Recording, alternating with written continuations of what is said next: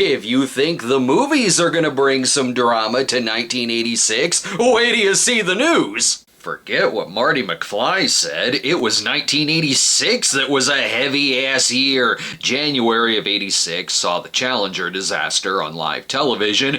Yeah, maybe it's for the best. We pushed back the release of Space Camp. There was the Chernobyl disaster in April, making this a terrible tourist spot. News started unfolding in November of the Iran-Contra affair, in which arms were being sold to our alien overlords in exchange for the Konami Code. And let's not forget about the nuclear apocalypse that people seem to forget about. Don't worry though, Hands Across America fixed all that stuff. And in better news, Reagan and Gorbachev held the Reykjavik summit, paving the way for Cold War breakthroughs, but they immediately went home when they remembered the Cold War already ended in 1985. With all this going on in the news, audiences were for sure looking for an escape, so after a softer box office in '85, 1986 was a box office rebound for the decade, where crowds turned out in droves for worldwide hits such as Top Gun and the surprise sleeper hit Crocodile Dundee,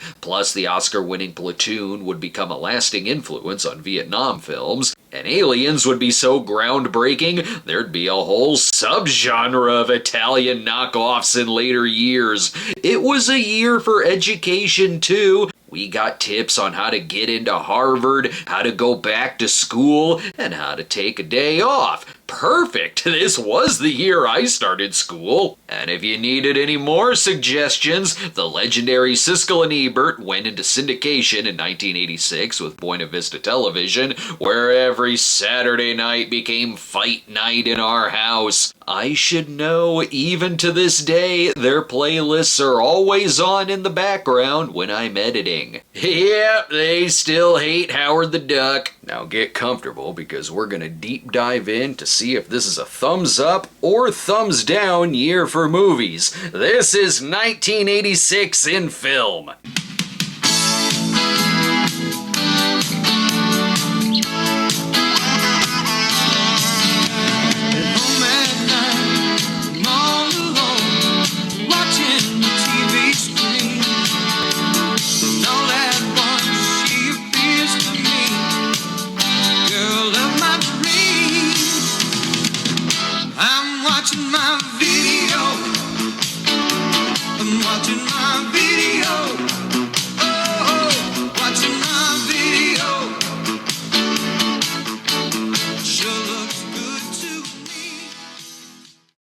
Rest assured, this is another year of the 80s that starts out the correct way. Yeah, you know it's gonna be canon! Oh, wait, this sadly isn't gonna be one of their action films, is it? Jack Issel, bright-eyed business school graduate, is about to face his first day in the corporate jungle. I don't think Chuck Norris will be shooting up these offices. Here we have Judge Reinhold leading a big cast, including Danny DeVito and Rick Moranis, in the corporate comedy head office. We are at that point in the 80s where we'll begin seeing a lot of movies revolving around the corporate world, money, and CEOs, where this goes the satirical route about a young up-and-comer taught all the ways of corruption. Kind of a comedy version of what we'd later see in films like Wall Street. Hell, Danny DeVito is in a lot of films like this. We'll see him later in the year as a crooked businessman. Don't worry, it's canon, so a car will still get destroyed. And in case you don't know who the cast is... Starring Judge Reinhold from Beverly Hills Cop. And Pandemonium! Rick Moranis from Ghostbusters. No love for Streets of Fire. Jane Seymour from England. And Don King. We can't think of any titles off the tops of our heads, so just say where she's from. Wait, what was that other name again? Wallace Shawn from My Dinner with Andre. And Don King. Oh, if you missed it, they say his name multiple times in the trailer. Don Novello from Saturday Night Live. And Don King. Obviously, Don King was the most important casting of 1986. The movie didn't leave a mark at all, except for the fact that I instantly think of Clerks the Animated Series when it gets brought up. Oh, that's okay. It's more laughs than I got in head office. Even the next one is gonna get all businessy. Island Enterprises. Chairman of the board. Ooh, good. Stocks on picture sound effects and semi-trucks are up. Good lord, what kind of business is this? The last time someone took something from him, they turned up dead. When did carjacking get so dangerous? I think the evil Robert Vaughn made a big mistake. But Mr. Ryland just made a big mistake. He took something from this man, Sam Quint. He's gonna mean mug every security camera to death. This is the underrated thriller Black Moon Rising, starring Tommy Lee Jones and Linda Hamilton, where Jones is an agent who stashes key evidence in a high-tech car, and it comes from a script by John Carpenter, which 1983 already proved Carpenter can work with car-centric plots, so I'm all in here. Okay, we got the evil corporations out of the way. Where's my 80s patriotism at? Faster than a speeding bunny. Speeding bunnies aren't that fast. Able to leap high mountains in a single hop. What a guy. He's plugged up that damn Zanus real good. He loves his country. He loves the red, white, and blue. He's quite a guy. Oh yeah, go 2 rounds with Ivan Drago, then we can talk. The Adventures of the American Rabbit was a Japanese-American co-production and is the tale of a rabbit who fights crime by turning into his alter ego that'll beat your ass with the stars and stripes if you bring any commie shit to the zoo. He'll get help from his animal friends. All he needs is a little help from his friends.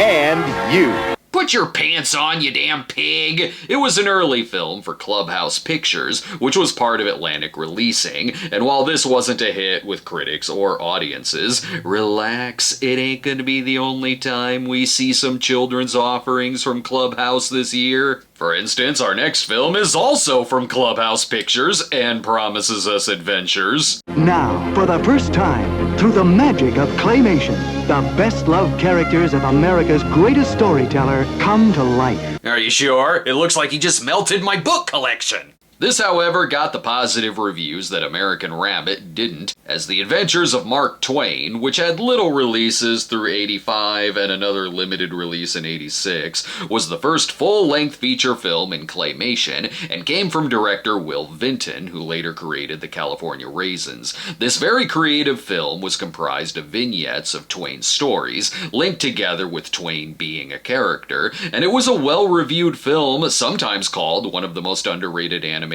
films of the 80s, and unfortunately got screwed over during release, as the filmmakers didn't want it under the Clubhouse banner, which wasn't known for high quality. But that's how it was released, so while it underperformed theatrically, it did receive love later on as an important milestone in claymation. Just like the next one will be an important milestone in rowing.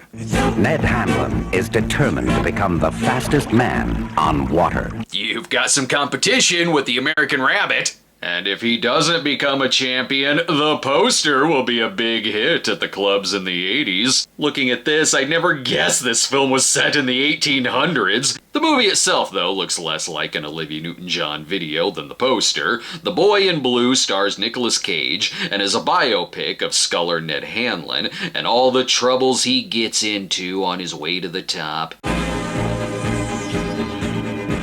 Yeah, I'm finding it hard to believe that he's from the 19th century. And prove himself. Harvard man! You get out of here, time traveler! This will do for rowing what Chariots of Fire did for track and field. Look, it's a sports picture. You need montages, lots of montages, and an inspiring trailer pitch. The true story of a legend who left history in his wake. With his fierce self-pleasure face. If you think that movie is a stretch, wait till you see Daryl Hannah as a Cro-Magnon woman. It's gotta be good, it's based on a popular book. For 52 weeks, an entire year, it has been on the New York Times bestseller list. The movie won't reach #1. The Clan of the Cave Bear stars Hannah, who is raised by Neanderthals, and it was an ambitious production. Originally, producers wanted to make 2 films, the other being the book's sequel, and John Sayles was hired to write both scripts, but I'm guessing that they knew they had an unintentionally funny disaster on their hands, because the second movie was canceled, and the film was just dumped into theaters with little advertising. where the trailer way more so just talks up the book than it does the movie. And gee, I wonder what the next movie will be from.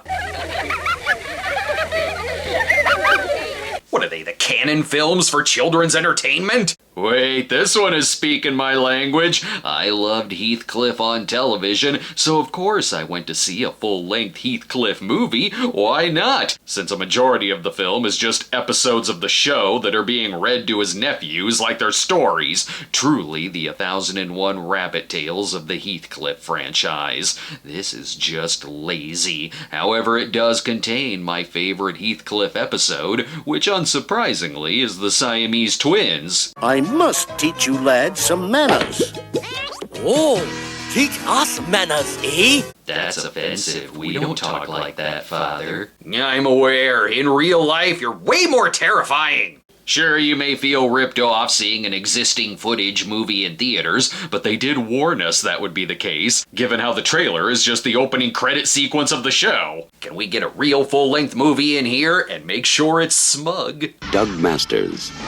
He's 18 years old, raised on an airbase. Are you out of your mind? Oh boy, are we already at Top Gun? No, dear, we have Top Gun at home. It's called Iron Eagle. Producers were thinking smart. Get this out in theaters before Top Gun and serve it up as an appetizer, where poor Doug's dad is shot down behind enemy lines, and he'll take care of the rescue mission personally. It's okay, he's got Lamar from Revenge of the Nerds at his side. He's practicing by playing every Atari game in sight, but we're gonna need someone way more badass to mentor the boy. With one of the toughest fighter pilots who ever lived, retired Colonel Chappie Sinclair. I'm not sold on the name Chappie. Just say I'm Sergeant Foley from Officer and a Gentleman again. While it certainly got overshadowed by Top Gun's success later in the year, which did have better reviews than this, Iron Eagle was still a big hit with audiences and had just enough entertainment and cheese for it to work. So much so it became a franchise itself, or actually there's more Iron Eagle movies than there are Top Gun movies. The trailer makes the case why this was a hit. One mission, one heart. It's got a rockin' soundtrack and jets blowing up. Let's see the movie, and when we get home, we'll play the game on the Action Max. But how about a little something for the old people? Old people who love gambling. And bet their lives on a horse that's living on Medicare. And if that doesn't work, Oscar is gonna become a jewel thief. The Long Shot has a collection of beloved comic actors like Harvey Korman, Tim Conway, and Jack Weston, but we all know that I'm here for the role of the parking attendant, played by Eddie Deason. Here the fellas make a long shot bet on a horse, and one thing leads to another, and the mafia is after them. And you would never guess that this comes from director Paul Bartel of Eating Raoul and Lust in the Dust. Should have gone the extra mile and have the Don played by Divine. It's okay if it's horror comedy you want. The next one will try. Once upon a time when the world was filled with wonder. Oh my god, amazing, unbelievable appliance sales at Sears! Wait, I know this franchise. Troll. The weirdest, the rowdiest, the most mischievous. Hey kid, you ever wanted to see what Bigfoot's shit looks like? Troll is an important moment in film history. I'm gonna tell my son that this was the first Harry Potter movie. What? The kid in the movie's name is Harry Potter. Directed by effects master John Carl Beechler, probably why the effects are pretty damn good in it, where a troll is making his way through the apartments to turn it into a sexy wonderland. What? Julia Louis-Dreyfus is in it? The troll is no match for the Michael Moriarty dance. Sometimes I wonder what I'm gonna do. Lord, there ain't no. Maybe I should have rented Return to Salem's Lot instead. Normally I love myself a crazy Michael Moriarty movie, but I recall finding this film obnoxious as hell. I'd probably rather watch one of the other Troll movies, since it has sequels. Kinda, sorta, not really. They're Italian knockoffs that are legendary for being entertainingly bad, while this one feels like something I'd be stuck watching at daycare. Harry Potter Jr. expected to have a little trouble getting adjusted, but but he never expected anything like this. You should have. It's where the lightning bolt scar on your head came from. I'll stick with the one that pisses on hospitality, thank you very much. Maybe westerns, though, will fare better in '86 than in previous years. In the tradition of Butch and Sundance comes the great untold legend of Booger and Ben. Sweet! Who? Uphill All the Way stars Roy Clark of Hee Haw and country singer Mel Tillis that's basically a western crossed with a good old boy comedy. It's even got a cameo from Burt Reynolds. In it, the boys are in some hot water when they're mistaken for thieves. It's got the types of things you'd expect, like the redneck sheriff, the slapstick comedy, cameos like Burl Ives, and two heroes that seem like they should get caught easily. Look, they only know how to drive in circles. We'll know the movies get serious, though, when they break out the slow motion. This is the story of a nightmare image and shattered lives. Speed it up, honey! The movie will be too long if we keep it like this! This is The Image Maker, a political thriller starring Michael Nouri, where he's out to uncover corruption through the making of a film and exposes media manipulation as well, while the studio notes say to sex up his footage a bit. I said back up. Now take off your clothes. I don't believe this. You want to roll in my political scandal film or not? He has a foolproof plan to expose political criminals. And that plan? Do it the way the Joker would on live television. What kind of movie is this again? The Image Maker, a suspense thriller. Thanks, I thought it was a zany comedy. Too bad he didn't warn us of the production of government mandroids. In a hidden fortress concealed by impenetrable jungle dwells Dr. Abbott Reeves. He's gonna summon more trolls, isn't he? Forget watching the trailer for Eliminators, just look at the poster. Mandroid, mercenary, scientist, ninja? You had me at all those words! This answers the question of what if our Iron Eagles were shot down? Why, they'd scoop up the parts and turn them into a Manborg, obviously. They've seen enough movies to make their own. I saw this in a movie once! So is the Mandroid gonna fight Jaws? From producer Charles Band, why rent RoboCop or Exterminators of the Year 3000 when you can get your hands on Eliminators for half the price? The Mandroid. More machine than man. And more ridiculous than a bootleg toy my grandma got me. This seems inconvenient. Can't he just stick with legs? It's okay, we've got Denise Crosby. The Borgs don't stand a chance. Who's gonna be the villain of the week? You don't understand. Soon I shall rule the world. You sure? You don't seem confident. If it seems like a parody, the trailer features music that a sketch comedy show would use. The best in living color character next to the head detective. Hell, the movie is such a cult hit, it did inspire the parody film Manborg. Thanks, but I'll get a ride from someone else in my chauffeur. My home. My car.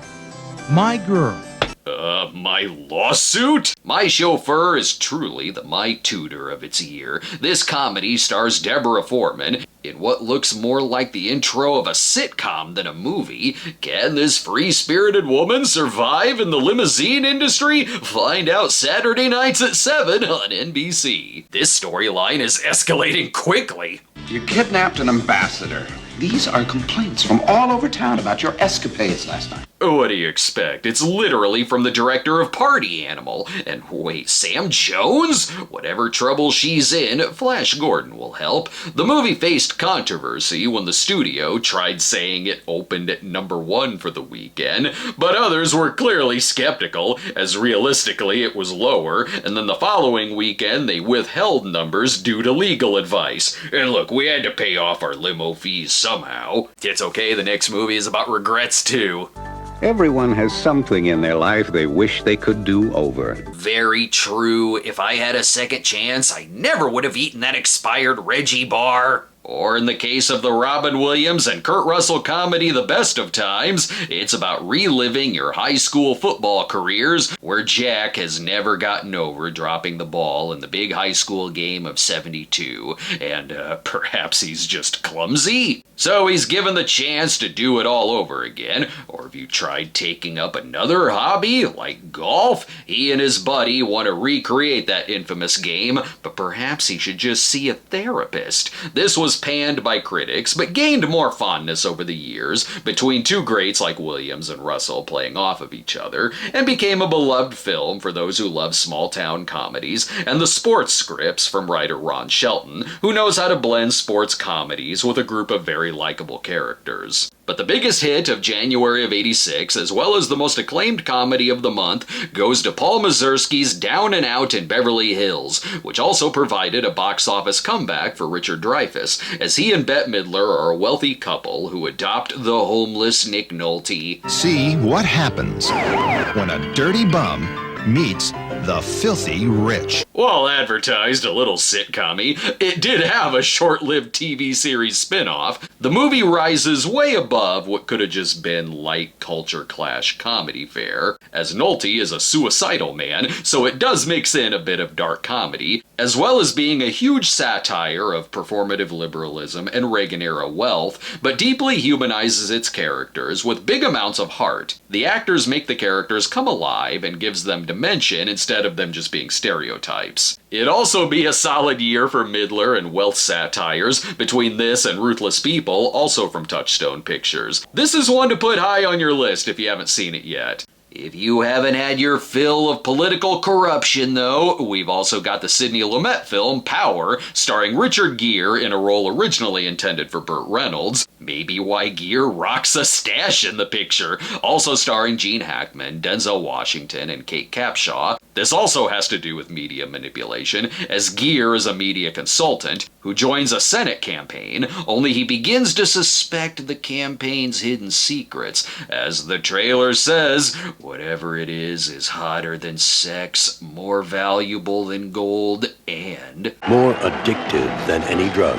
Yeah, I mean, we could still use a little bit of cocaine. A paranoid thriller that can be convoluted, but is elevated by its performances. Why don't you just do what you've always done? Just elect Cade and get paid. And featuring Denzel as Johnny Cochran. How about a little something about where the politicians go at night? The strip club, of course.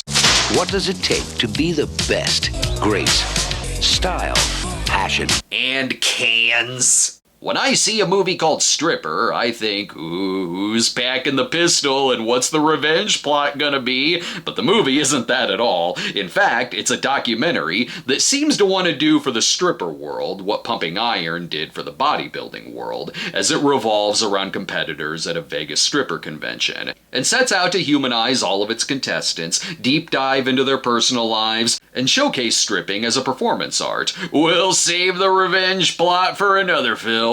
But if you watched The Boy in Blue and thought it needed more ice, we've got Rob Lowe in the hockey drama Youngblood. Dean Youngblood scored 92 goals this year so far for the Stanton Flyers.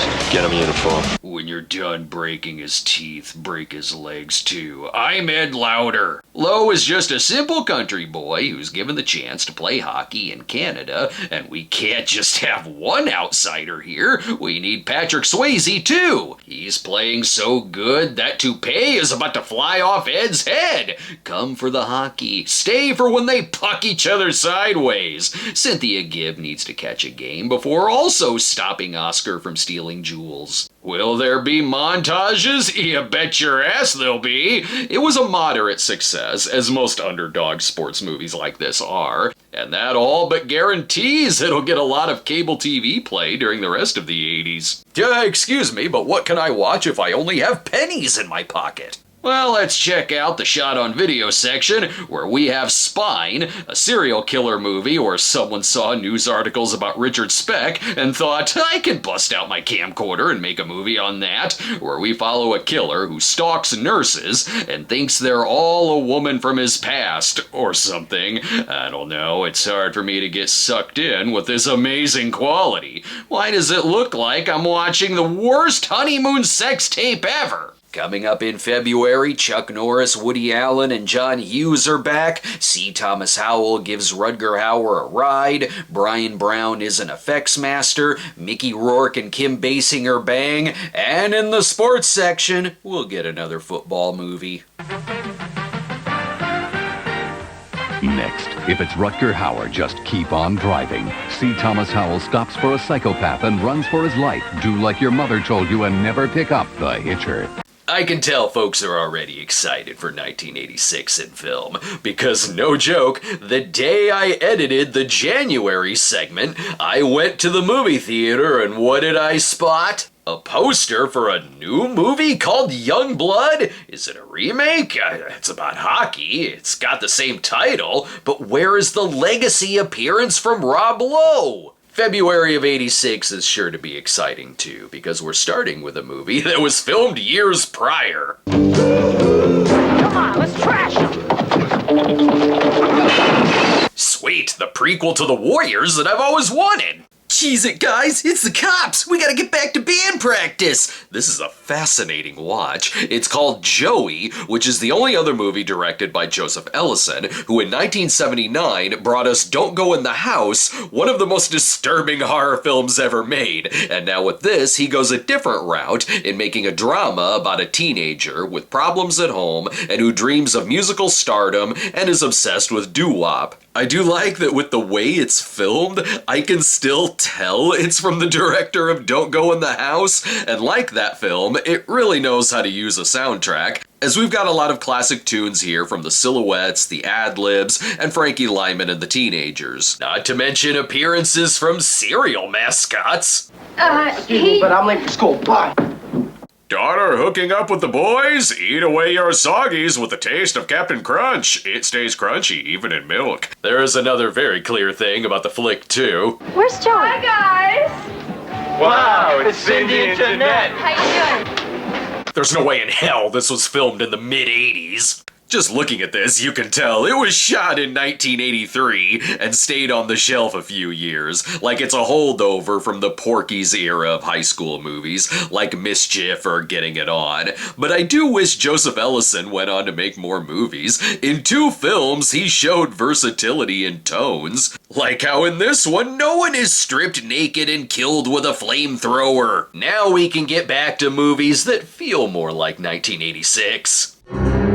Raleigh Tyler is an FX man, the movie's master of make-believe. And also the worst party guest. This movie is just great. This is FX, where Brian Brown is a movie effects artist who is hired to help fake the death of a star witness, only afterwards his life is in danger and someone wants all those involved with the job dead. With a great supporting cast, including Brian Dennehy as the cop who helps him out, it has a ton of love for the effects world and uses that to create illusions all throughout the film that keeps the audience guessing about what's going on. And it was the second film for director Robert Mandel. You know his first movie. I show a fabulous explosion from that film all the time.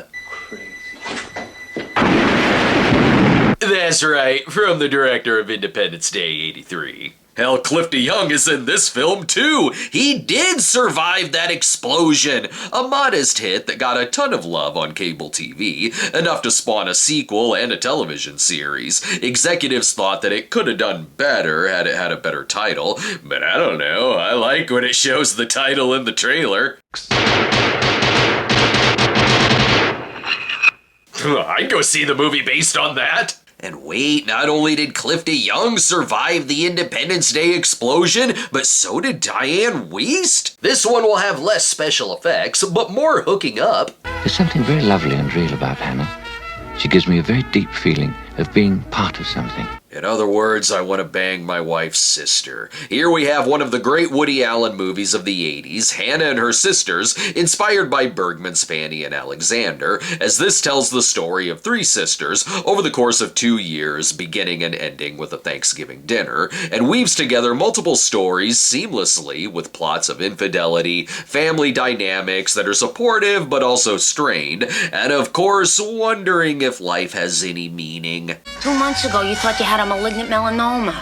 Naturally, I had the sudden appearance of a black spot on my back. See, Woody's always nervous about something. The film would go on to be one of Woody's most acclaimed of the decade, and often considered one of his best, as it got 7 Oscar nominations including Best Picture, and 1 for Screenplay, Supporting Actress, and Supporting Actor, where Michael Caine famously wasn't there due to his work on Jaws the Revenge. That movie's not as good as Hannah and Her Sisters. Now on to another movie, a family drama. A 16-year-old girl and a 17-year-old boy were forced by their families to marry. Jesus, the bride's not into it, but the narrator seems happy. This is Lady Jane with an early starring role for Helena Bonham Carter, 19 at the time, whereas Patrick Stewart, he's always looked like this since he was born. This tells the story of Lady Jane Grey, famously Queen of England for only 9 days through political maneuvering from people basically using her as a pawn,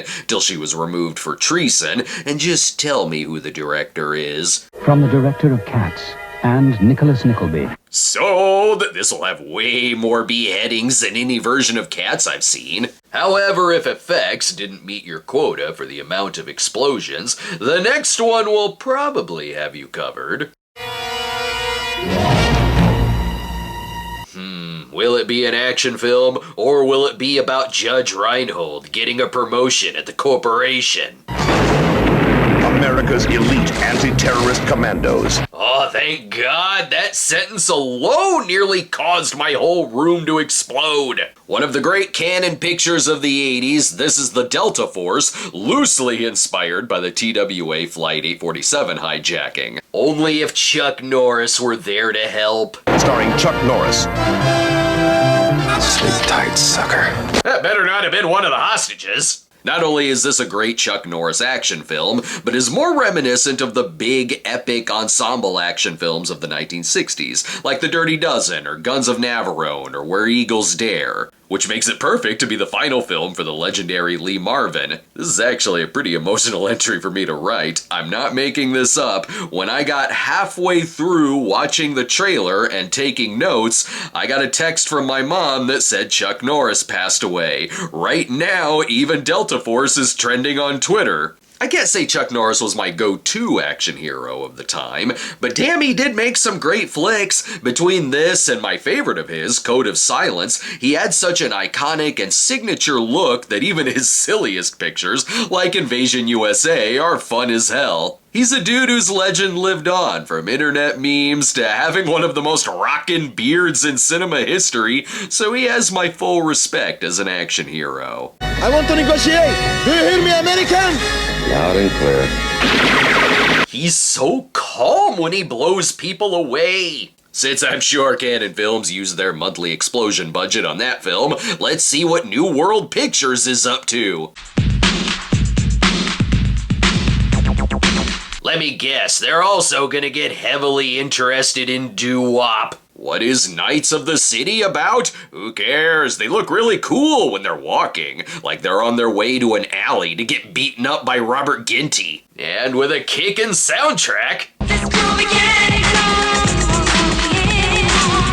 Even McGruff would think you're too cool to arrest. Written by and starring Leon Isaac Kennedy of the Penitentiary films, this is about a street gang that wants to make it big in the rap industry, or at the least they could be fabulous extras in Streets of Fire. Just look at the lineup. Featuring hot tracks by the Fat Boys, Curtis Blow, KC, and Don King. And featuring Smokey Robinson as Richard Pryor. However, this is still the year of business, so the next film is telling me that stocks are rising. He wasn't just good, he was the best. I'm gonna sell every option I can get. What are you doing, Jeff? Yes, Kevin Bacon is gonna give us 6 degrees of financial stability. This is Quicksilver, where Kevin Bacon is a failed stock trader. Then it turns into a cycling film? Plus, in a world where the pressure's off. I'm on the street, I feel good, man. Is that the first "in a world where" that I've come across in a trailer? This movie is going places. What starts out as head office, then becomes rad, where he's a stunt cyclist delivery rider, and Survival's an instinct you learn on the streets. Jesus, then he goes up against drug dealers? My god, this has everything. Like various types of mid-80s movies combined into one. Even the poster looks like if the posters for Boy in Blue and Youngblood put their shirts on.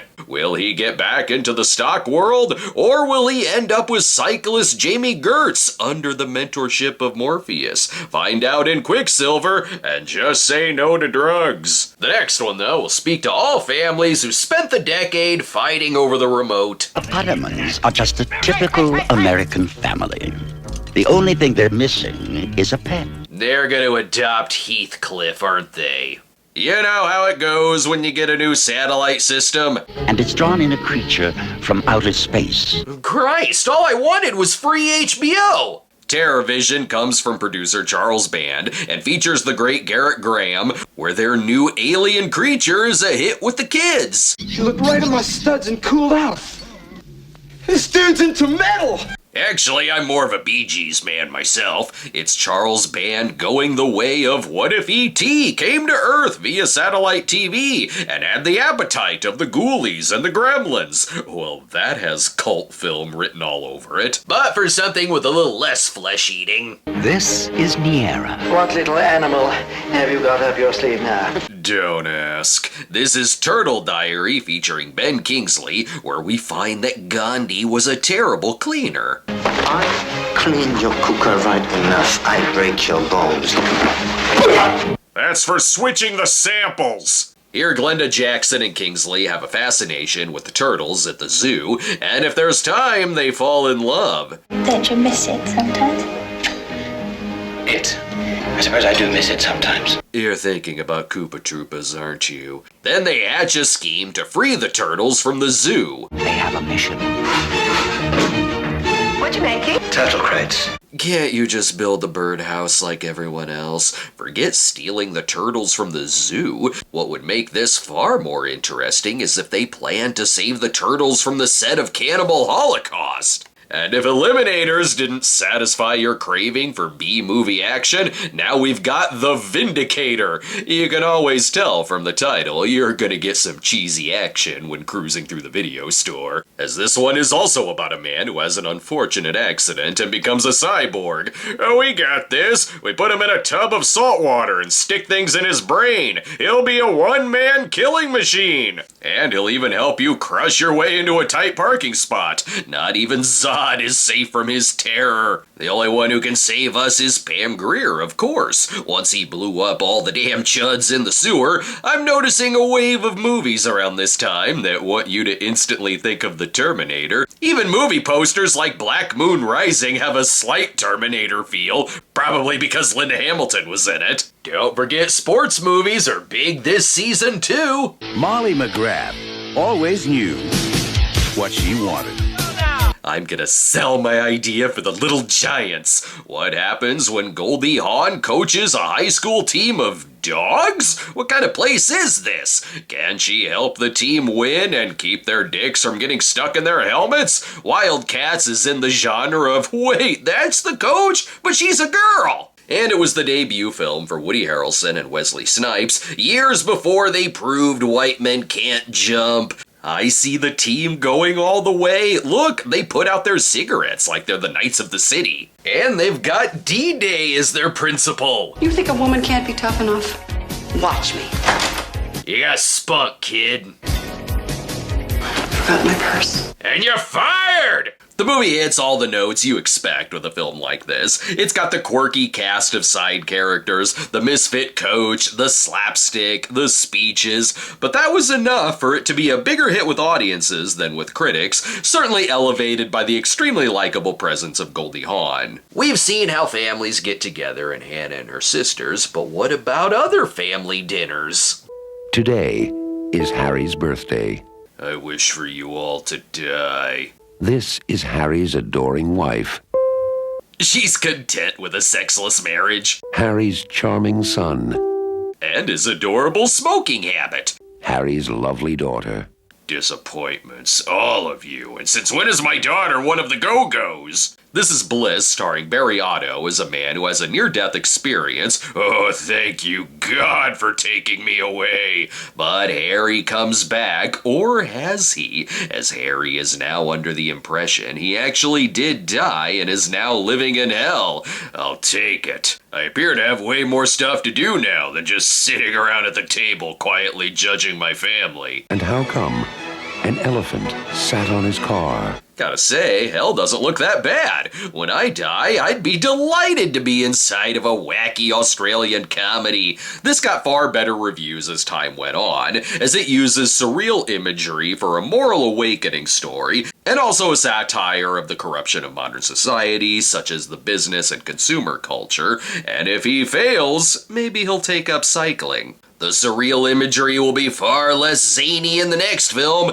as we have the psychological thriller Dream Lover, which has the title and poster of something that looks like a stalker thriller, but it's a lot deeper than that. Here, Kristy McNichol takes on a much darker role, as she's a woman who is attacked in her apartment, then begins having nightmares of the event, where the dreams start taking over her life, so she goes to a sleep therapist, which brings to light a much deeper trauma from her childhood, plus the dream world and the real world begin blurring as the story goes on. More altered states or dreamscape than something like Nightmare on Elm Street. Worth it for this kind of Kristy McNichol performance. She doesn't seem like the dream lover type. Think I'll swipe left. Plus, it's time to hit the showers again. It was another day in New York. Boys, save room for the rest of the team! Given the chipper tone of the narrator, I wasn't expecting the curveball that this ad throws. Robert was moving to Africa. Michael was hating him for it. And Nick was dying of AIDS. You could pretend to be sad about that, narrator. He hasn't been this happy since Lady Jane's awful honeymoon. Parting Glances, which features an early major role for Steve Buscemi, is a very important film in the history of gay cinema, as it's about a gay couple who attempt a long-distance relationship when one moves to Africa, but amongst their friends in New York, they have Nick, who is dying of AIDS, and it's one of the first movies to seriously deal with that topic. There's a big aura of tragedy around it too, as this was the only film for director Bill Sherwood, who he himself died of AIDS in 1990 at the age of 37. The movie would be fondly remembered for its realistic, yet humorous and heartfelt look at the Manhattan gay culture scene of the mid-80s. There's also some straight banging this month too, and with ice cubes. Divorced white female. Beautiful statuesque blonde. Swipe right. In 9.5 weeks, Kim Basinger works at an art gallery and meets the mysterious stockbroker Mickey Rourke, cause what other job would he have? And the man may be a creep, but whatever, he's handsome. You'd be foolish not to have a passionate affair with the man. From director Adrian Lyne, this stylish as hell erotic drama begins as a normal romance, but as it unfolds, he begins pushing her boundaries where seduction turns to manipulation and the scenarios grow uncomfortable, as it becomes a story of power dynamics and vulnerability, and how one regains their independence after an evening of ice cubes and bitchin' 80s tunes. This movie needed to happen. There were 2 trailers that featured Michael DeBar's obsession, the other being A Night in Heaven, and this is the far superior picture, a controversial film of the time, to where the studio was afraid to heavily advertise it, but it was a way bigger hit overseas, and led to a couple of follow-ups, not to mention showing how way better films like this were back then, before 50 Shades of Grey. Hell, his character in the movie is named John Grey. Arguably, the next film is about control and regaining your independence as well. Heading west on the long, lonely highway, only his dreams for company. Until... a very big oops. This will truly be the most effective PSA of the 80s. My mother told me never to do this. Before many miles, he'll wish he'd taken his mom's advice.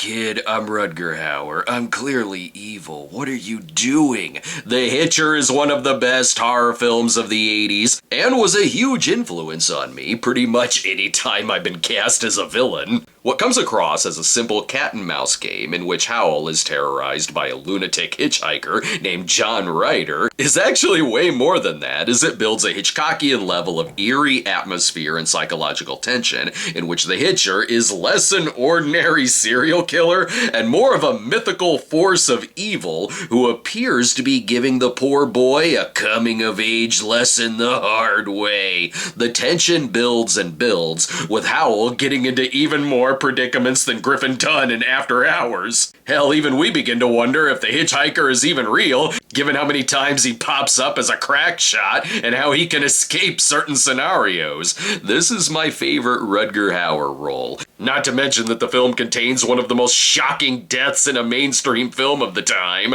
It would also influence directors like Christopher Nolan, and yes, lead to a terrible sequel and a remake. And if the Knights of the City are still on the streets, I'm staying home. This is a house where no one should live. Sorry, as I said before, I've been properly warned not to go in the house. As for the movie House, whose box cover caught all of our eyes back then, this horror comedy has a heavy Stephen King-like plot about a Vietnam vet turned author, played by William Catt, who moves into his aunt's house, which is inhabited by ghosts connected to his own trauma, but it deals with these topics with a lot of dark humor and more Cheers alumni. Woman lived here before you was nuts. Wouldn't be surprised if someone just got fed up and offed her. She was my aunt. Heart of gold, though. When you're left with a house as part of an inheritance, you just gotta expect that there will be creepy little kid ghosts who pop up, and with amazing effects and surreal imagery. Leave while you can. No! Well, that problem took care of itself. House is a great, unpredictable film, very well directed by Steve Miner, and has a fantastic soundtrack, and a great over-the-top role from Richard Mall. It was a big hit at the box office too, meaning we're gonna franchise this baby as well. Speaking of franchises, I'm sensing it's time for another John Hughes and Molly Ringwald team-up. I want all the gory details. His name's Blaine. He's so beautiful. Blaine? Friend Zone the movie, written by Hughes and directed by Howard Deutsch, Pretty in Pink is one of the main Brat Pack films, as Molly is the poor girl who falls for the wealthy Blaine, while her friend Ducky is stuck with his right hand and a box of Kleenex. Actually, maybe the dating world isn't for me. Will their romance work out against the economic pressures and the school sociopath James Spader? The girl was, is, will always be nada. Steph, why are you still here? You graduated 10 years ago! There's a lot to like about the film. Molly Ringwald and Andrew McCarthy are great together. It's got a heartfelt performance from Harry Dean Stanton. Spader is a great and quotable villain. The climax, set to OMD's If You Leave, is excellent. But then there's the Ducky factor. A love him or hate him character that I can't stand. And I like John Cryer, but this weirdo character is a bit too frickin' much. To where I greatly prefer Hughes and Deutsch's similarly plotted film, Some Kind of Wonderful. Test audiences weren't big on this character either, as they booed in the original cut where Ducky and Andy ended up together, so it was reshot where she ends up with Blaine, and Ducky ends up with Christy Swanson's deadly friend. Good. We can't escape the month, though, without peeping in on those who are working the streets. Yes, G. Gordon Liddy will keep all the streets safe. Like how House is a comedy version of a haunted house flick, here we have Hollywood Vice Squad with a hardcore-like plot of a mother searching for her daughter in the pimps, hookers, and porn scene, but... Meet the most unusual police organization in the world. It's like if Vice Squad and Hardcore were in the Police Academy universe. You've even got comedy legends like Frank Gorshin amongst the sleaze. The only X-rated street in America. I'd like 3 girls. I'm just here to take my date to Bodacious Tatas, thank you very much. Some characters treat this like a drama, like Ronnie Cox in A Side Quest from Beverly Hills Cop, and Carrie Fisher, tired of the Johns always asking her to wear the gold bikini. Then you've got sex comedy wackiness, and Evan Kim from A Fistful of Yen is in it. We needed this, though. It's also got Leon Isaac Kennedy. I sure hope the Hollywood Vice Squad gets themselves a record contract. Don't worry, because coming up next, we do have a Police Academy film. Plus, Tom Hanks and Shelley Long also buy a house with problems. There's more cycling. Christopher Lambert becomes the one. Michael Keaton goes to Japan. And yes, more sports. Next, a timeless tale of the immortals and their drive toward destruction. Christopher Lambert and Sean Connery cleave a slice through history in the adventure Highlander. Next. March of 1986 has its warm 80s heart in the right place. Merchandising. They're back. The Care Bears and the Care Bear cousins. Yeah, that's cool. Maybe I'll wait for the GoBots movie to come out later in the month. Or not. After the success of the first Care Bears movie, now we get Care Bears 2, a new generation? Is their lifespan short? The previous movie was only a year ago. Plus, it's a prequel. Why is the title confusing? Whatever, I guess we needed an origin story for our heroes. Share the warmth and tenderness of the little cubs as they take their very first steps. Ugh, have I also died and gone to hell? Thrown into production fast, this wasn't quite the success of the first film, as it was wholeheartedly trashed by critics and Care Bears fans. But come on, it's an 80s kids movie. You have to expect it to scare the shit out of you. In their struggle to save their friends and the world of caring. Dead ass, though. Come for the combination of Care Bears and Faust. Stay for the merchandising. Actually, we just want you here for the product placement. And we'll be creepy about wanting you to bring your friends. Be part of it and bring someone you care about. No thanks. I prefer taking someone I hate and then bailing before the previews are done. Or maybe just drop the kids off and go see whatever lesbian picture is playing. Hey, we're in luck! This is Desert Hearts, a very early, full-on lesbian romance film, like a companion piece to the realism of Parting Glances, where here a literature professor is close to finalizing her divorce till she meets a free-spirited young gay woman, and though everyone says she's pure trouble, whatever, she's hot. My husband never kissed me like this or gave me dirty thoughts in the shower. Considered a groundbreaking film in lesbian cinema, which means the genre has come a long way since the lesbian films I spotlighted in 1965 in film. Who and what is a lesbian? Is lesbianism reserved for only a few people, or is it a common happening? I know what a lesbian is. I've seen Chained Heat, thank you very much. I suspect this one will be more exploitive. It's from New World Pictures. It better be something I rented as a kid. It is! A mountaintop motel? Well, that doesn't seem so bad. Uh-oh. Mountaintop Motel Massacre? We may have to stay elsewhere. Far from the beaten path lies a friendly little inn. Girl, you better come get your critter before I chop his head off. The hell they do to you, old lady? You know how it goes. You're happily singing in your car, get out to have a private wet t-shirt dance, settle in for a night of hotel sex and snakes, and then the crazed old lady motel owner sticks to her strict no banging on my premises policy. She's bumping off all these colorful characters. I'm Tanya. I'm Bill McWillie. Melvin Crenshaw. I'm going through a divorce, and this is my lesbian lover. Desert Heart's got some script notes, and now it's about what if Mrs. Bates killed off the visitors of the Bates Motel. And any moment might be checkout time. Be sure to leave us a 5-star review on Yelp. On second thought, I'll just sleep in my car, or try my luck at the Masters Valley Lodge. But where there's New World Pictures... And here we are, with a... We're gonna get a treat for the next film, too. From another time comes a man of great power. Talk funny, Nash. Where are you from? Lots of different places. I gathered. We can't exactly pinpoint your accent. Highlander was trashed for being over the top, silly, campy, bombastic, but that's exactly why it's great. Inspired by Ridley Scott's The Duelist, this takes that years-long feud setup and turns it into a story of a 16th century Highlander who finds that he is immortal, so in modern-day New York, he faces off for the ultimate prize, becoming the one as long as he chops the Kurgan's head off,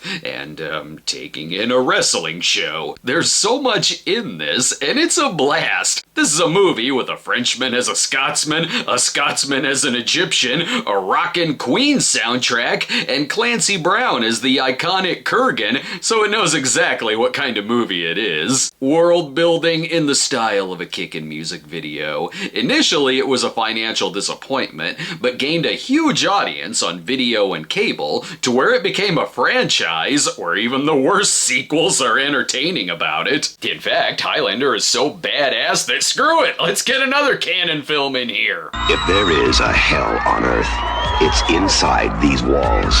My God, the shorts are going right up my ass crack. This is pure hell. Canon has a way of reading minds. They heard my women in prison reference earlier, and now they're giving us the naked cage. It's even from the director of Chained Heat. The plot is exactly what you think it is. A woman is convicted of armed robbery and is sent to the most corrupt prison in the country. You can always tell a corrupt movie prison when the staff has a distinct Brigitte Nielsen quality about them, and when the trailer guy says the term living hell a lot. Taking a one-way trip through a living hell. In this place, the only way to survive is by pulling the trigger, or a sexy pie to the face. See, the naked cage. Jesus, in this month, even the homes you buy are just as unsafe as the prisons and the motels. It started out to be their dream house. What do you think, huh?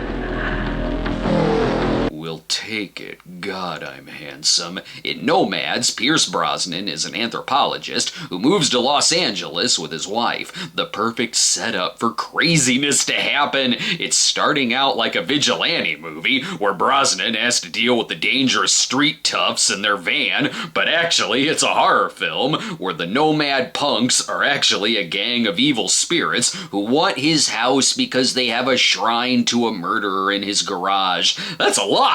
And that doesn't even cover half of it. Brosnan really did want to do something different than Remington Steele. And the star of Remington Steele, Pierce Brosnan. Bow before my glorious chest hair, Nomads. What makes it worth checking out is that it's the first film from action movie legend John McTiernan, which explains why a nomad is tossed off the Nakatomi building. Christmas is here early, if we're not too scared. If you've never been frightened by anything, you will be frightened by nomads. Frightened? Are you kidding? Or say we check into the Mountaintop Motel, baby. Moving on to, well, something tells me I'd have been at the theater a lot in March of '86. However, this one will give us some true crime history lessons. Nearly all these murderers are white males, many of them handsome, charismatic, intelligent. And clearly didn't learn a single thing from the Care Bears. They are the wrong role models for young Charlie Sheen and Maxwell Caulfield. The Boys Next Door is like Charlie doing a take off of Badlands, which starred Martin Sheen, but with Son of Sam references. He seemed like a regular kind of guy, normal, kind of quiet. And he was a dog person. Roy and Bo are tired of not fitting in their small town, so they take a road trip to California where... This is my game, sucker. Guess that takes care of the nomad problem. This had some festival screenings in '85, but got a New York release in '86, where it was one of the early non-documentary features from Penelope Spheris, who also directed the previous month's Hollywood Vice Squad, and a poster that'll also be in the hottest clubs along with other sweaty 1986 posters. This does stick with common Penelope Spheris themes like rebellion, alienation, and rage. Day by day, they're changing the face of America, and they're barely old enough to vote. Not only that, they're not even old enough to rent a car. And is this their yearbook? Good lord, what kind of school breeded this many serial killers? Maybe they should have taken up the blues instead. That's what Ralph Macchio did. And there was a kid they called Lightning Boy.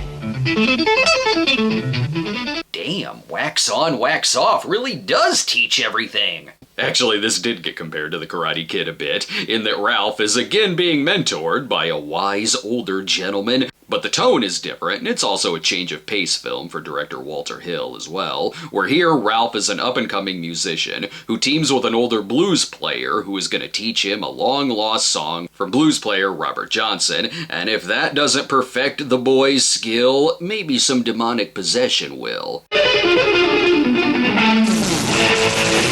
Oh great, he loaned him the satanic album from Trick or Treat. Whatever wins the contest. But meanwhile, in the workforce, something tells me this'll have something to do with Japan. Hun Stevenson invited the Japanese. You know, my dad was over here with the army. Because it's an 80s movie and plays turning Japanese by the Vapors. Which definitely means it'll have Getty Watanabe in it. Gung Ho reunites director Ron Howard and star Michael Keaton after their classic comedy Night Shift, and this is a simple enough plot where a Japanese company takes over an American auto plant, making it the second Michael Keaton comedy of the 80s where he works for the auto industry. What could possibly go wrong? This is great. What could possibly go wrong? Good question. Hey, I just asked that. And where's the gong sound effect? Let's go find out. There, I thought you were slacking for a sec. It's certainly a culture clash comedy, but it does have a lot of heart to it, and that's what carries it. Keaton and Watanabe are so good together, and Watanabe in particular turns in a great performance where he's a much more three-dimensional character than you'd expect out of it. It was a big hit with audiences, and like with Down and Out in Beverly Hills, of course TV networks wanted to make a sitcom out of it. This next one's got heart too, in that I'm sure someone will get stabbed in it. It began as a news story on a small Midwestern campus. Yep, just as I thought, Detective. Another blood cult. Makes sense. This is called Revenge and is written and directed by Christopher Lewis, who directed the 1985 shot-on-video film Blood Cult. In fact, this movie is the sequel, where they got Patrick Wayne on board and John Carradine looking like he walked right off the set of The Boogeyman. Another damn fool smoking in bed. And he's had his morning cup of scotch, too. This time, the Blood Cult is going after, who else? Students. And I would have gotten away with it if it weren't for you horny kids. Maybe you should take a break from the sacrifices and fix the trailer guy's voice box. Revenge from United Entertainment Pictures. What, did they get a speak and spell to narrate it? Or wait, maybe it was the GoBots, as here we have not only another movie released by Clubhouse Pictures, but the last of the Clubhouse Pictures films. That was fast. If every other Saturday morning cartoon can have a movie, why not the GoBots, as they star in GoBots, Battle of the Rock Lords. The Rock Lords were the best hair band of the 80s. As for the plot... Solitaire and Nugget seek the mighty GoBots and enlist their help in a desperate mission to save their doomed planet. Must buy more toys. Will the GoBots be victorious in saving the rock people? I don't know, probably. I didn't go see this. Kinda want that bike, though. It's funny when you watch a trailer and immediately assume the critics called it very, very loud. It wasn't a hit at all, but perhaps the right appetizer for when the Transformers movie comes out later in the year. I'm sure it's not the only movie this month to have an evil laugh in it either, because the next film is literally called Evil Laugh. This is a slasher film that's like a hybrid of Friday the 13th and A Nightmare on Elm Street, where an orphanage was burnt down after the janitor was accused of being a child molester. Then when some young people want to fix the place up, they're stalked by a masked killer who, oh come on, how the hell did that happen? And where's the evil laugh? Oh, you got a weird laugh. You're gonna get it. It's called Evil Laugh, not Weird Laugh. This would maybe be an awkward watch. It was directed and co-written by Dominic Braccia, yes, Joey from Friday the 13th A New Beginning, who he himself was accused of the same atrocities as the janitor here. No clue if he ever got his head stuck in a microwave in real life. For the melodrama crowd, though, we have Just Between Friends, where Mary Tyler Moore is married to Ted Danson, then finds out he's having an affair. Well, duh, it's freaking Sam Malone! So she teaches aerobics, where she becomes friends with the reporter that Ted was having the affair with. Then their friendship is tested when he freaking dies. And you know there's gonna be a love child somewhere along the way. Certainly a forgotten drama of the time, because aerobics were so 1985. One genre that's still going strong though? Police hijinks. How do they stop any crime? In Police Academy 3, back in training, our heroes have to save their beloved academy by now becoming the trainers for new officers. Are we sure that's a great idea? I mean, yeah, they can train them in all the proper ways of slapstick, but how is any of this gonna come in handy if they need to stop a murderous blood cult? The only thing they'll be good at is car stunts and partying. They got Takashi from Revenge of the Nerds. Lamar already called dibs on being an Iron Eagle. These films continued to be critic-proof, as this had the highest box office of the month, meaning absolutely a fourth film in 1987. You know what's missing though? Quicksilver-like bicycle stunts. His name is Crew.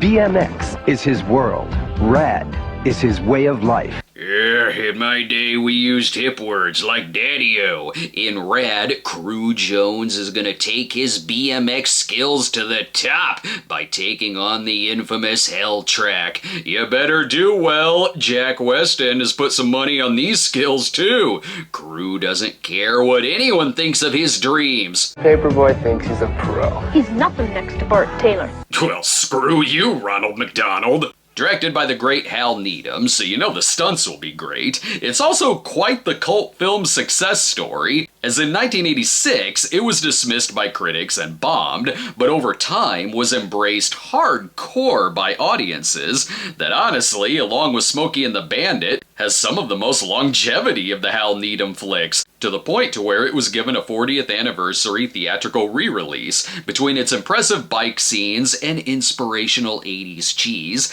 it's a hard film not to like. Plus, I give a pass to any movie with Send Me an Angel by Real Life on the soundtrack. Going back to the subject of slashers though, 1986 marked an interesting turn for the genre. Yeah, there were still standard ones like Mountaintop Motel Massacre, probably because that film was actually shot in 1982. But once we got to 1985, really the biggest hits were the franchise ones, so slasher filmmakers knew they had to start doing something different. And by 86, the genre was given new life by inserting a lot of comedy and satire into the mix, hence the film April Fool's Day. Paramount Pictures cordially invites you.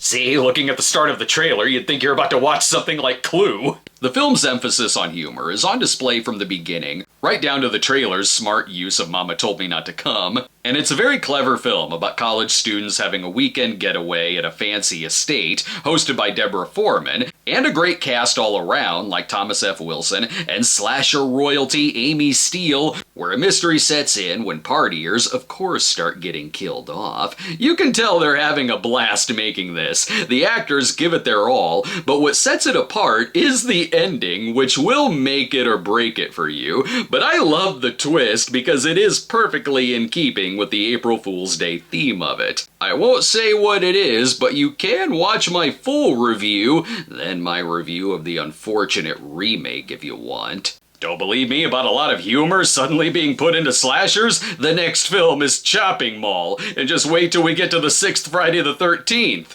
Consider Chopping Mall to be the evil brother of Short Circuit, where yes, lightning strikes the robots to bring them to life, only here they use their powers for murder. All part of a night's work because, oh yeah, there are also the mall security guards, cracking down on after-hours partying. Directed by Jim Wynorski, who is great with these kinds of exploitation comedies, the movie is very entertaining, fast-paced, and contains some pretty great kills. But it did have to try a couple times at the box office. When it was briefly shown in March, it had the title Killbots, probably too soon after GoBots, so audiences thought it'd be some kind of animated fare. Then it was given September and November releases under the new title Chopping Mall, which is primarily what it's known as today. To think they're causing more damage in the Sherman Oaks Galleria than Arnold did in Commando. Want to know more? You're in luck, because of course I have a full review of this one too. But if other horror comedies of the year like House didn't have enough house destruction or Cheers alumni for you, let me introduce you to a little film called The Money Pit. Anna and Walter are young, single, and in love.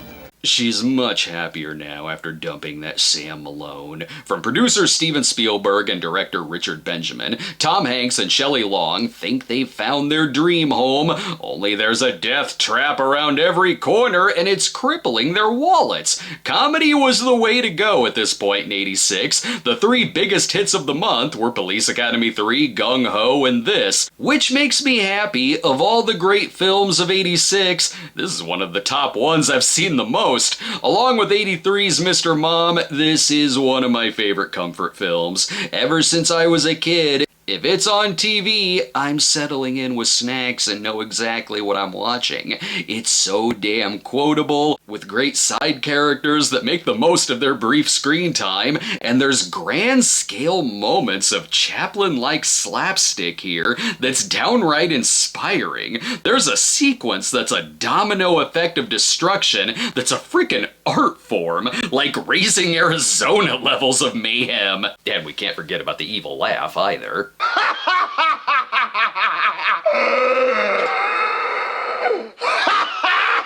Now that's the best evil laugh of the month. And we're not getting out of the month without more sports and high school dramedy. You must be Lucas. I've heard a lot about you. Really? Yes, I heard you smell like sardines. Lucas is one of the great coming-of-age films of the '80s, where Corey Haim stars as the title character, an awkward high schooler who strikes up a friendship with Maggie, who he falls for, but she's more interested in his buddy, football player Charlie Sheen. What are you, crazy? Do you know of his murderous rampage with Maxwell Caulfield? What would Woody Allen do in this situation? Of course be the short, nerdy guy on the team. Then Lucas is snapped in half like a twig. Will my torso grow back, coach? It was also the first film for Winona Ryder, and is a real gem of a movie for its heartfelt look at teen friendships. Coming up in April, we've got the first of 2 movies this year, directed by Oliver Stone, then another movie written by Oliver Stone, and more horror comedies, more police comedies, more crime comedies, but if the zaniness gets out of control, we've got 2 films starring Charles Bronson. An alcoholic cop falls off the wagon and makes a hard landing on the road to recovery. Jeff Bridges battles booze and bitterness to snuff out the syndicate in 8 Million Ways to Die, next. Remember, folks, we are in the Just Say No era, which single-handedly ended all juvenile delinquency and drug use in the United States, thanks to movies like this. This is you. Criminal records, psychological evaluations, your criminal past. You are all perfect to be the next line of eliminators. Step 1, drop their asses off in the glades. If they can face off against gators and survive, they'll be perfect to protect the city. This is Band of the Hand, and if there's one person I trust to keep the kids in line, it's Stephen Lang, looking like Colonel Quaritch got his own prequel spin-off. You know, when he let the kids form their own Lord of the Flies and sent them to Miami to fight drug lords. We cleaned out the park. Next come the streets. Why? Why send B-Movie Mod Squad? Is this the same universe as Quicksilver? You should have killed me. Kevin Bacon couldn't stop me, baby. What makes you think you can? Vigilante movies got crazier in '86. Just wait till we get to Dangerously Close. Still has the right ingredients, though. Cleaning up the streets by blowing up everything in your line of vision. Thank God we saved you, Miami. You can go home now, Crockett and Tubbs. From the maker of Miami Vice, Band of the Hand. Cute. Michael Mann has nothing to do with this movie. Plus, gangs are old news. Post-Gremlins, we're fighting small creatures. Of all the planets in the galaxy, they chose ours. Go back to Mars, robot mice! In small places. This phone is dead. What? They watch Dee Wallace while she sleeps. And there's nothing cute about them either. Well, maybe a little cute. And they won't polish off your turkey dinner like the ghoulies will. Here we have the extremely fun film Critters, thought of to be one of the many Gremlins clones, but the script was actually written first, and even reworked to include less Gremlin similarities. Where the movie combines elements of creature features, plus a little Terminator imagery of course, sci-fi elements, and a huge sense of humor that makes it an entertaining entry in this era of horror comedies. Guess we'll have to see the movie though to see what the creatures look like. It's on the poster. How about something for the ladies? Ladies Club. I bet this will be the book club or 80 for Brady of its time. It could happen to any woman, anywhere, anytime. You know, if those were rape revenge films. What a title for a movie like this. It's basically an 80s version of Rape Squad, where a policewoman is assaulted and then is tired of seeing all of them go free, so she joins with a group of other survivors for drinks? Not if we put them permanently out of commission. The Ladies Club. Okay, is it book club? This is weird advertising. So much so that the director, Janet Greek, was so put off by how the studio was handling the picture that she used a pseudonym, and I can see why. This is heavy subject matter, but the trailer guy is being so cheesy about it that it's advertised like it has the tone of a Charlie's Angels knockoff. It's quick and permanent. Damn it, how could you do such a thing? The least you could do is have my balls bronzed and put in an art gallery. Guess this is an appetizer for the 2 Bronson movies we'll get later, but doubtful that those will have a tagline like this. It's not just coffee and cake anymore.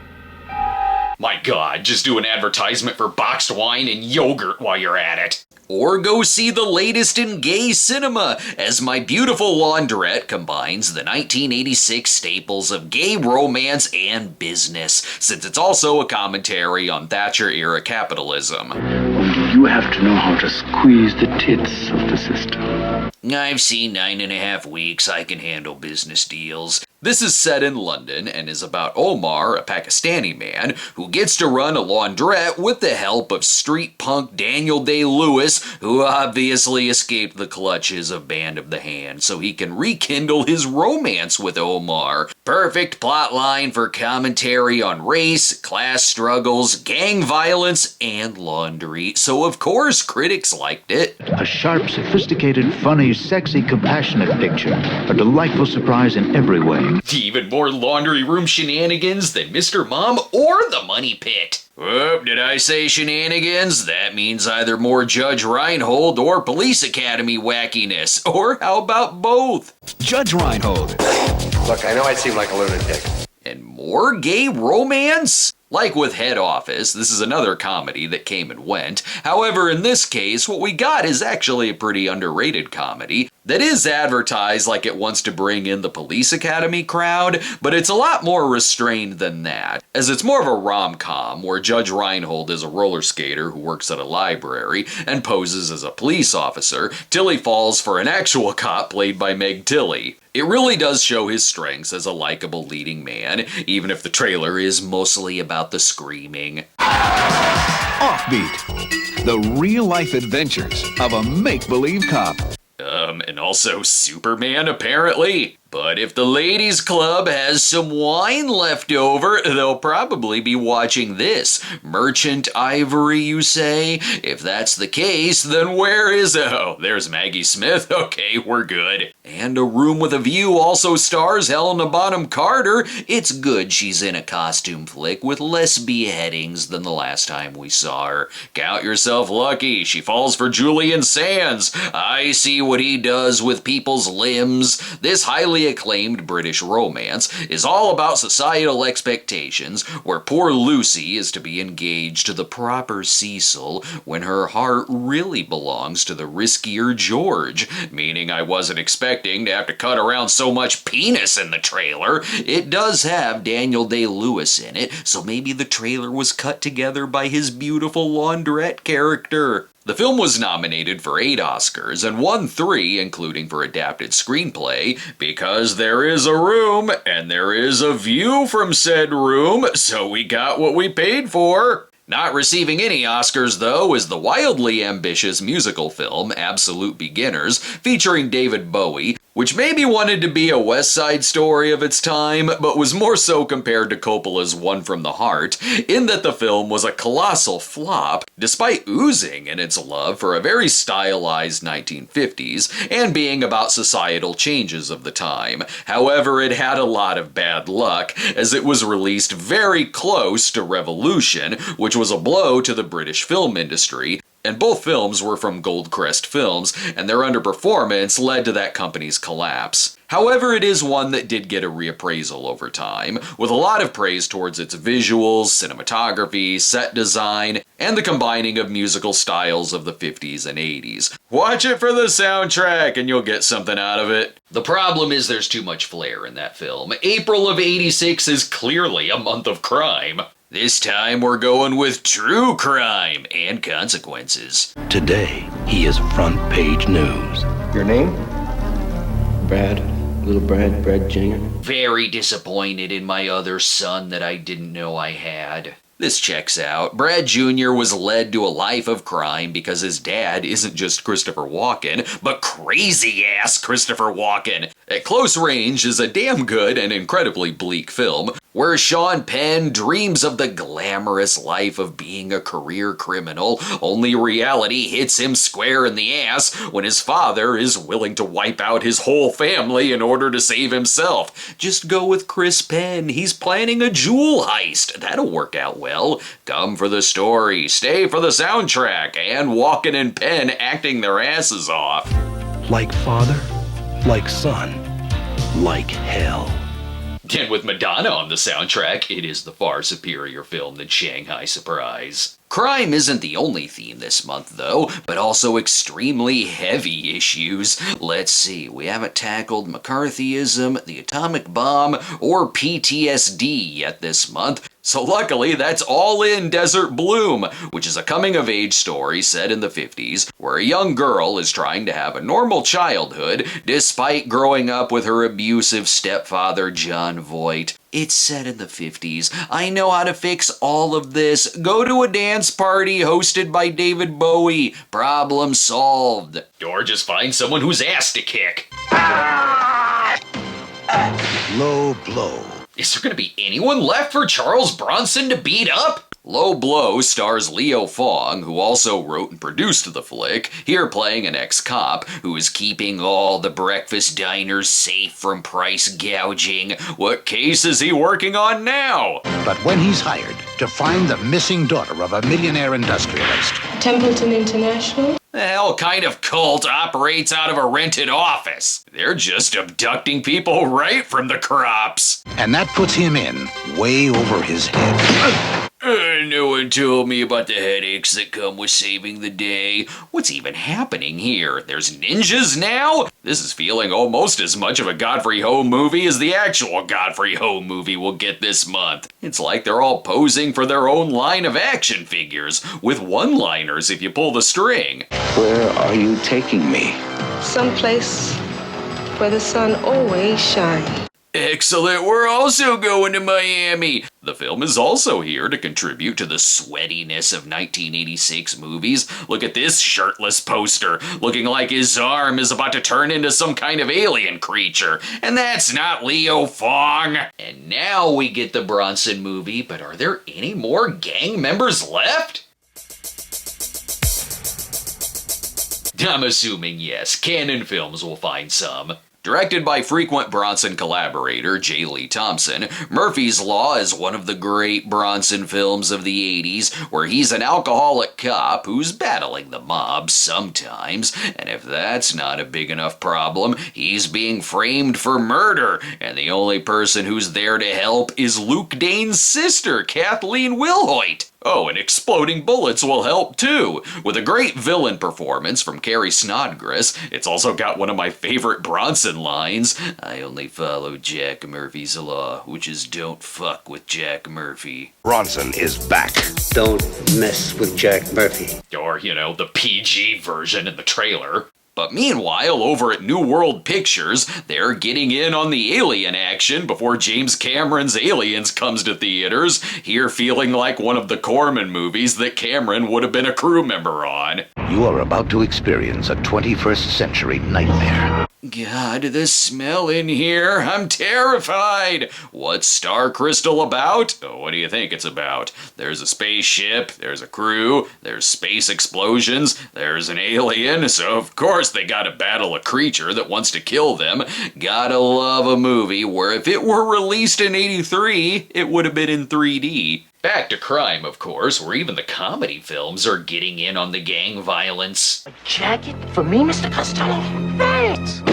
A gangster's life is a brutal calling. Yeah, it could be worse. Christopher Walken could be our dad. Wise Guys is a big change of pace for Brian De Palma, who directs this comedy farce starring Danny DeVito and Joe Piscopo as two mafia errand boys who want to escape mob boss Dan Hedaya. Only they have a hit out on each other, so they escape sooner rather than later. De Palma didn't have great things to say about it, as he criticized the studio for not believing in the project. And it didn't fare well box office-wise, but I don't know, I thought it was an underrated De Palma flick. It is cool seeing what he brings to the comedy genre after directing great 80s thrillers like Blowout, Dress to Kill, and Body Double.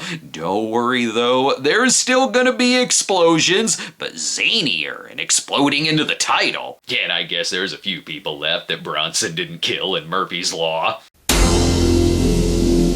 You knew that mine was unsafe. This one's way different though. Where the hell is his mustache? Actually, it is a pretty different film for Bronson at the time, as this is more of a straightforward thriller, where he shows off some of his dramatic chops, making it really stand out amongst his 80s films. Here he plays Jack Yablonsky, a union reformer who fights corruption within the United Mine Workers, who then put a target on his back. Even though it's more of a true crime character-based thriller, it's still advertised like a Bronson action film. The poster even has an explosion on it. And it's got the same trailer narrator as his Cannon films. Bronson, his kind of courage gets people killed.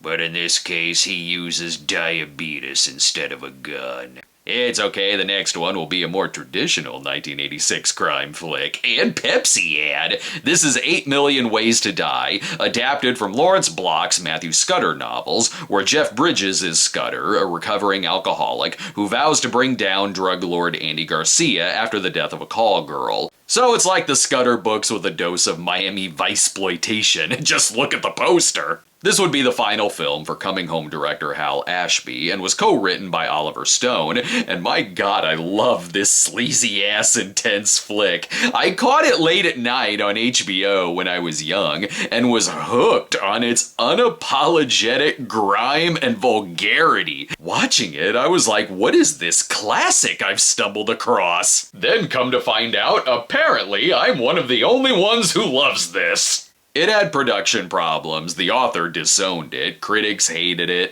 audiences didn't turn out for it, but it just won me over to where I cite it as a heavy influence on some of the grittier stories that I've written. The character of Scudder would come back to the movies with the Liam Neeson film A Walk Among the Tombstones, another great movie. I highly recommend watching them as a double feature. How big is crime this month, you ask? There's literally a movie called Crime Wave. And like 8 Million Ways to Die and Wise Guys, I'll stick up for this too. This was director Sam Raimi's follow-up to The Evil Dead, and you already see his signature directing style, only here he combines elements of old film noir flicks too. Detroit. Seen you here before. Where people are friendly. And the Taxi Driver theme?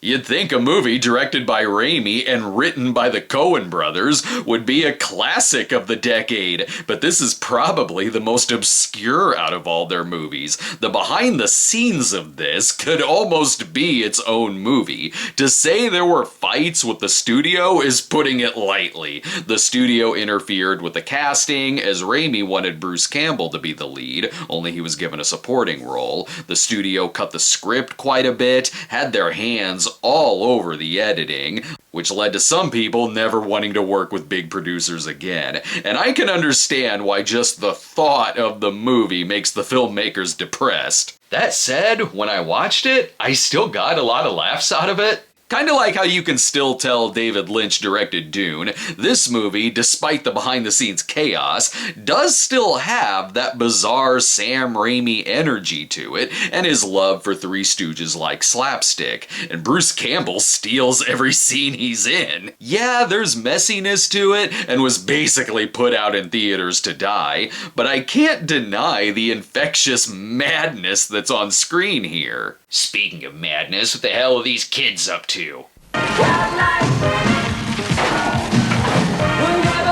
Keep that up and Stephen Lang will drop you in some gator water. This is another coming-of-age movie where, like Joey, it was made a lot earlier than 1986, though in this case it's a 1984 Australian film that hit US cinemas in '86. It's all about a teen who has some troubles at home and at school, so he turns to the streets to do some drug deals and robberies with his gift of fast talking. In fact, that's the movie's title. That'll get him off the streets. All right, what's all the smoke?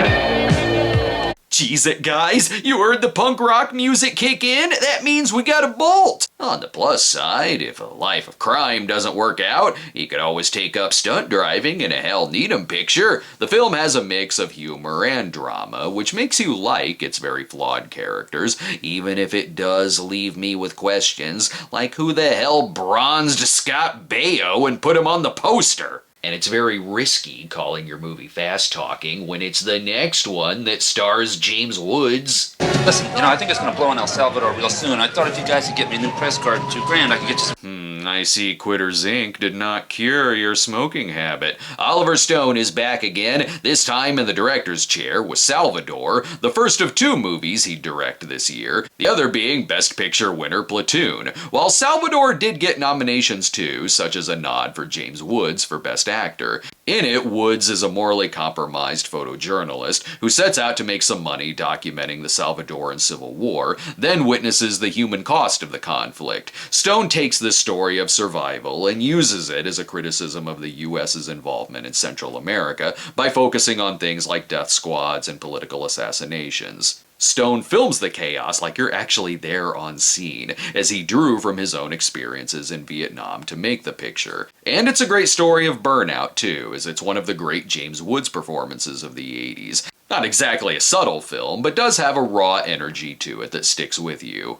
As for another movie about a photographer, this time on the romantic melodrama side, there's Violets Are Blue, where Sissy Spacek is a photographer who meets up with her old high school boyfriend Kevin Kline, who is now married, but that doesn't get in the way of them banging. Another affair? Are you trying to get Ted Danson killed again? Now we can get to the ninjas I promised you. Ninja Terminator. Witness a bloody struggle over the search for the unlimited force of the Golden Ninja Warrior. And it's gotta mention the Terminator somehow. Do we even need to know what the plot is, or several plots that it's bound to have? You want the Golden Ninja Warrior all for yourself. Look at this. Yes, that's my ninja star. Ah yes, I get it. Richard Harrison stole the missing Bronson mustache from Act of Vengeance. I realized the other day that I've yet to talk about many Godfrey Ho movies in these 80s videos, largely because it's kind of impossible to find out at what point in the year they were released, and where they were even released. Plus, these movies are all largely some new footage spliced into existing movies. Sometimes the new footage is even spread out over multiple movies. So Godfrey Ho has several movies a year throughout all the mid to late 80s. I can tell these movies apart though. I know this one. I reviewed it once. It's the one where he fights a toy robot. What? Oh, and the classic Garfield phone scene. Listen to me. Traitor. Just like a Kurosawa film, with more crab fighting, of course. Coming up in May, more vigilantes, Top Gun dominates the box office, Richard Pryor goes autobiographical, Johnny Five is alive, the Poltergeists are still dead, and if anyone else needs their asses kicked, we got movies from Stallone and Van Damme as well.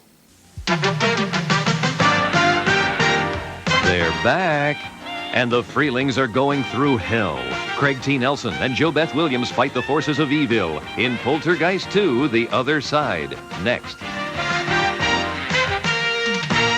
May of 1986 is gonna be a huge month in film. Are we at Top Gun already? Meet Billy Turner. Who the hell is Billy Turner? I told you to get me Maverick. This may not be Top Gun, but we still got another cocky young folk movie. Well, hi there, it's Malvina. How you doing, Malvina? Love that dress, very sexy. And this is why I DoorDash. Blue City is the third part of the Judd Nelson Ali Sheedy trilogy after The Breakfast Club and St. Elmo's Fire. But this is the one that makes people go, what the hell is Blue City? Based on a 1947 book, this story of a young man avenging his father was co-written by Walter Hill, who was set to direct but passed it to first-time director Michelle Manning, where this would be her only feature film. As beloved as the Brat Pack is now, by '86 and after St. Elmo's Fire was a hit with audiences, but not critics, Knives were out if one wasn't up to par, where there was criticism here towards the casting and filmmaking, and the movie all but disappeared, but at least it's another movie that references Miami. It's Blue City, below Miami and above the law. Such choices. Do I watch Miami Vice or the Seagal film? Over in the biography section, though, critics were a little more kind. Hey, Jojo. That's right, I am the man. Richard Pryor was already a legend in stand-up by turning the lowest points in his life into comedy gold, and with this, he seeks to put that into a film narrative. My name's Jojo Dancer, and I just want some work. I like you. We'll help you out. Oh, thank goodness! I'm only 45! Directed and also co-written by Pryor, where he plays the title character, Jojo Dancer, and is based on his own life story of a man who dreams of being a stand-up, makes it big, and battles drug addiction as he reflects back on his life after the fire incident. Advertised as a straight comedy, the film contains plenty of drama as well, and is one of the standout Richard Pryor performances of the decade. A very self-reflective piece, worth it for fans of his work. But for those looking for something not that deep, there's always the movie where Jean-Claude Van Damme plays a Russian. Eastern Europe's most feared martial artist, Ivan Krasinski! That dude's from Brussels. Getting in on the Karate Kid action before the release of Karate Kid Part 2, we have No Retreat, No Surrender, where Kurt McKinney dreams of being a champion. If only school stopped getting in the way. But he's having a tough time at school.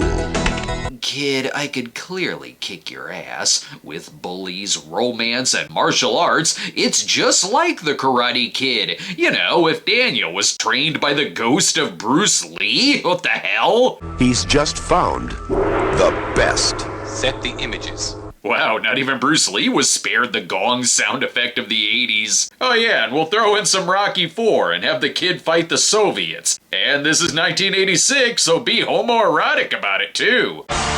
You're good. I get better. Now take me, you fool! With its mixture of 80s fighting films and the Bruceploitation films of the 70s, naturally this became a cult hit which spawned 2 sequels, none of which are connected to each other in any way, shape, or form. But like Jojo Dancer, maybe the next movie could be looked at as a biopic too. Vatican City, good evening. His Holiness Pope Leo XIV is a simple man. Pope Leo XIV? Is this movie psychic? That's right, witness the real story of Pope Leo, who feels he's lost touch with the people until one day... given the chance to discover the world beyond the walls, when he accidentally gets locked out of the Vatican. The Pope doesn't have a spare set of keys to the Vatican? He is having the time of his life. You know it's wacky because he gets thrown in water. He looks like he's this close to running into a motorcycle gang. Why? Maybe he's a priest. No. Yes, the notorious street gang, the Choir Boys, praised for Tom Conti's lead performance. Saving Grace was a modern parable about discovering all the joys in life when you have a movie about Catholicism that doesn't involve demon possession and exorcisms. Over on the Cannon side, though, Cannon Films were going through an interesting year as they handled the video distribution for a lot of things that weren't made by Cannon, like Head Office, which was a TriStar movie, and Highlander, which was a Fox film. This one, though, like Murphy's Law, is pure Cannon, as dangerously close as one of the more batshit vigilante movies of the time. In the name of justice, some students are getting away with murder. I blame the video games like Hogan's Alley. This isn't your ordinary vigilante film, as this looks at the dark side of it by applying it to a gang called the Sentinels, who use vigilantism as a form of fascism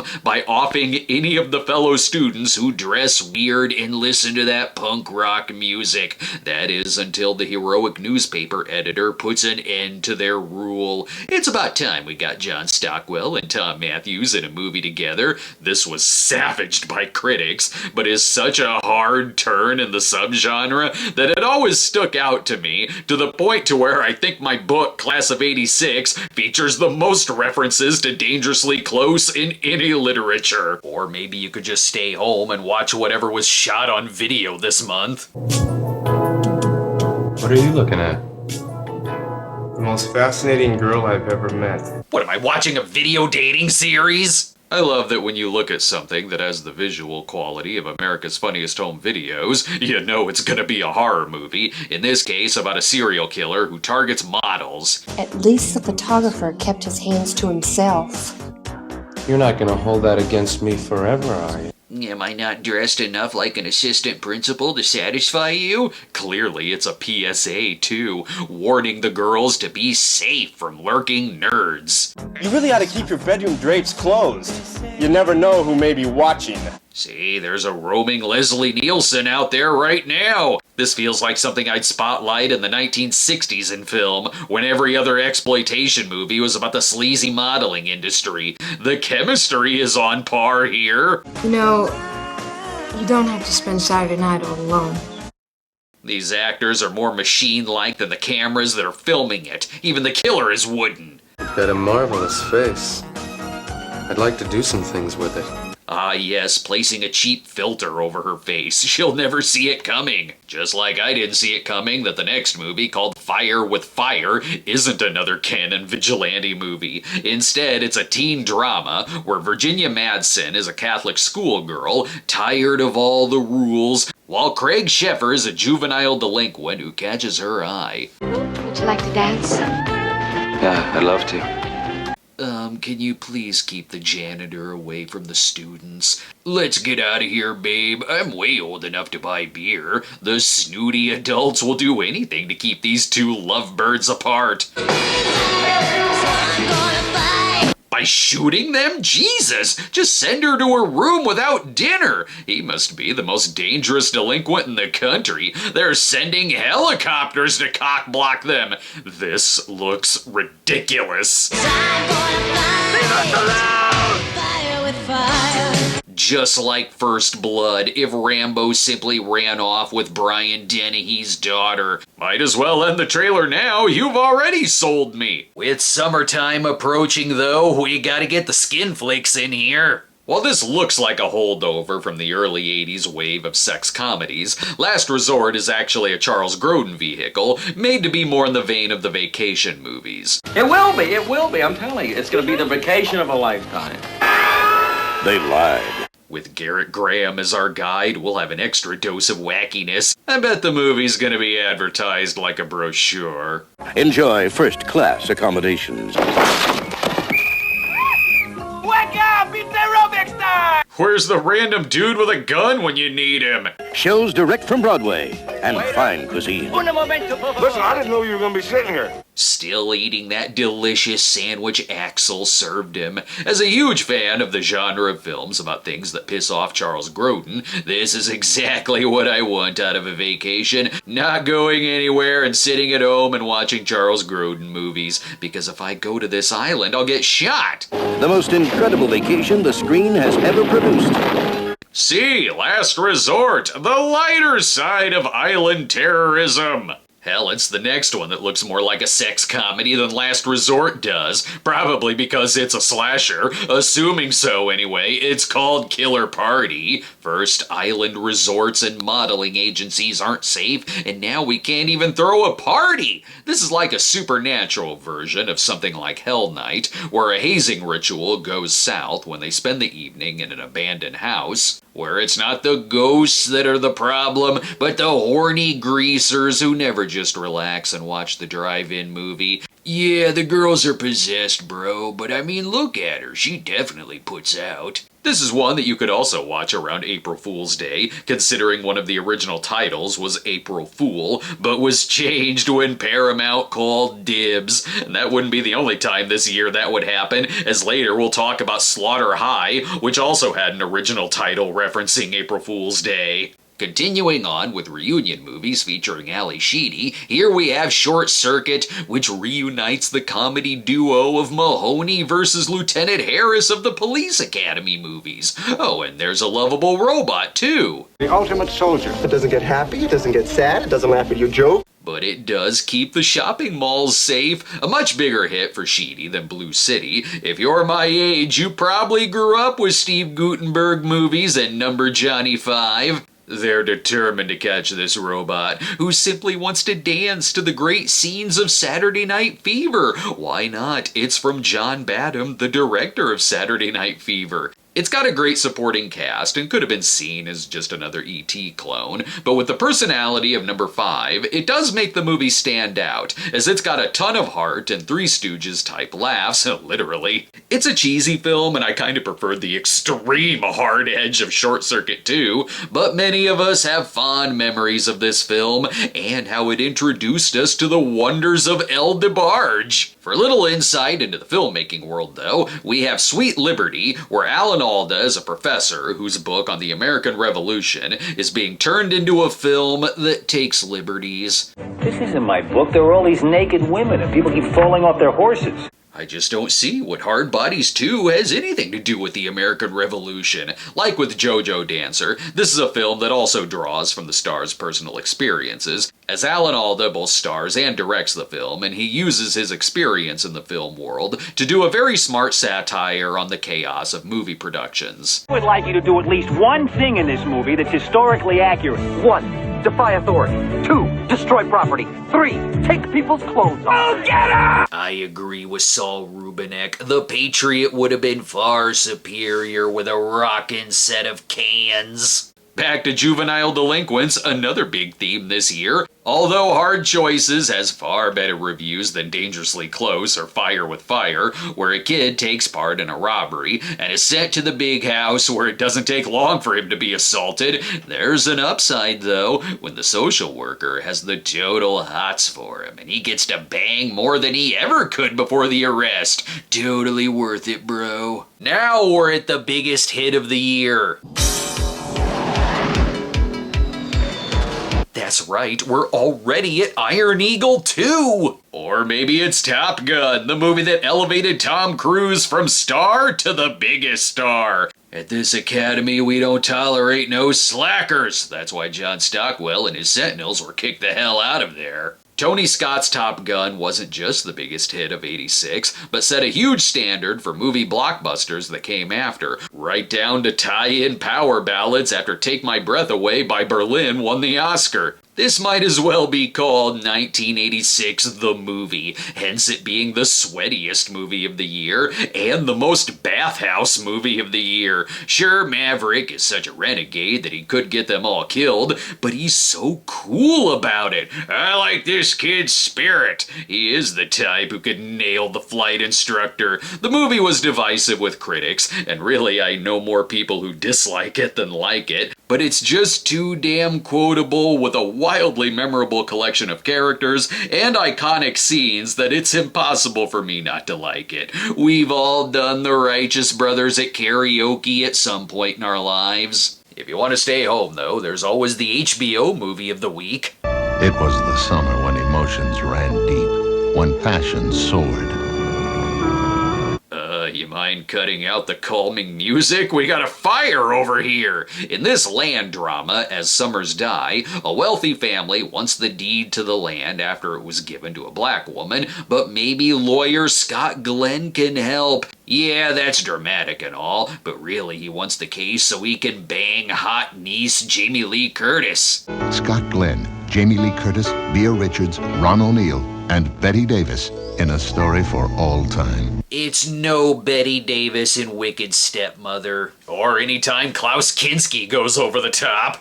Someone is watching. Someone is waiting. Great, the new owner of the Mountaintop Motel is just as deadly. This is Crawl Space, where Kinski is the son of a Nazi who runs an apartment house equipped with booby traps and crawl spaces to kill his victims, not to mention the huge pest problem. An entertaining film in its own right, it's more so known for the insane production, where Kinski was so hard to work with that the production wanted to kill him to collect insurance money, which the director, David Schmoller, turned into the documentary short, Please Kill Mr. Kinski. That's something when there's multiple documentaries made about hectic productions you were on, like when Fitzcarraldo spawned 2 documentaries about it. See, the Sweet Liberty production wasn't that bad. You just need someone to maintain law and order in your movies. Society is breeding a new kind of criminal. One with pristine pantyhose collections. If you thought the Sentinels were a dangerous gang, we'll need the best to take out this axe-wielding cult. It's also breeding a new kind of cop. Actually, you can go home now. We've employed the Vindicator. Written by Stallone from his script ideas from Beverly Hills Cop, Cobra was his attempt to craft his own Dirty Harry type character, but with more Stallone-style montages. I've got the urge to fight crime and also hit the gym. Cobra is a ton of fun, but is very bare bones of its own making. It feels like only part of what could be a great film, since the original cut was over 2 hours, but was stripped down to 90 minutes to get it more show times up against Top Gun. They'll still keep the one-liners, though. This is where the law stops, and I start. The film has no sequel, unless you count Judge Dredd with that line. The killer parties aren't the only place to find a haunting this month, as the Freeling family from Poltergeist is back, this time dealing with an evil spirit in the form of a crazed preacher, like they're now being terrorized by Estes Perkle. Poltergeist 2 seemed inevitable after the huge success of the first, but while Spielberg nor Tobe Hooper had anything to do with this sequel, it is still from the same writers, though they couldn't recapture the critical success of the first. It was still a hit, and through all its silliness, it did give us some memorable villains, as well as lines that are still quotable to this day. They're back! And it's still better than Poltergeist 3. Back to reunion movies, though, as Big Trouble reunites Alan Arkin and Peter Falk after their 1979 hit The In-Laws, but this movie didn't duplicate that success, kind of like Elliot Gould and Donald Sutherland's post-MASH movie Spies. This is basically a comedy remake of Double Indemnity, where a woman wants an insurance agent to kill her husband, and sadly it'd be the final film for director John Cassavetes, who was more of a director for hire on the project, as he fought with the studio a lot and had no control over the film, and it didn't make much of an impact until it got brought up on some critics' worst of the year lists. We prefer Big Trouble to only happen in Little China this year. Having some better reviews was A Great Wall, going with the month's theme of actors directing themselves, as this was directed by and starring Peter Wang, and is a dramedy about a Chinese-American family who goes back to Beijing, and it's a culture clash comedy between one part of the family and the Americanized part,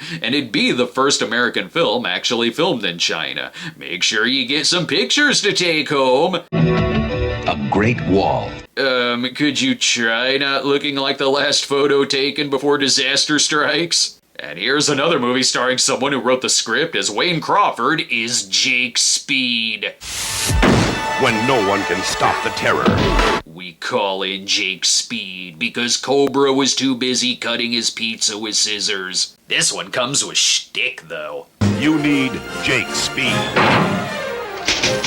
Can you handle an adventure? Okay, this seems to be part parody. Look at this, he even has to fight lions and an over-the-top villain played by John Hurt, clearly having the time of his life here. See Jake Speed take down this white slavery ring with jokes and comic book style tomfoolery. Not enough big rigs in that movie, though, which is why we now have Thunder Run, a movie that asks, what if Smokey and the Bandit was crossed with Sorcerer and the Libyans from Back to the Future, as Forrest Tucker is a war veteran who takes a job transporting plutonium in a semi-truck till he has to fight off terrorists screwed over by their bomb made of pinball machine parts. Well, look, it's a canon film, so you know that truck is gonna jump a train at some point.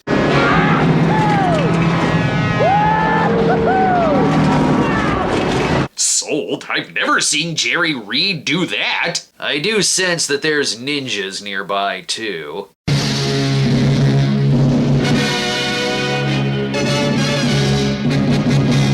Yep, that's what that mock Columbia logo with the Star Wars theme always signals. I gotta hand it to the Godfrey Ho trailers, as Ninja the Protector will also simplify the plot. Ninja the Protector. Double-crossing doubt and distrust. Wreak havoc on innocent lives. And keep them up all night with that swish swish sound. Is that all the movie's about? I don't know. It's got something to do with fighting forgers. Totally British Richard Harrison will stop these madmen.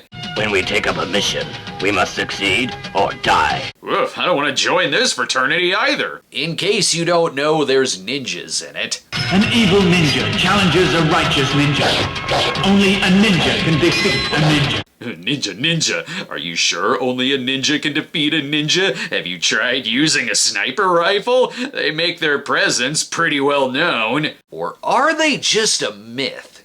What's a ninja? Just a fairy tale. They don't exist. Now there, see? I told you they didn't exist. What's your source, bro? Ninjas exist. They make up 90% of Richard Harrison's 80s filmography. In fact, his name in the movie is Ninja Master Gordon, because only the fiercest of ninjas are named Gordon. And fight off the gang of deadly Dr. Phils. If you think these flicks are all the same, no, this has motorcycle jousting in it. You know you want to see this. It's coming soon on your screen as you watch it at 2 a.m. alone on a Saturday night. Coming up in June, David Bowie and Danny DeVito are back, so is John Hughes, Arnold takes on gangsters, The Karate Kid goes to Japan, Rodney Dangerfield goes to college, but some parents are probably stuck going to the My Little Pony movie. He's pot-bellied, pop-eyed, crass, and uncouth, but he's finally going to get some respect. Rodney Dangerfield stars in the crazy campus comedy Back to School, next. While we may be in the summer movie season, hence my summer shave, don't let your guard down or horror movie season will creep up in your backyard. David Gardner just woke up to a nightmare in his own backyard.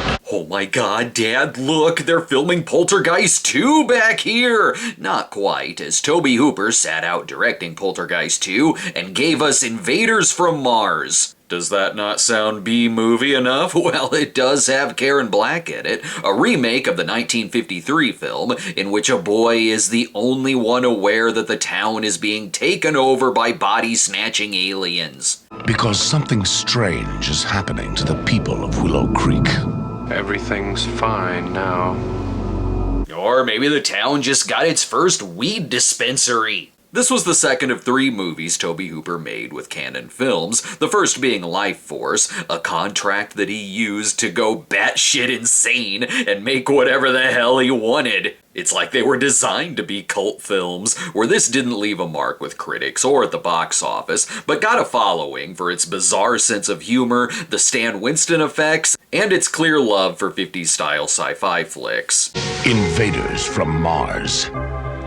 There's no place on Earth to hide. Yeah, I'm still gonna hide out in the crawl space. Well, provided Kinski isn't roaming around. Over in the toy aisle, though. Oh, crap, what did I buy at the weed dispensary? I knew I shouldn't have purchased something from the guy hanging out by the dumpsters. With the GoBots movie already long gone, we're trying our luck with the My Little Pony movie. The happiest, most tuneful animated adventure you've ever seen. I mean, sure, if the only other one I've seen is Grave of the Fireflies. I don't know who these characters are, just tell me who the cast is. Madeline Kahn and Rhea Perlman as the evil witch sisters. Loris Leachman as their mother, the evil witch Hydia. And Don King. Sweet! This is all slightly coming back to me. Not that I saw it when I was a kid, but I did review it several years later. I don't remember much about it. On account of being a grown-ass man, I watched the Heathcliff movie, damn it! But I do remember something about Smooze. Oh no, not the Smooze! That's right, it's in the oh no genre of kids movies. I just hope it gives us a happy ending. Will they be able to stop the evil witches and save Ponyland? I'll bet they'll all die. I can't think of a better way to spend my summer. My Little Pony, the movie. It's rated G and it's coming to theaters this June, right after school's out. Oh yeah, screw video games. I'm gonna go see the My Little Pony movie by myself. Whoa, wait, screw that. We got a Schwarzenegger movie out. Is this the one where he's given a raw deal?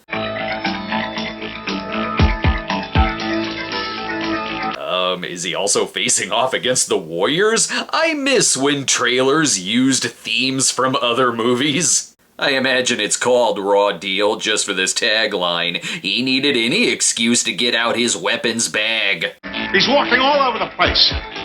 He's even been to my house. And he didn't even take his shoes off after entering. One of the lesser-known Arnold movies of the time. Here Arnold is Sheriff Mark Kaminsky, who infiltrates the Mafia under the name Joseph Brenner. Sure. This was deep into the era of Arnold and Stallone trying to out-body count each other. And with Arnold going Terminator mode here, I think he may have won between this and Cobra. He throws people onto the ceiling and is suave about it too. While it doesn't get the recognition that 85's Commando did, I always thought Raw Deal was a lot of fun, and it's an inspirational film when Arnold teaches Darren McGavin to walk again. Oh, and it's got all the action and one-liners you'd want. This must be what they mean by poetic justice. This movie is all about the poetry. Now for a movie that had absolutely zero chance for success in '86. An impossible mistake launched them into space. The adventure of their lives will be getting back home. God bless the marketers who were tasked with this 5 months after the Challenger disaster.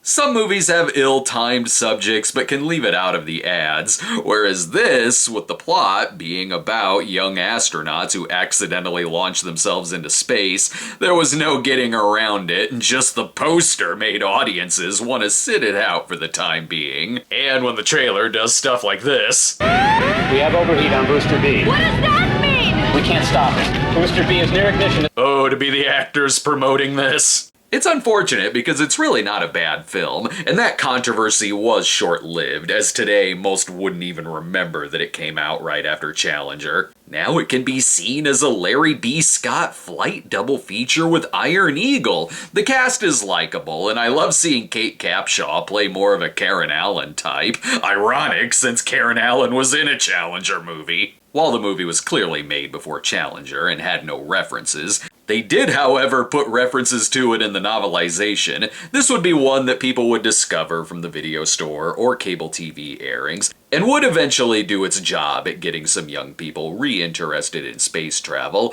and it's an 80s movie with a robot in it. It can't be all bad. The next one, though, will give us the 80s hero we all deserve, filled with even more classic John Hughes characters. Well, why should he get to skip school when everybody else has to go? Syphilitic meningitis? Who the hell is that? Oh right, originally Ferris Bueller had more siblings, but only Jenny made it into the final cut. Ferris Bueller's Day Off, aside from being one of the best Chicago movies ever made, is total iconic John Hughes, where Ferris defeats the grown-ups with his pure, unfiltered smugness. Ferris's rebellion is less murderous than Charlie Sheen's in The Boys Next Door, possibly why they contain Sheen in a police station here, and he just wants to show his friend the time of his life through posing as Sausage Kings and ruling the parade. The movie does shenanigans well with its Bugs Bunny versus Yosemite Sam-like rivalry between Ferris and Mr. Rooney, and Ferris himself is almost a satirical take of this kind of popular kid, right down to people not only believing that he's sick, but putting his name on the water tower.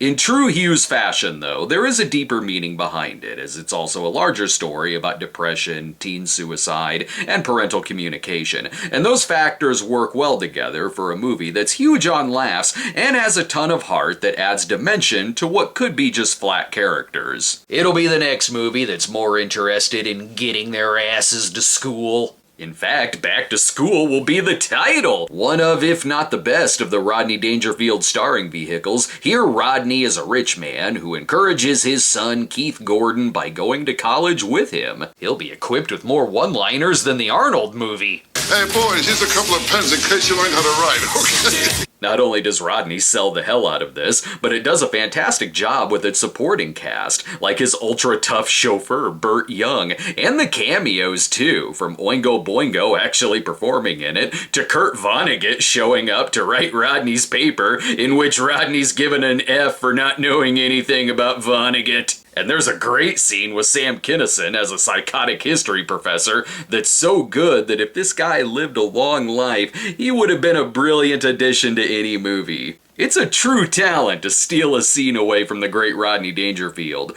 Oh, and let's not forget that after The Karate Kid and Just One of the Guys, this completes the Billy Zabka Bully trilogy. It's a simple enough story, but is damn good at it, and a blast watching Rodney work his magic, which made it a big hit with audiences and was the 6th highest grossing movie of the year. But why don't we check in on the successes of the equally as important video market? Mike Strauber, citizen of an average middle-class community in the Sun Belt. Ah yes, Dennis Mitchell's dad is living his best life. Ugh, this rich dude looks like he'd go back to school just to narc on everyone. Here's one of the more notable shot-on-video movies of the 80s. It's Truth or Dare, where a man catches his wife having an affair, so he does what anyone would do around that time. He goes on a gigantic murder spree and dons a copper mask. And it's important we sell this like an exercise video. A feature film made exclusively for the home video market first. Not for theaters.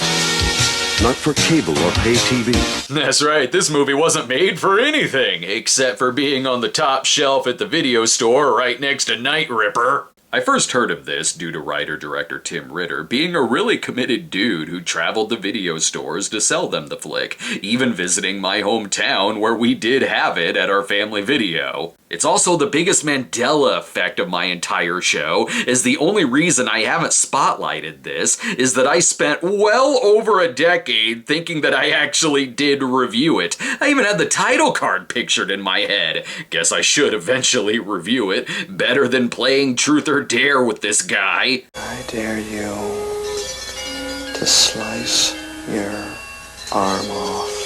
Well, okay, whatever gets me out of watching the My Little Pony movie. On to a way less nihilistic film. It's Belizaire the Cajun, a period piece romantic drama, but with a poster that looks like an old child's board game. How does the shot-on-video movie have the way better poster? Set in 1859, this stars Armand Assante as Belizaire, a Cajun, as the title suggests, and also a healer who battles local racism as it digs deep into the culture and the Louisiana setting, and gets into differing social classes, be it through the movie's inclusion of love triangles and murder plots. He'll win them over by selling them the right herbs to watch Invaders from Mars. But we are still all about the Cold War around this time. It's a brilliant achievement. He'd get the Nobel if he could publish. Yes, we have successfully created Surge. The Manhattan Project is the movie that while growing up, I often got it confused with the Philadelphia Experiment. But this is more comparable to something like War Games, Written and directed by frequent Woody Allen collaborator Marshall Brickman, here he tries something different, so this is a thriller in which a kid wants to uncover the government's plan for secretly developing weapons, so to do so, he builds his own atomic bomb to enter it into a science fair.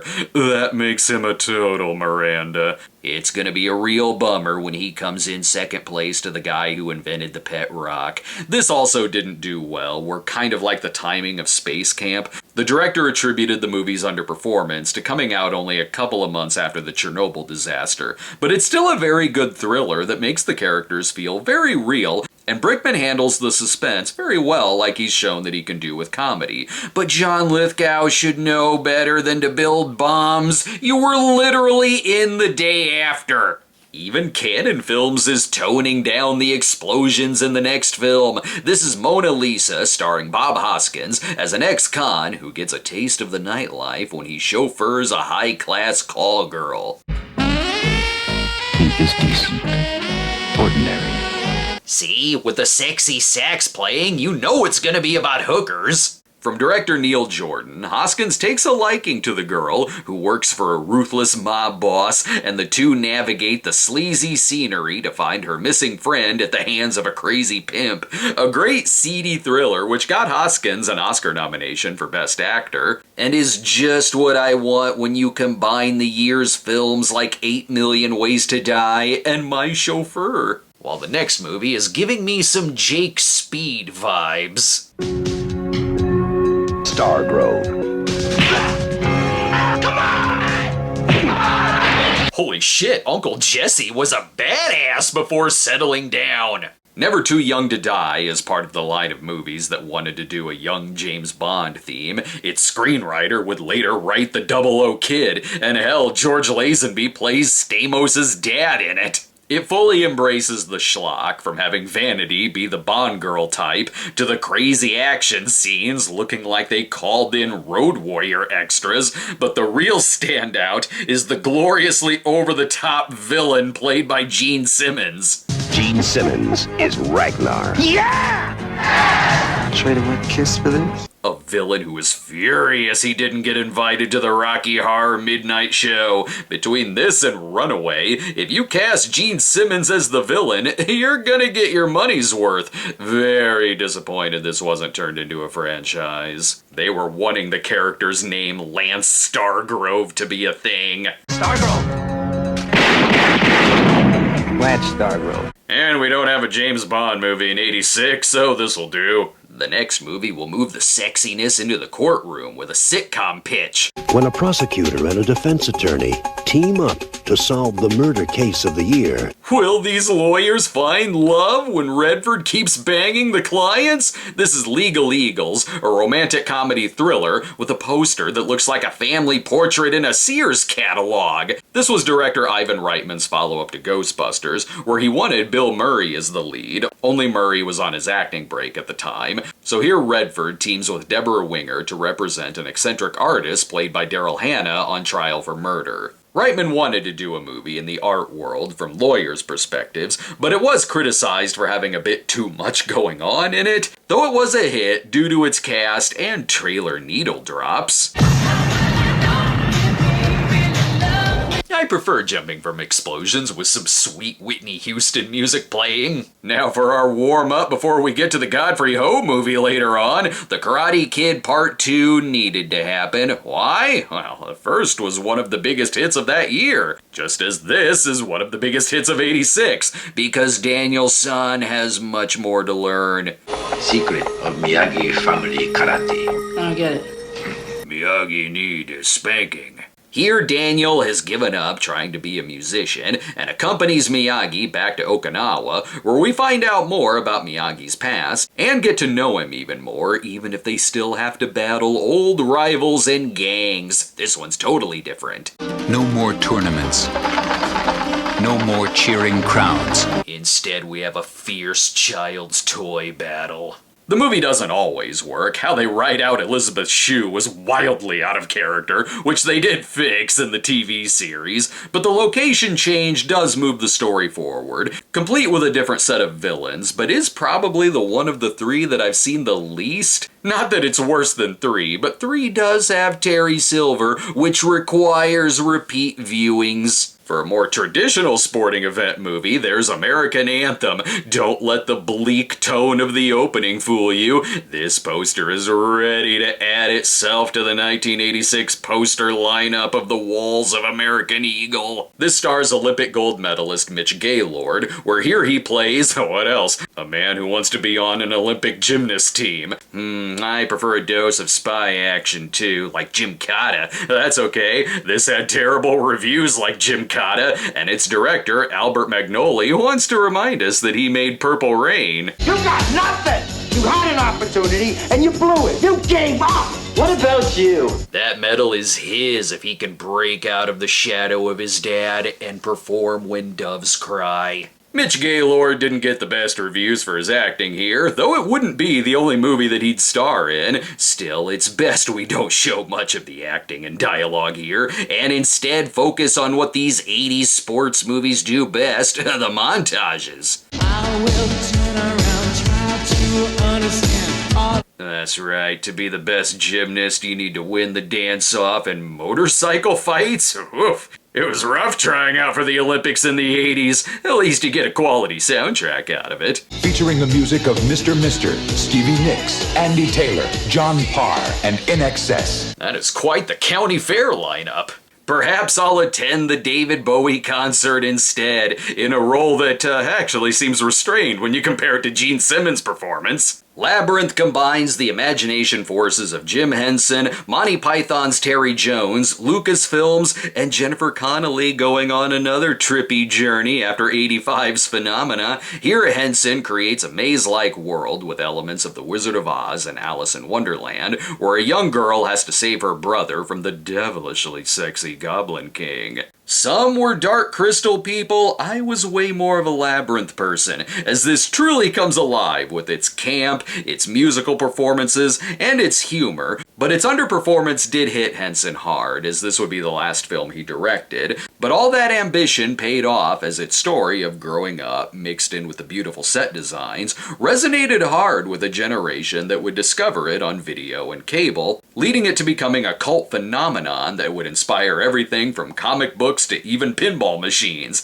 It's a stunning big screen adventure where if it were made today, it'd totally have a codpiece popcorn bucket. Over in the action comedy genre though, we got 2 more jokers working for Dan Hedaya like in Wise Guys. Running Scared is a very entertaining pre-Lethal Weapon buddy cop movie where the casting is excellent as they took a chance in hiring Gregory Hines and Billy Crystal to play Chicago cops, and that worked out because their chemistry is very good, same with the villain turn from Jimmy Smits. Directed by Peter Hyams, who can do action, but the most interesting thing is it's co-written by Jimmy Houston, known for writing and directing the 1981 slasher Final Exam. You know, the one with the college mass shooting prank. We're getting lots of Chicago love this month. This looks like they called in the big guns to hunt down Ferris Bueller and force his ass back in the classroom.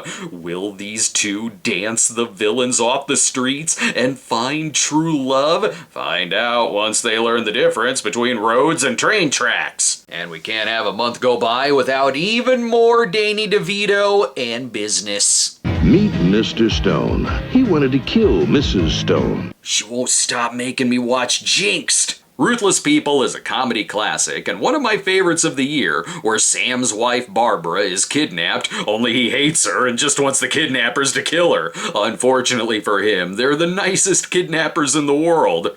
She hates me. Sandy, you're her kidnapper.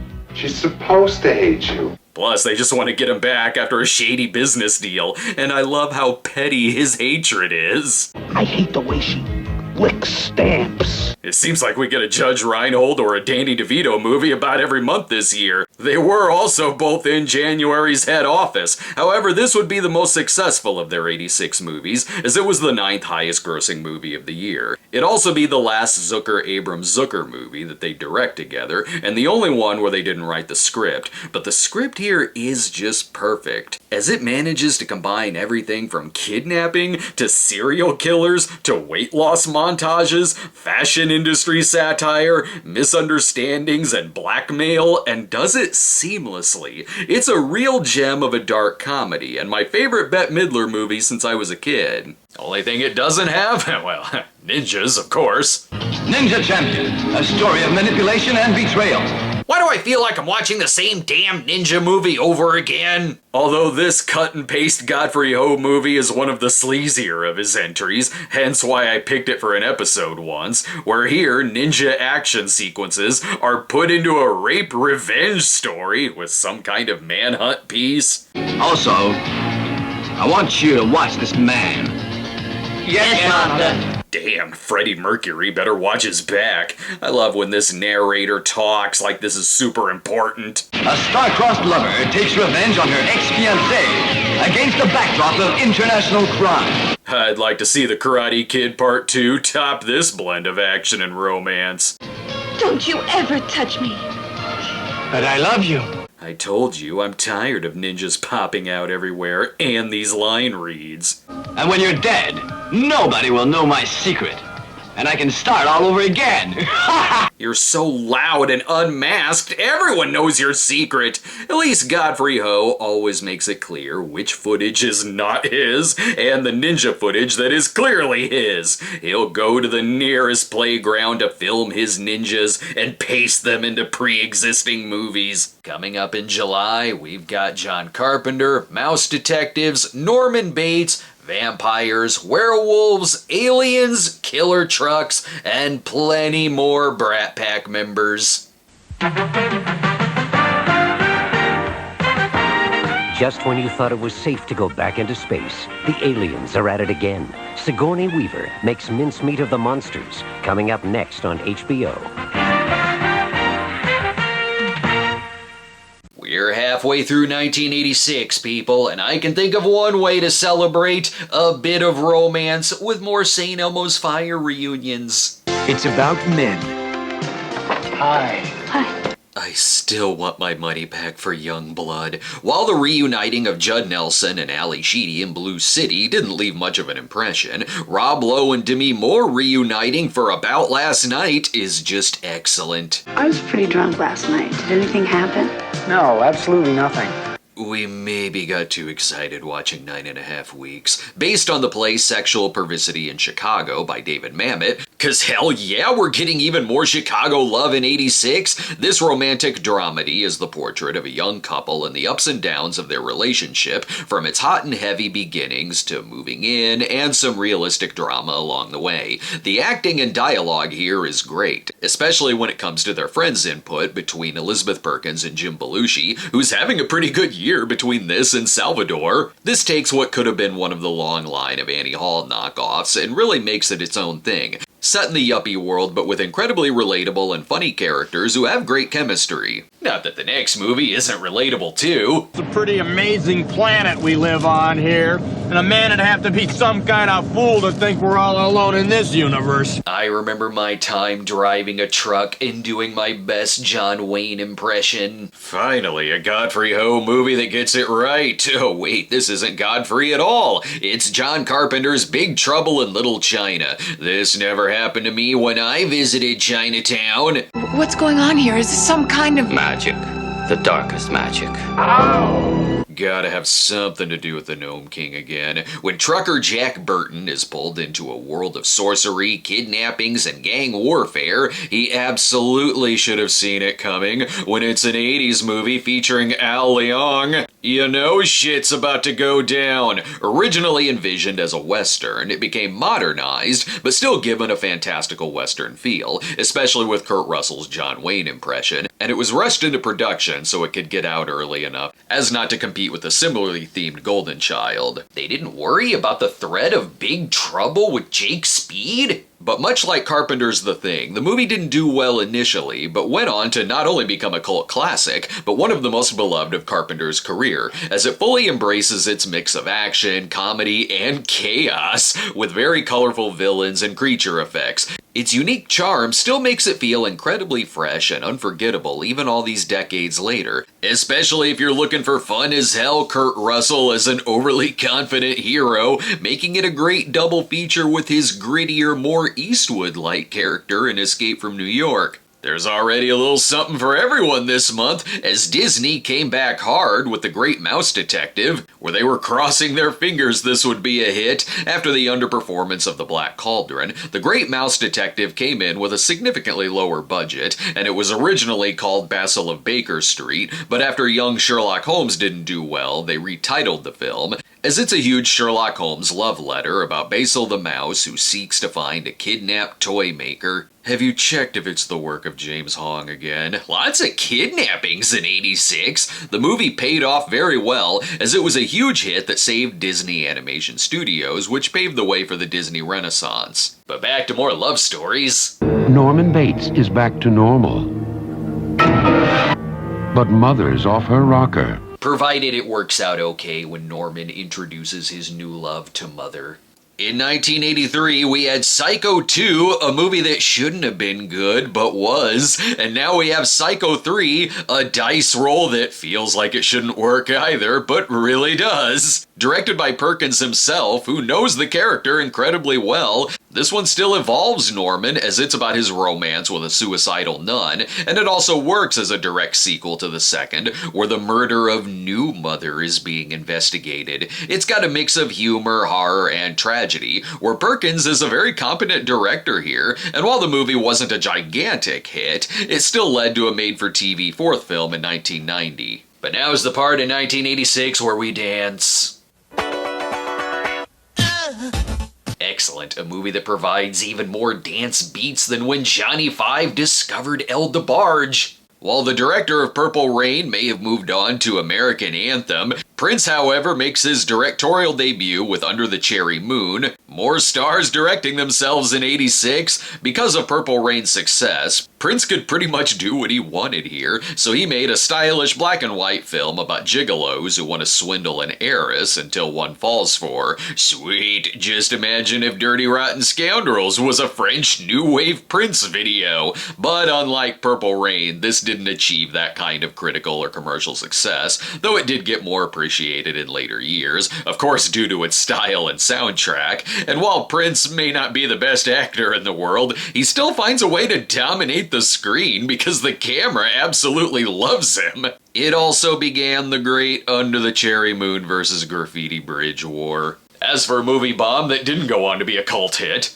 make your escape to Club Paradise. Just getting there is half the fun. Didn't I just watch this with Last Resort? Club Paradise seemed to have a lot going for it. Directed by Harold Ramis, starring Robin Williams and everyone else under the sun. With Peter O'Toole, Rick Moranis, Jimmy Cliff, Twiggy, Adolph Caesar, and Don King. It also features plenty of SCTV alumni and is about a Chicago fireman, cause it's still gotta be Chicago, who wants to build a Caribbean nightclub and all the shenanigans that follow. With an ensemble like this, it's like it wants to be a Caribbean Caddyshack, but feels more like a prototype of Caddyshack 2. Something about it never really comes together, and since these kinds of beach movies already weren't doing well in '86, this one didn't either, and I mostly remember it from the period where it got a ton of re-airings on Comedy Central in the channel's early years. Back to even more romance though, I think. Ah good, the explosion budget that was missing from About Last Night. Who on earth is this gonna be about? Roger and Jean have a problem. Yes, Roger and Jean are dreading seeing this movie. Here Tom Conti is back after his critical hit Saving Grace, where this time he and Terry Garr are a newly divorced couple who keep magically running into each other. Will being kidnapped at gunpoint bring these two lovebirds together? This movie seems like a lot. They're going to be kidnapped, tied up, shot at. Jesus, and you thought lawyer fees in a divorce were bad. Try having a big action budget with sitcom jokes. This is the last damn straw.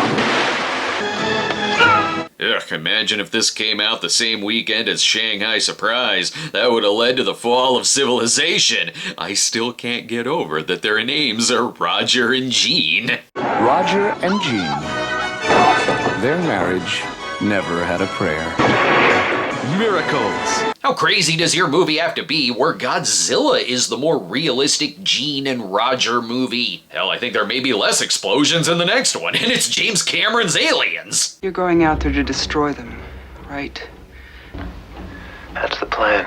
I trust you. You're hilarious on Mad About You. Aliens would not only be the biggest hit of July of '86, but also the 7th highest grossing movie of the year. It was a much needed film because gone will be the movies aping off of Terminator, and this will lead to the onslaught of Aliens knockoffs, like how Bruno Mattei's Terminator 2 was actually an Aliens ripoff. The influence makes total sense because this is exactly how you do a sequel, where the world has evolved from the quiet horror of the first, yet keeps the tension and applies it to the sci-fi action genre by introducing the colonial marines to the universe. Aliens.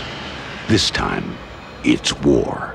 Shit, I was scared that was about to say, this time it's personal. The character of Ellen Ripley even grows too, especially with her bond with the young Newt and protecting her against the alien queen. The spectacle is huge, but it heightens the emotional stakes, like the characters becoming a family unit, and balances the claustrophobic atmosphere with large-scale alien battles and gives each character, whether they're heroic or scummy, their moment to shine. A truly remarkable sequel that expands its universe and makes Ellen Ripley one of the best 80s action heroes, which means she'll be quotable. Get away from her, you bitch! It's gonna be hard for any movie to compete with Aliens that weekend. So what movie decided to go up against that film? Canon Films presents Walter Matthau in Roman Polanski's epic adventure.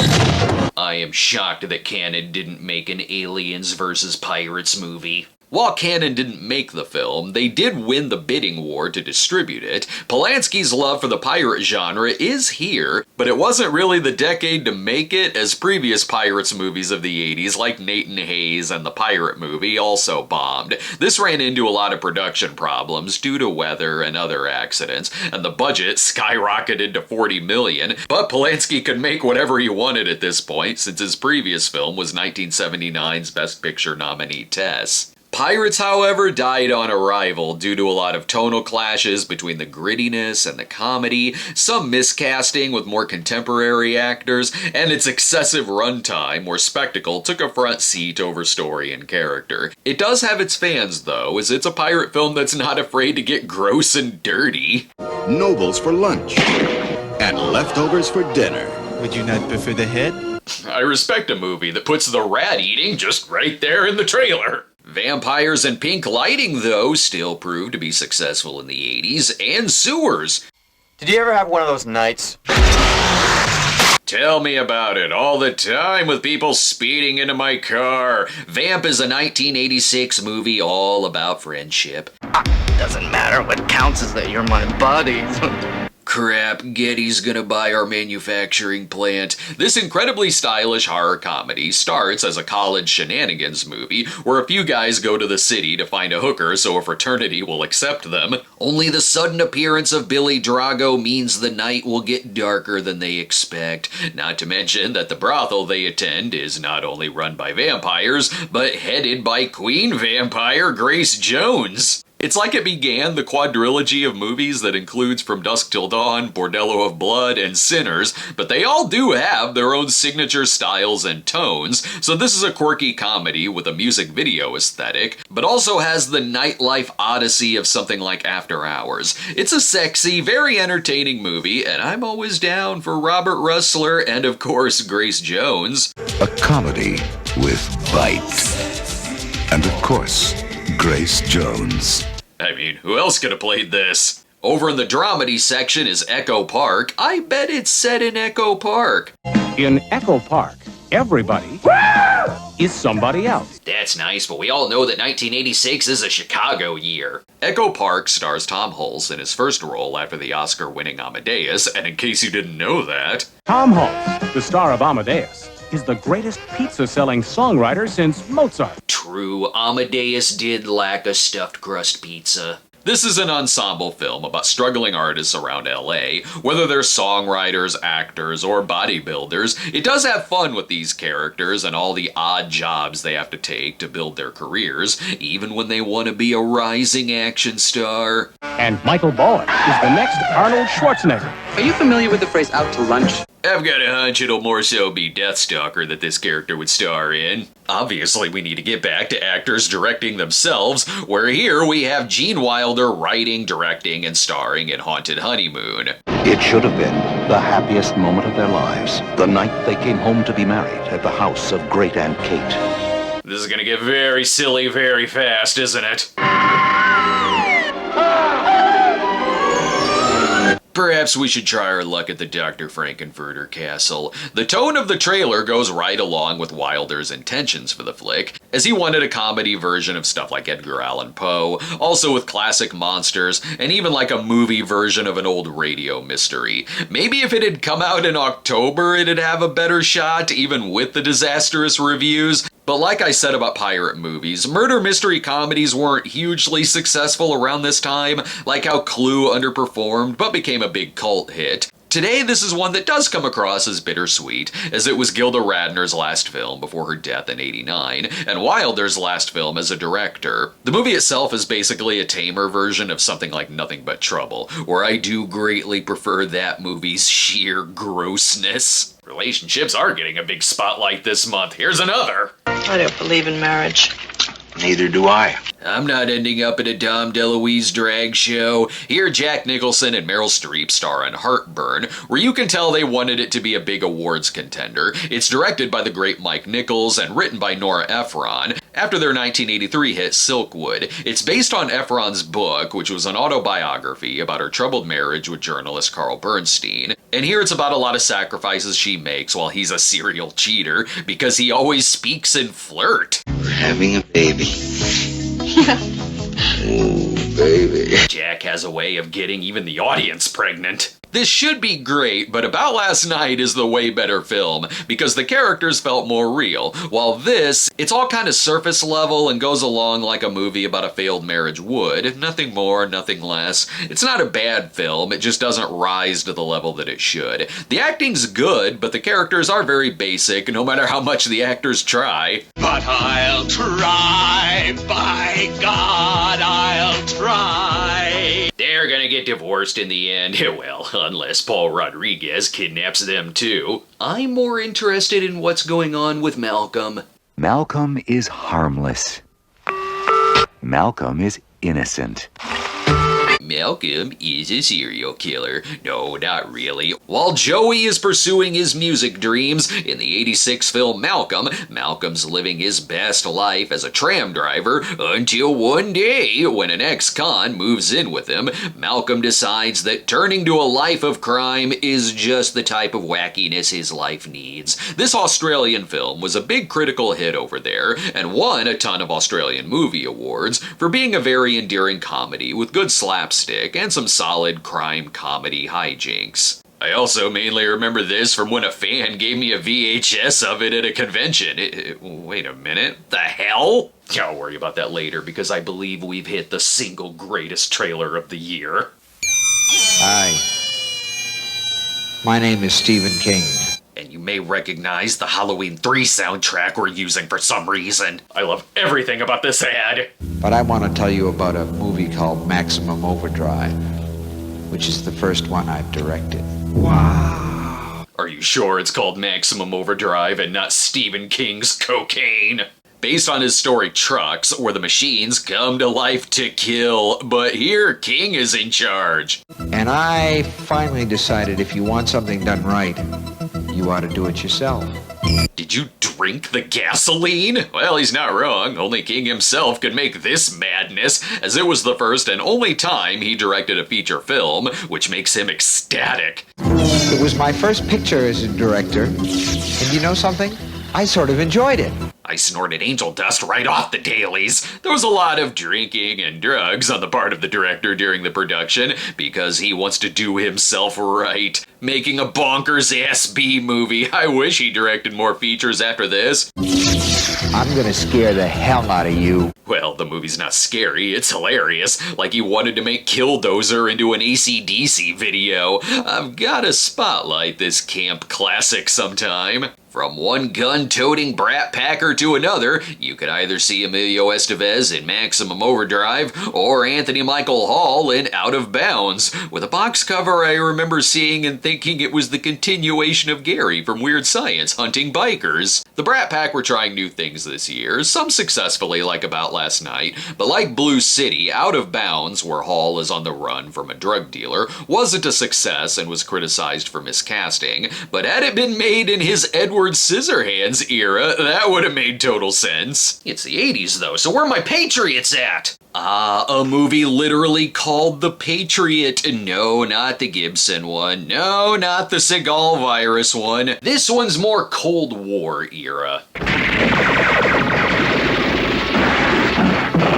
With more Vindicator-style action. Surely we have someone who can help out when nuclear weapons are stolen. We do, and stop calling me Shirley. So they bring in Matthew Ryder, played by the great Greg Henry, to beat the information out of anyone he comes across. I mean, there's gotta be a bar fight at some point. That's the key to succeeding in the mission. You'll just have to trust us that it stars Greg Henry. It's not every day I see a poster where they just cover most of the lead's face for no reason. For more animated robots, though, Canon Films has decided to take a stab at it. In the year 1999, an abandoned alien battle fortress crash-landed on the planet Earth. Great, a movie where every parent in the theater said, did they re-release the GoBots movie? Actually, this one had better reviews, as this is Robotech the movie, where Mark is smack dab in the middle of an alien war, and transforming, of course. It is an assembled film, as it lifts footage from the Super Dimension Cavalry Southern Cross and Megazone 23 Part 1, so the narrative is a little confusing, but the visuals are striking. No ninjas though, so Godfrey won't be seeing this. Set between seasons 2 and 3 of Robotech,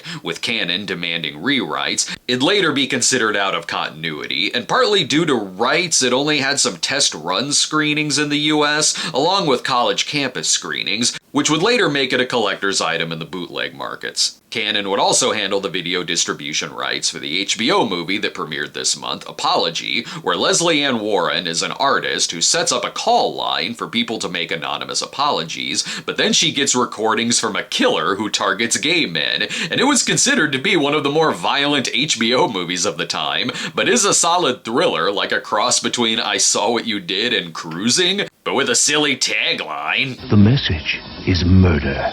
Apology. When listening becomes a deadly art.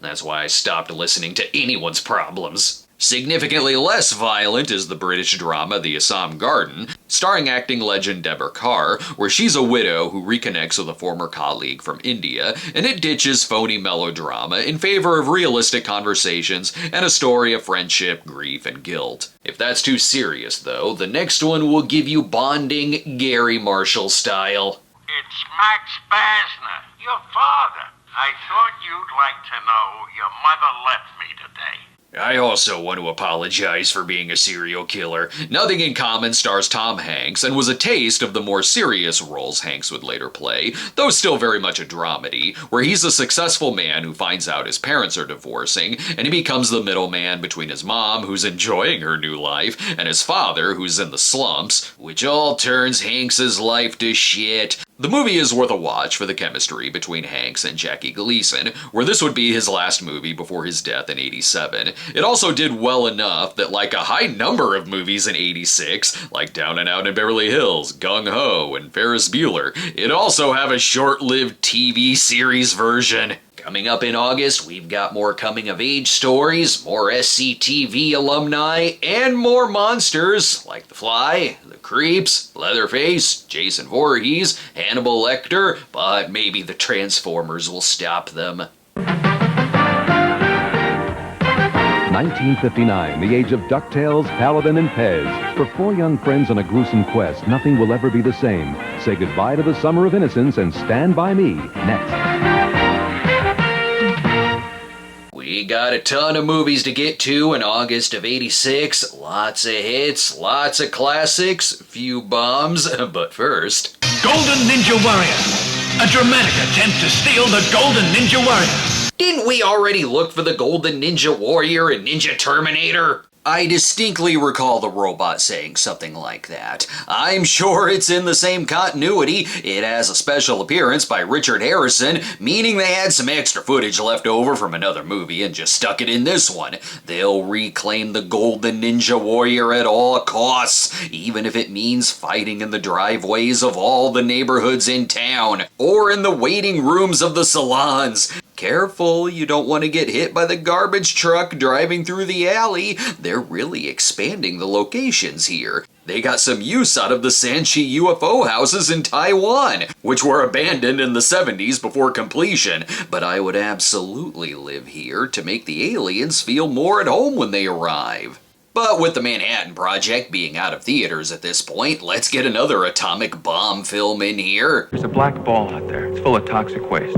Proof of their mistakes. And I just happen to be smack in the middle of their hiding place. I have a hunch the toxic waste is still gonna spill. That way we'll get Class of Nukem High later in the year. The atomic bomb film Choke Canyon goes for a more environmental theme, as Stephen Collins plays a scientist designing all the best products at Spencer Gifts, where he wants to stop the corporations from dumping waste on his land. Some of this looks familiar. That's because parts of it were used in the music video for one of my favorite 80s songs, Silent Running by Mike and the Mechanics, where the song was featured in the film, and they added the words "on dangerous ground" to the song's title because that's what the foreign title for this film was. Given that the song was a big theme in my book, Class of '86, I don't think Collins stopped the bomb in that story. This one has more gigantic falls, though.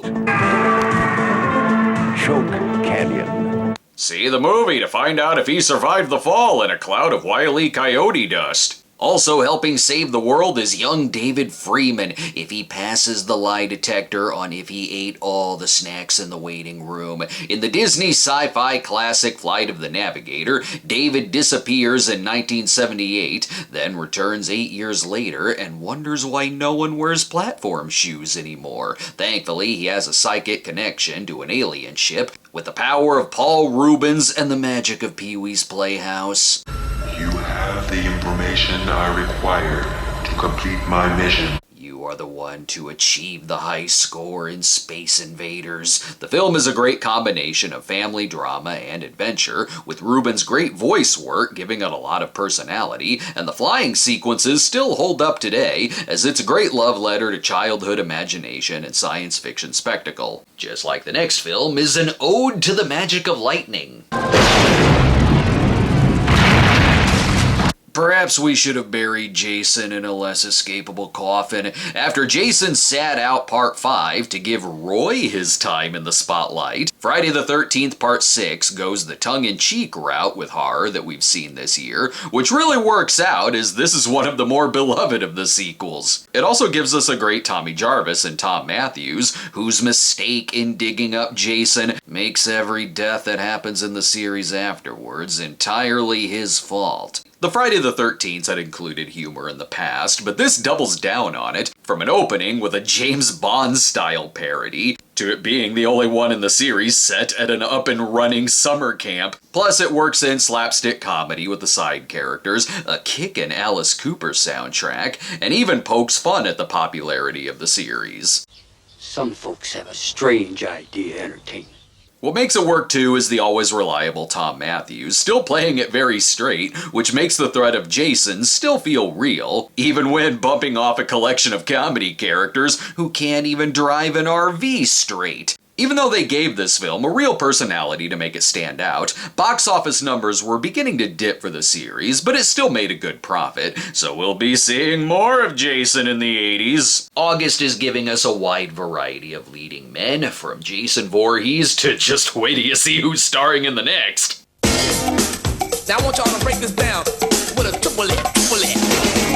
Here we go, stepping in. Would you believe that this is starring Art Garfunkel? Even from the poster, which looks like some kind of flyer for a political rally. And Good to Go, the movie? As opposed to what? The trailer makes it look like it's one of those breakdance movies riding high off of Breakin', but But what it actually is a thriller where Art is a journalist who is investigating a rape and murder in D.C. You had me at Art Garfunkel and explosions. Get set for one of the most powerful film experiences of the year. It came and went in theaters fast. So much so, they later retitled the movie. I've actually seen this before, when we rented it under the title Short Views, thinking, oh shit, an Art Garfunkel action film? Oh, we gotta see this. Then we did see it, and it was super lame. I'll stick with Good to Go, the song, I guess. Not that we'd have better luck at the next film. Across the sea of stars lies another world. A world almost exactly like ours. Ooh, with George Lucas's name attached, we're about to get the biggest hit of the summer. Favorite sports, windsurfing and Aikido. Favorite pastimes, cigars and sex. So a family picture, obviously. Get ready for the adventure of a lifetime. He has a very sudden midlife crisis. He lands in Cleveland. This is when the Drew Carey Show jumped the shark. Are you a fan of Raiders? Well, watch that instead, because here we have the mega flop Howard the Duck. Leah Thompson is gonna wish she was still stuck in orbit in space camp, while Rooney has gone mad and is now chasing ducks. Gone is the edge and satire, sorta, of the comics, where here we have a big special effects clash of tones between what is maybe a kid's movie, but also with duck tits. Oh, I saw this when I was a kid. It sticks out to me because with the really off-putting effects of Howard, it was the first time in my childhood that I thought, oh, wait, are bad movies a thing? Is this what a bad movie is? Something isn't working here. Maybe I'll try Dirty Duck instead. The duck tits made sense in that one, and it's got a sweet Flo and Eddie soundtrack. I would say they should call the Howard the Duck production a fine mess, but I can't. Because that's literally the title of the next film. If you suffer from anxiety, fear of rejection, are you in pain? Yes, I am, and I'm anxious. When do we get to the better movies of the month? From director Blake Edwards, A Fine Mess is one of those cases of bringing notable TV stars into leading men roles, as this is a buddy picture with Ted Danson and Howie Mandel, stars of the time on Cheers and St. Elsewhere, where they hatch a plan to knock off a horse racing track. More gambling this year? Didn't I just see this in The Long Shot? The film wanted to be a modernized Laurel and Hardy, a la The Music Box, and the director wanted it to be improvised, but studio interference led to a lot of scripting and re-editing, to the point to where Edwards himself advised people not to see it, and they didn't. So we'll have to stick to the Cheers crossover appearance on St. Elsewhere. That happened. I'll stick with the zaniness of the next, from Dirty Duck to Dirty Rabbit? No, it's a Godzilla movie, of course. The movie started! The movie's done! Not really, I just want them to come running in from the lobby. Still more serious than Godzilla's Revenge. This is One Crazy Summer from writer-director Savage Steve Holland, almost like a spiritual sequel to Better Off Dead, as this also stars John Cusack and Curtis Armstrong, but it's mainly Bobcat Goldthwait they're featuring in the trailer. We were party animals! Everyone loved us! My car. I want him narrating every trailer in '86. Imagine if he did that with Platoon. By the end of the summer, I felt that grown a lot personally. I felt a little bit better about who I was. I don't know what you're saying. It also features another Gene and Roger nod, as the director was so mad at Siskel and Ebert over their Better Off Dead review that they blew up Siskel and Ebert rabbits in this film. So I guess that makes this the first Godzilla movie to feature Gene and Roger? Let's get to some more directors introing their trailers, but maybe with a little less cocaine than Stephen King. $3 $5.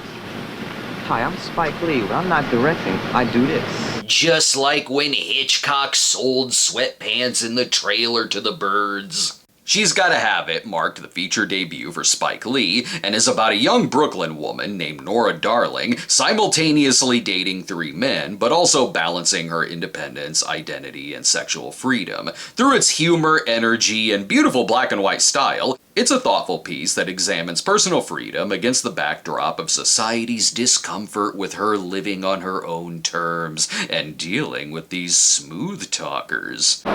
Please, baby, please, baby, please, baby, baby, baby, please. So then I said, please, baby, please, and she still rejected me. Now I'm back to selling socks. You gonna go? You gonna go? You gonna go? You gonna go? If you don't, I'll still be here on this corner. Of course I'm gonna go. What else am I gonna see? A Fine Mess or Howard the Duck? Actually, I was 5 in '86, so I was probably at Transformers the movie. The treacherous Decepticons have conquered the Autobots' home planet of Cybertron. And my parents are already confused. We've had a lot of animated movies based on cartoon series in the mid-'80s, but Transformers the movie stands out as arguably the best one. It's a movie that treats its audience like adults. Oh, you love your Transformers? Well, come see our movie, where we'll kill your heroes off on the big screen. Borrowing a lot from Star Wars, it follows the Autobots and their mission to stop the planet-consuming Unicron, and it went so hard that it even killed Orson Welles. This was his final film role. It was heavily criticized at the time for its mature themes and violence, and traumatizing kids. Though I wasn't obsessed enough with Transformers to really be traumatized by it, I was way more shaken by Short Circuit 2. But despite its negative reviews and low box office, it'd later become a beloved film in the franchise, in that it stands on its own as a good flick with a great soundtrack that's an even better film when you compare it to movies that came after. Though maybe this buddy comedy will work out better than A Fine Mess. Lady, open up! I'm a special officer, give me your car! Don't give John Candy the car, he's on his way to be in Speed Zone. Here's the SCTV Connected Comedy of the Month, as this stars John Candy and Eugene Levy, and was co-written by Harold Ramis, where a couple of guys become guards at a crooked union, and it had been passed around quite a bit. It was one of the many that was intended to star John Belushi and Dan Aykroyd, and at one point John Carpenter was gonna direct. Then it was gonna reunite John Candy and Tom Hanks after Splash and Volunteers, till Eugene got the part and directing duties went to Mark Lester, who was mainly experienced in action after directing Commando. Hell, sometimes it looks like John Waters could have stepped in. It didn't come out quite as noteworthy as they would have hoped, but still better than Speed Zone. If we want action, we want Chuck Norris, or well, Mike Norris will do in Born American. For 3 young Americans lost on the wrong side of the Russian border. My god, that's the last place you want to be in the 80s, aside from a summer camp with a serial killer. Spike Lee had his debut this month, but with Born American, Rennie Harlan makes his debut with this Finnish film that was supposed to star Chuck Norris, who backed out after delays, so just put my son in it. Chuck would have taught him all the ways of defeating the Russians. You can't kill us. Torture. Does it hurt? No, more, harder, faster. You know the game. Escape the Soviets with explosions and badass action lines. Die, you Russian murderer! Born American. Well, that's the most 80s final moment of a trailer. How about next we hang out near some mountains with less fire? Far from the city, a boy and his family have come to renew their lives.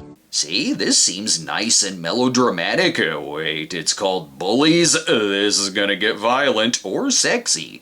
What are you doing? Nothing, just taking a swim. Why not? It's your river, right?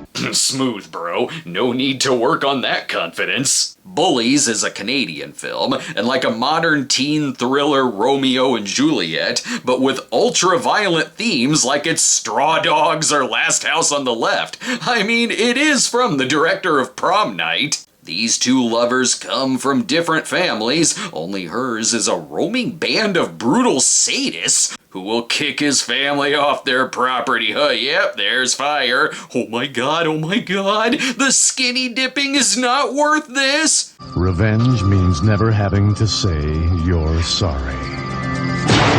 'Cause he shot him in the dick. Enough action and slasher movie violence. Here we have an inspiring story directed by Nick Castle, who played Michael Myers. In The Boy Who Could Fly, a family moves to a new town where a young girl gets enamored with the autistic boy next door. Between the wind in the clouds.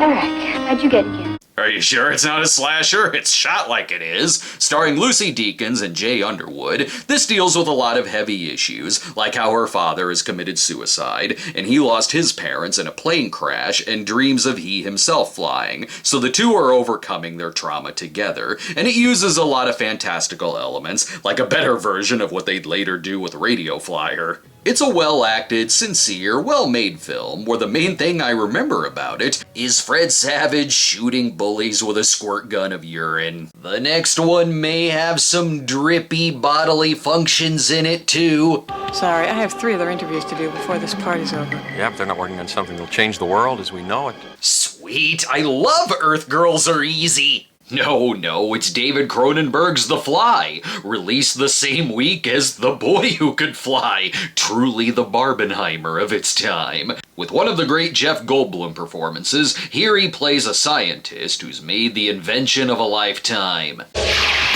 Where our greatest creations meet our deepest fears. Damn right, he invented meat lockers. The plus side, there's a teleportation machine. Downside, well, the other contained a TV showing The Simpsons. And now he's turning into a fly.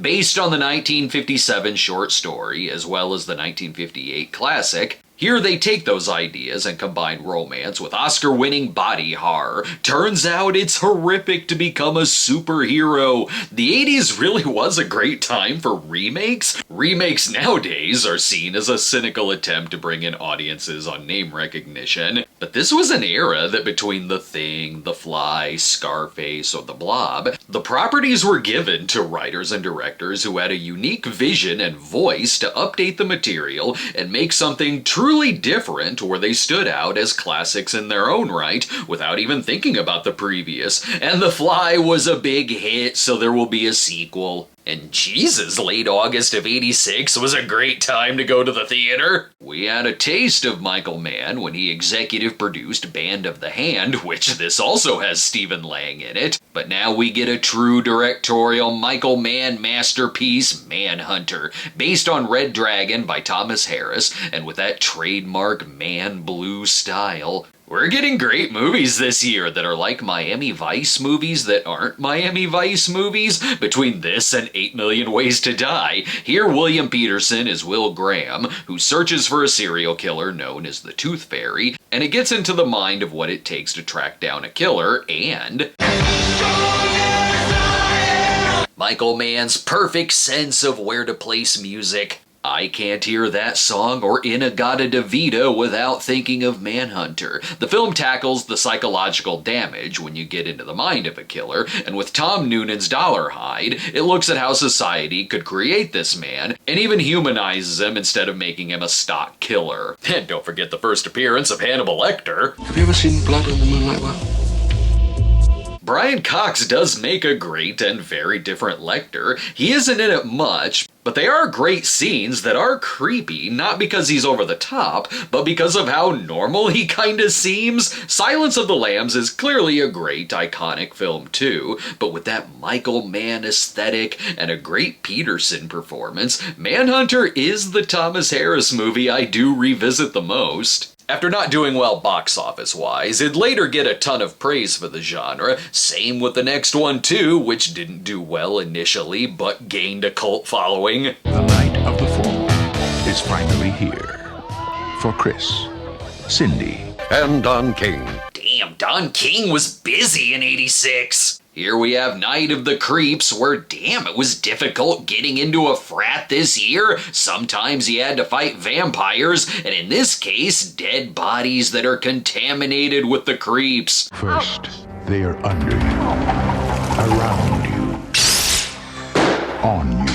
That's why condom use rose around this time. A mixture of sci-fi and slasher antics, but what holds it all together is the scene-stealing, thrill-me performance from Tom Atkins. The good news is your dates are here. What's the bad news?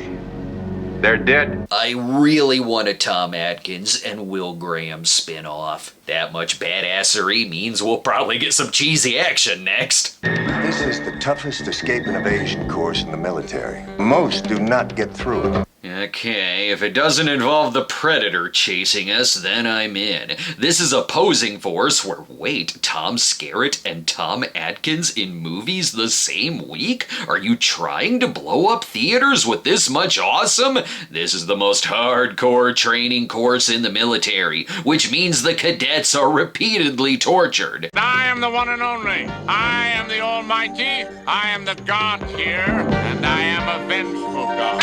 Ugh, I'll try my luck at Jonestown. It's also a sexual assault thriller where a woman is raped and then the team goes all Chuck Norris on their ass to get revenge, but with canon-style violence and an alternate title. Opposing force. For them, civilization has ended. You didn't even change the narration when you put in the alternate title. Now we're going from action-sploitation to sex-sploitation, but still with a sadistic warden. While this preview of coming attractions is playing, will all filmgoers with any degree of wit, taste, and intelligence please keep your critical remarks to yourselves? Have you met me before? Or we'll nail your tongues to the floor.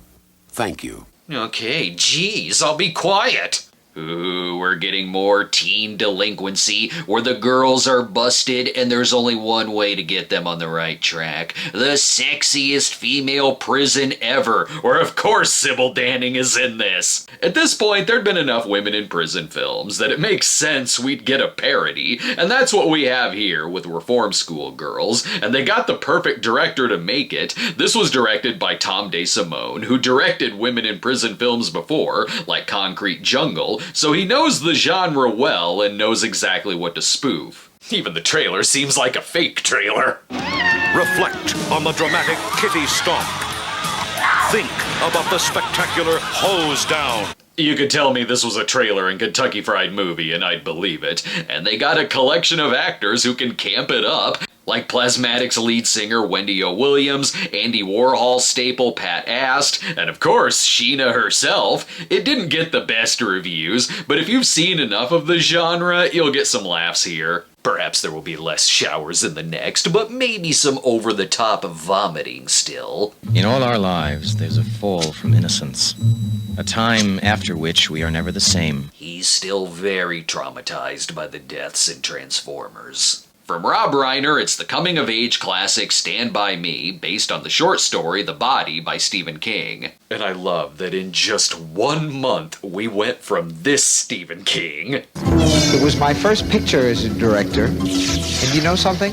I sort of enjoyed it. To a relatable story of friendship and growing up without killer trucks and cocaine. Set in 1959, where 4 friends hit the tracks to find a dead body, the film is perfect to watch as a kid and as an adult. When you're a kid, you can instantly relate to how the kids talk to each other, how they give each other shit, but still love one another. And as an adult, you see how it perfectly captures a time in your life when you think you're gonna be friends forever, but as life goes on, and people grow apart, that doesn't always happen. It's also a heavily influential film in just how the characters conversate, whether it's about food or cartoons, which would go on to influence a lot of different things, from the dialogue of a Tarantino film to even Seinfeld. It also brings back the memories of the first time Kiefer Sutherland made us shit our pants. Now that we've had deep, meaningful dramedy, it's back to more camp. That was fast. Not just any camp, but canon camp. And not just any canon camp, but more Tobe Hooper canon camp. Because we got the best of the Texas Chainsaw sequels, Texas Chainsaw Massacre 2, where like Invaders from Mars, the studio didn't know what to do with it because they wanted a hardcore horror film like the first, but instead Hooper gave them a straight-up dark comedy that satirizes the first and goes hand in hand with other horror comedies we've seen this year. While the first scared the shit out of you with its realism, this gives you the wildly over-the-top chainsaw violence that you probably pictured in your head when you hear the title Texas Chainsaw Massacre. And it works because with its crazy-ass cartoon villains, you got a great set of heroes like Caroline Williams and Dennis Hopper who play it straight. The The later sequels would try to go back to the tone of the first, but that just makes this one work even better, as it stands out in the franchise for giving you a blood-soaked, very funny good time at the movies. Hell, the poster even parodies The Breakfast Club. Does this count as a Brat Pack film this year? As for more rad-like cheese... Corey Webster is taking off. Is he also gonna pose for some hot man meat posters? Before No Country for Old Men and Sicario, we had Josh Brolin in Thrashin', set in the competitive skateboarding world where the gangs are as tough as wheels. But the competition is a killer. Check it out, Hook and the Dagger. Come on, guys, we're gonna skate 12 hours in the Family Video parking lot. We don't care who's shooing us away. But what happens when Brolin falls for the sister of his rival, Robert Russler? Ooh, he'll sick Grace Jones on his ass, with a bitchin' soundtrack, of course. The music of the Bangles, Animotion, Devo, Meatloaf, the Red Hot Chili Peppers. I'd love it if Art Garfunkel also starred in this one. For 40 plus years, Josh Brolin has always been awesome. And anytime there are gangs, fire, fights, and Rustler, you're gonna have a good time. Meaning it's a great double feature with Rustler and Sometimes They Come Back. Any movie is hip when the title ends in an apostrophe. Thrashin', it's not a kid's game anymore. Kids game? I don't want my son doing this. I'll just get him Skate or Die. Much safer. Or pick some other sport. When you're the hottest name in sports, you expect the crowds to cheer you. Yeah, I'm a YouTuber. I've never had that problem. This is a very underrated Michael Keaton movie called Touch and Go, where Keaton is a hockey player who is mugged by a kid. Then when he takes the kid home, romance sparks between him and the kid's mom. With great performances from Keaton and Maria Conchita Alonso, the movie was really screwed in its release. It was directed by Robert Mandel, who also did the year's FX, but was actually shot back in '84, where it sat on the shelf after being passed from Universal to TriStar, which involved extensive negotiating. Then it was just dumped in theaters, but it deserved better than that. It's got a lot of heart, the actors' chemistry is great, and it stands out as being the first movie to be reviewed on the newly syndicated Siskel and Ebert at the Movies, where they both liked it. Sweet. Don't know if they liked this one, though, because I don't think they reviewed it. This is the cult classic Dead End Drive-In, set in Australia 1990, where we still love the drive-in, old cars, and 80s punk rock fashion. In this satire of a dystopian future and delinquency, two young people enter a drive-in, which actually turns out to be a concentration camp, where they're locked in and given all the vices that the youth loves, like unhealthy food, rockin' music, and drugs, but then feel imprisoned by those non-values. Like how Return of the Living Dead combined the punk aesthetic with zombie cinema, this does that but with a borderline Mad Max world, and it's one of the great films from director Brian Trenchard Smith, who actually had two movies this month, between this and the coming-of-age film Frog Dreaming starring Henry Thomas, but it's Dead End Drive-In that would arguably be considered his masterpiece and quintessential Ozploitation cinema. Getting in is easy. Getting out, it's hell on wheels.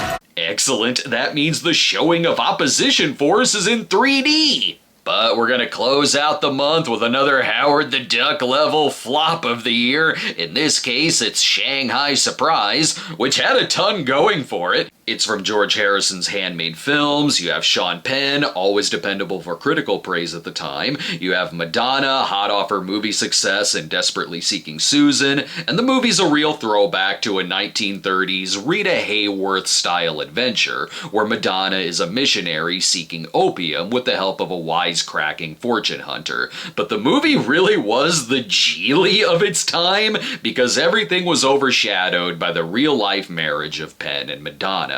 They were exhaustively all over the tabloids, which caused a lot of tension on set, and people had their knives out ready to slaughter this flick. So it died a quick death with critics and poor box office. where people who saw it criticized some miscasting and that it doesn't work as well as the films that it's homaging. But as popular as it was in Razzie season, it isn't one of the worst films ever made. Some of it's a bit off, but I could see parts working for those who want an old Hollywood high-adventure flick. Coming up in September, more canon films, more Australia, the Hardbodies are back, and Dennis Hopper calmly proclaims, Heineken, fuck that shit, Pabst Blue Ribbon.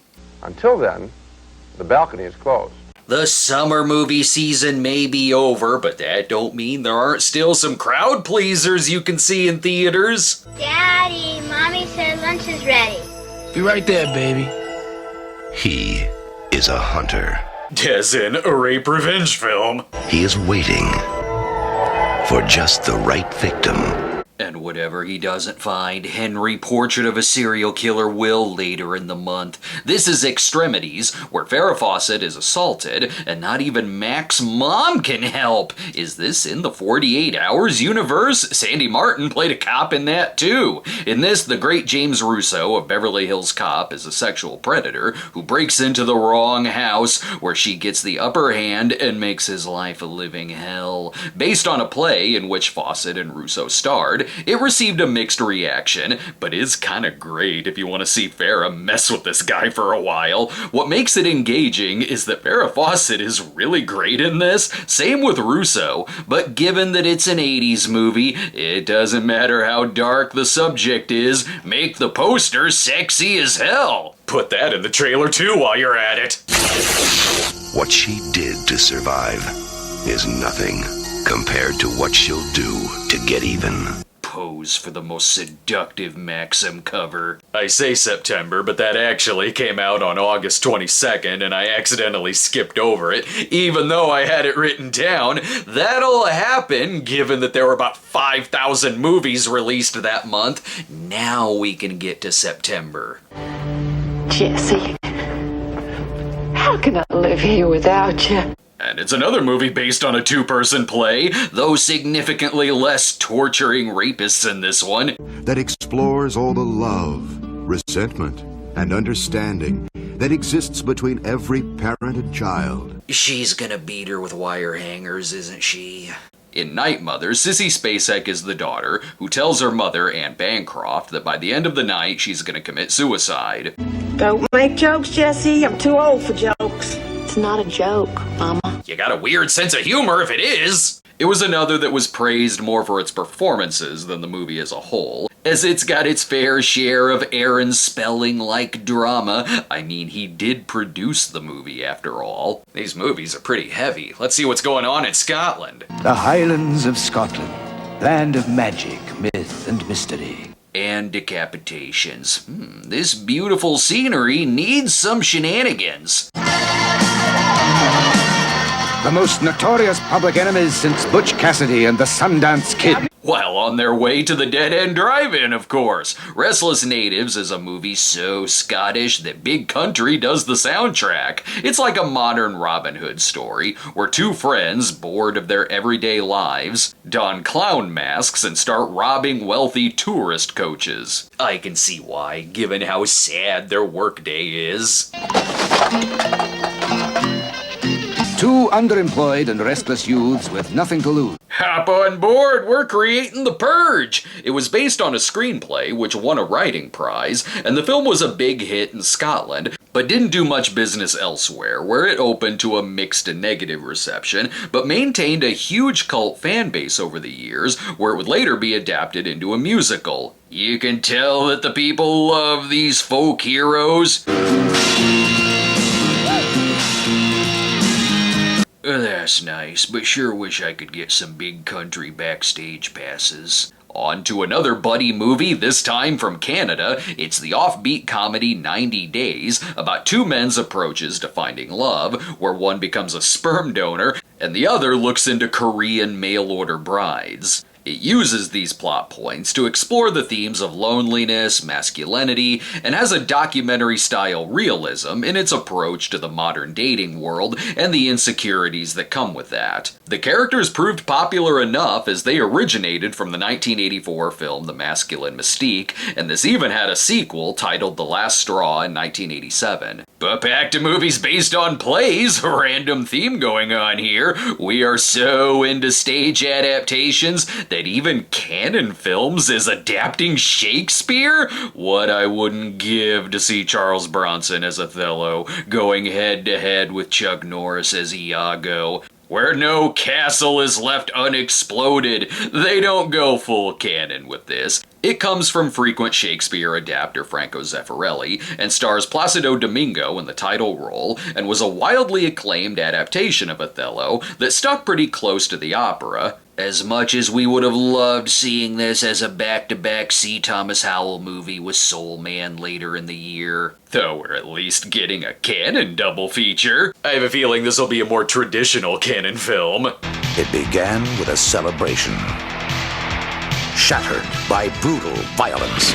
That's just a normal parade at the Canon Films headquarters. We're in solid hands. Michael Dudikoff will take out the extremists Invasion USA style. And ninja action. It is from Sam Furstenberg, director of American Ninja and Ninja 3 The Domination, with even more hunting. In the ultimate form of pure savage combat, they are the hunters. Another job for Farrah Fawcett to take on these hunters. No joke though, it kinda sorta is a sequel to Invasion USA, as it was written to be a sequel, only Chuck Norris didn't come back, so they replaced him with Dudikoff, but kept the character's name, Matt Hunter. Yeah, I can see it, in that he's still a one-man army who can take out the bad guys with his all-powerful truck. I think we can go even more low-budget and cheesier, as here we have Jackals, which is sometimes called American Justice, where cops witness the murder of an immigrant, leading to the discovery of crooked cops led by Gerald McRaney, operating a smuggling and slave trading ring? But why? Jesus Christ, Jake, you put quite a lot of heat on that old boy, didn't you? What's that all about? And pissed me off. Oh, well, that's all I need to know. Gerald and Wilford Brimley are pissed. When you're pissed in the 80s, it's gonna lead to some kind of action. Very disappointed that with the name Jackals, it isn't a creature feature. No, that's the next film. And of course it's from canon. For centuries, the link between man and the primates has been shrouded in darkness. The Clyde origin story we've been waiting for. Now we see what Elizabeth Shue was doing during her Karate Kid 2 absence, hanging with chimps, obviously. Here she's a zoology student, assisting a professor in his research on chimps. Oh, I see this going well. The professor is Terrence Stamp. Forged the link. It's different, all right. And discovered what has always been missing. You should have known this would lead to being chased around the premises by a murderous chimp. The film was directed by Richard Franklin, a big fan of Hitchcock, as he also did Psycho 2, and he wanted to bring a Birds-like style and psychological terror to the film, even if it didn't get quite the praise of a Hitchcock film. But like the 2026 movie Primate, there is more of a good style to the film than you'd expect going in. Now we can get to not only the best film of 1986, but one of the greatest frickin' movies of all time! From the mind of David Lynch comes a modern-day masterpiece, so startling, so provocative. In other words, better reviews than Dune. That's because Lynch made the most iconic Pabst Blue Ribbon commercial. Heineken? Fuck that shit! Pabst Blue Ribbon! After Dune, Lynch had his heart set on making a more personal film, and with Blue Velvet, he gives us a hugely original and haunting mystery. A movie which begins as a Hardy Boys-like tale, where Kyle MacLachlan's Jeffrey is giddy about solving the mystery of a severed ear that he finds, but what it leads him to is a dark underbelly of corruption and sexual sadism, in which Dennis Hopper's Frank has abducted the family of a nightclub singer to torture her in her own apartment, while taking breaks for a Dean Stockwell concert. A candy-colored clown they call the Sandman. The film explores the themes of innocence confronting the vicious evil that lurks underneath everyday life, and the darkness that lives in our hero's subconscious, such as voyeurism and sexual obsession, for a movie that strikes a balance between horrific cruelty and humor with extremely quotable lines. Through Lynch's unique talents, he makes them all work hand in hand for this unforgettable film that makes you question what's going on in small-town Americana. And what's going on in any men's club, that's the title of the next film. Do I want to ask what's going on here? For every woman who ever loved a man, for every man who ever had a secret. 3 pieces of double mint gum at once is the secret to my freshness. This men's club has a hell of a membership. We got Roy Scheider, a bragging Richard Jordan. I have had 622 women. That's a look that says they're all just women you see in your magazines. There's also Treat Williams, Harvey Keitel, Frank Langella, and Craig Wasson, all of whom form a men's discussion group. Do I remind you of your wife? Not yet. Complain about something. Well, she just raised her hourly price tag for the night. Very much a dialogue-driven film, where the guys turn their night of complaining into an all-night bender. Not gonna lie, the movie makes me want to party with this cast. It's like The Big Chill if they started slamming drinks and banging till the sun comes up. It's another one too, where it doesn't matter what the tone is or who the main cast is, make the poster sexy, looking like someone Craig would have spied on in Body Double. Plus, in real life, we know they just take up a screening of the next film. Are you ready for the girls?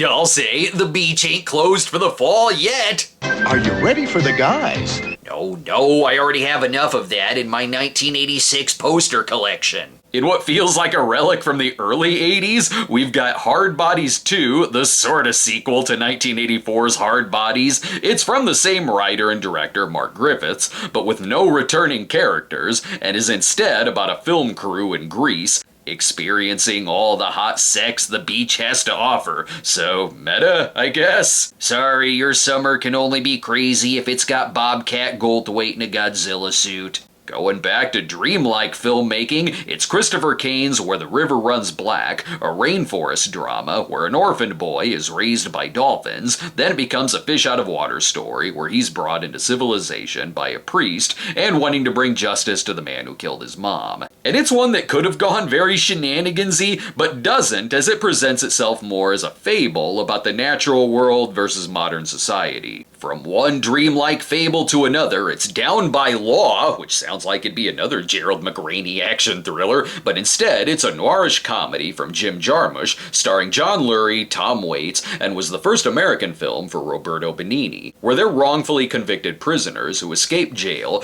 but it isn't your standard prison escape film, and is more about their interactions with one another and their clashing personalities, for a story that uses a lot of deadpan, great dialogue, and beautiful cinematography to showcase an odd, temporary friendship before parting ways. Let's let the theme of dreams continue, that is, if it isn't trying to blind me with its sex appeal. A woman.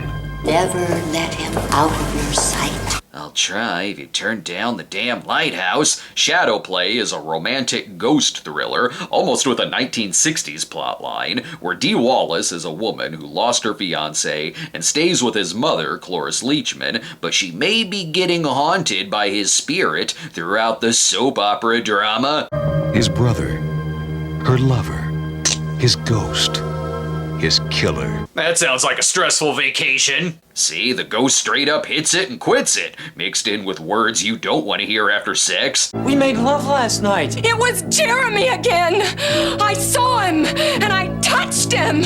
I'm confused. Was it not good for you? This is why I choose to make love in hotels and not lighthouses. See, even the next characters are getting blinded. And this is gonna be a yarn about me and my pal, Marlo.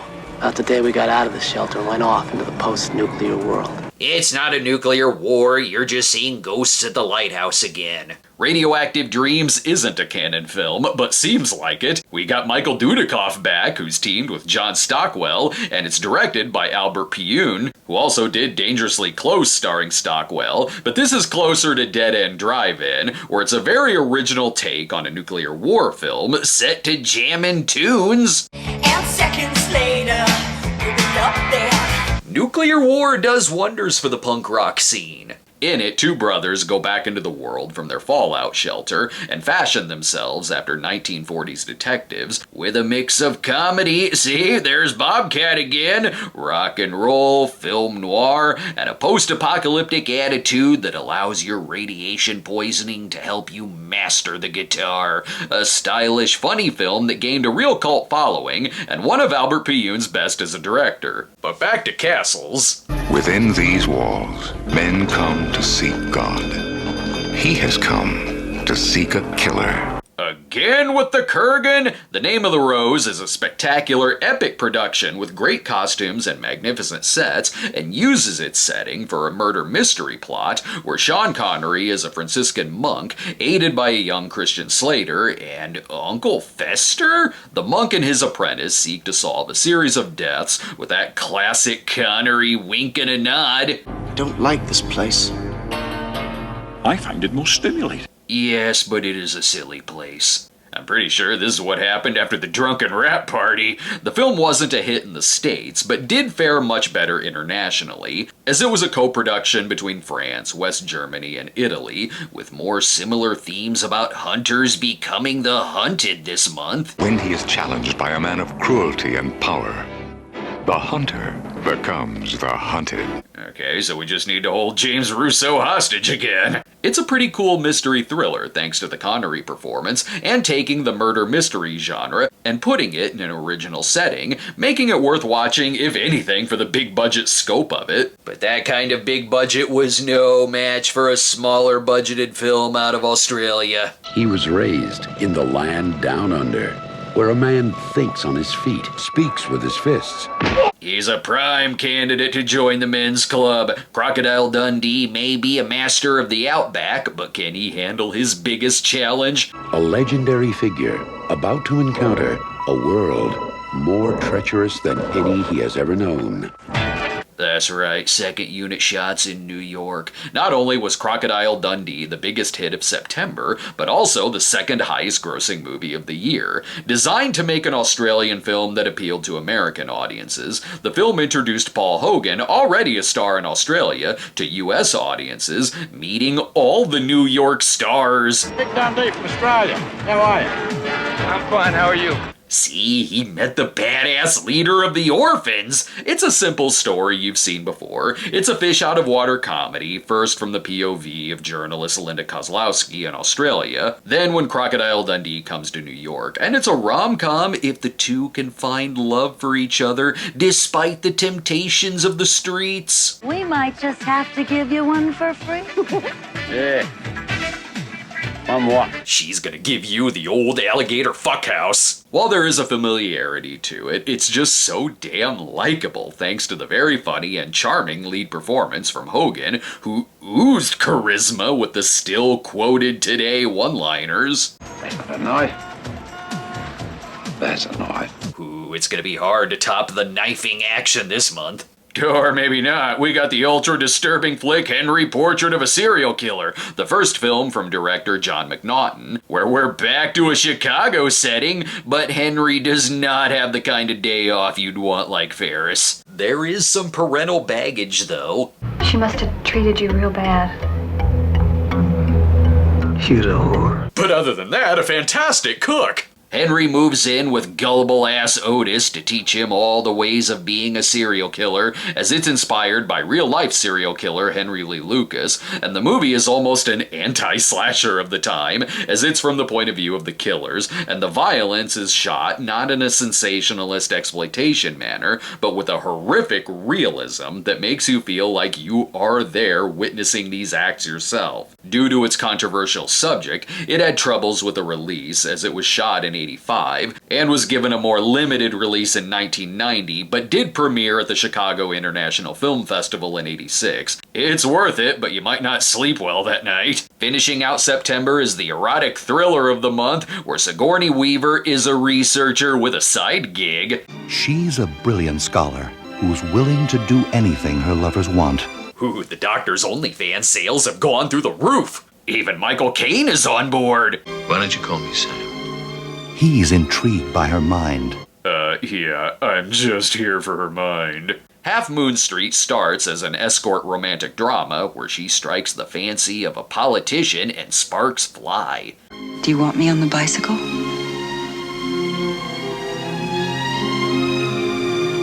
No.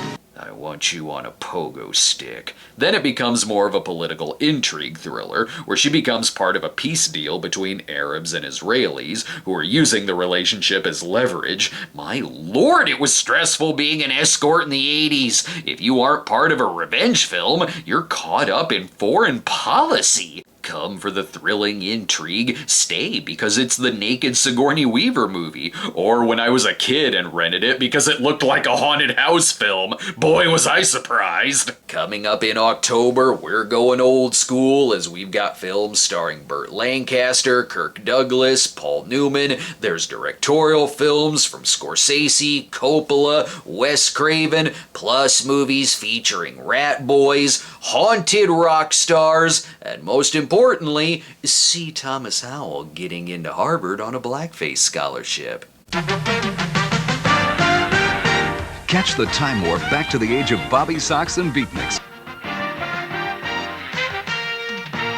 Whoa, we just got to October and we're already in Oscar season? Who is that? That's Sarah. Is she a teacher too? He's immediately getting the idea to use her lip-reading powers to spy on conversations. In Children of a Lesser God, William Hurt is a teacher at a school for the deaf who is enamored with deaf janitor Marlee Matlin. You are the most mysterious, beautiful, angry person I have ever met. You just told me to go fuck myself. You're a terrible teacher. One of the best romances of the year, led by brilliant performances from Hurt and Matlin. And there's another sign this would be nominated for Best Picture. Man, you want to talk to me? Then you learn my language. Because the trailer uses the score from Terms of Endearment. See, that's what Raw Deal should have done. Nominated for 5 Oscars, including Best Picture, Marlee Matlin would become the first deaf person to win the award, and also the youngest Best Actress winner of the time, despite the movie's corny tagline. Love has a language all its own. That's right, it's called Puppy Dog Eyes. As for something that didn't get awards recognition, even though, well, it may have if it were made in the 90s, the comedy Playing for Keeps is a Miramax film, which is about some buddies who turn a hotel into a rock and roll paradise. Ladies and gentlemen, I give you the new Hotel Majestic! Ooh, I got a better idea. Let's all just go out and get drunk instead. Maybe this would be an odd one to watch today, as it's co-written and co-directed by Harvey Weinstein, who tried his hand at directing after he wrote the 1981 slasher The Burning, and is based on his own experience in purchasing a theater and turning it into a rock and roll museum. It's when the odds are against you and you turn to the oddest team you can find. Harvey hired the Burger Chef as his lawyer? Also known for its early appearance from Marissa Tomei, the movie didn't fare well critically or financially, so Weinstein went back to being a mega producer. We'll cut off there and just say his story continues. At least we're getting a kickin' soundtrack. With music by Phil Collins, Arcadia, Peter Frampton, Pete Townsend, Julian Lennon. I could put on those tunes anytime. Directed by Bob Weinstein and Harvey Weinstein. Okay, that part is a little dated. Let's get to another production company, please. Great, now Charles Manson is producing movies! And zanier, too, as Weekend Warriors is like a Police Academy clone crossed with a Cold War movie set in the early 60s. A group of misfits, led by Chris Lemmon, enlist in the National Guard to avoid being drafted, and it was the only film to be directed by actor and game show staple Bert Convy. And it didn't do much business, even with Lloyd Bridges on board doing his parody routine. I can hardly breathe. Tell me, what are you going to wear for me this time, huh? What outfit? Ice cubes. Okay, now I just think there was a long-lost prequel to Hot Shots. Now we can get back to the acclaimed films. There is a time in every life when all you can feel is the music. She will sing me Blue Velvet if I kidnap her husband. This is the jazz classic Round Midnight, which stars saxophonist Dexter Gordon as Dale Turner, who's like a fictionalized Lester Young and Bud Powell, as Turner finds himself work in Paris while also battling alcoholism, and he has a friendship with a French music fan. The studio was against hiring a non-actor for the lead, but it paid off as Dexter Gordon received a Best Actor nomination, plus the great music from Herbie Hancock won the award for Best Musical Score. Can't wait for the remake starring Ryan Gosling. While Wise Guys didn't set the box office on fire with their gangster comedy, let's see if the Tough Guys stand a chance. Starring legends Burt Lancaster and Kirk Douglas, and fabulous Thunderbirds music. I never met so many stupid people in one day. Ugly, too. What the hell? Did Lancaster and Douglas show up to the set of Breakin' to kick their ass? Tough Guys is the latest elderly comedy. Some were hanging out at the racetracks, while these two are former gangsters trying to fit into modern society after a prison stint, be it knocking out Charles Durning, finding the hottest broad on the streets with a discount deal, and robbing trains. Nobody robs trains anymore. I'd say you've been misinformed. Jesus, Burt Lancaster, it ain't the 60s anymore! Lancaster and Douglas collaborated many times in the past, and this would be their final outing together for a film that may not be the best in the world, but does just enough for you to want to see these guys on screen together. And where else are you going to see a movie with these two that has Janet Jackson's Nasty on the soundtrack? Plus, there's a far better movie featuring an acting legend with themes of getting older and trying to connect with the kids today, and that's Martin Scorsese's The Color of Money, a legacy sequel before legacy sequels were a thing, as this catches up with the character of Fast Eddie Felson 25 years after The Hustler, where he takes on cocky young protege Tom Cruise as the two navigate their way through the pool hustling world. Scorsese captures the world of hustling beautifully, and does what you should do in a sequel like this, which is evolve the story and the character and adapt it into a modern setting, instead of just doing the same exact film again. While it doesn't remake The Hustler, the story itself was considered to be by the numbers, so it was the only Scorsese film to receive a 2 thumbs down, even though it's really not by the numbers. Instead of doing a Karate Kid-like mentor-protege movie, it turns it on its head, where Eddie inadvertently creates not a younger version of himself, but an antagonist, and another Minnesota Fats-like obsession for him to defeat. But it still got a ton of acclaim for Newman's performance, which won him a Best Actor Oscar, and the mood of the picture set to great music from Eric Clapton and Warren Zevon, which makes it a different beast than The Hustler, and still pretty great, honestly. And after Maverick, I would love a 40 years later legacy sequel all about Vince. Over in the British comedy scene, however, I am going to the University of Norwich in the fair county of Norfolk. You will soon have an official Ministry of Silly Walks. In Clockwise, Cleese is a snooty headmaster who misses the train for his conference, and his day only gets worse from there as he gets wanted by the police and everything else that gets his suit all dirty. A pretty great Cleese comedy that works if you want the pure chaos of After Hours, but in a Fawlty Towers universe. Even the poster is a little similar to After Hours. It's October, however, so we should start getting the horror films in here. If you found a friend in fear, then we have a friend for you. Damn it, Mom, you ordered the wrong Buffy. Wes Craven's Deadly Friend is a horror movie where the real horror was behind the scenes. Originally, it wasn't a gore film, but was more of a dark, PG-rated love story where a teen brings his brain-dead neighbor Christy Swanson back to life, and it was more of a character-driven piece, till that confused audiences, so the studio demanded that it go through reshoots to make it more of a standard Wes Craven horror film, which led to him disowning the film, and fans to this day still demand the release of the original cut, so the finished product was an uneven film, yet still memorable, if anything, for the unintentionally hilarious moments. I mean, that scene is what sold me on it. Let's get more horror in here. I have a feeling this was never intended to be a love story, and that's Lamberto Bava's Demons 2, a movie that taught us all not to sit too close to the television. It's true, Videodrome would have been far superior with high-rise demon possessions.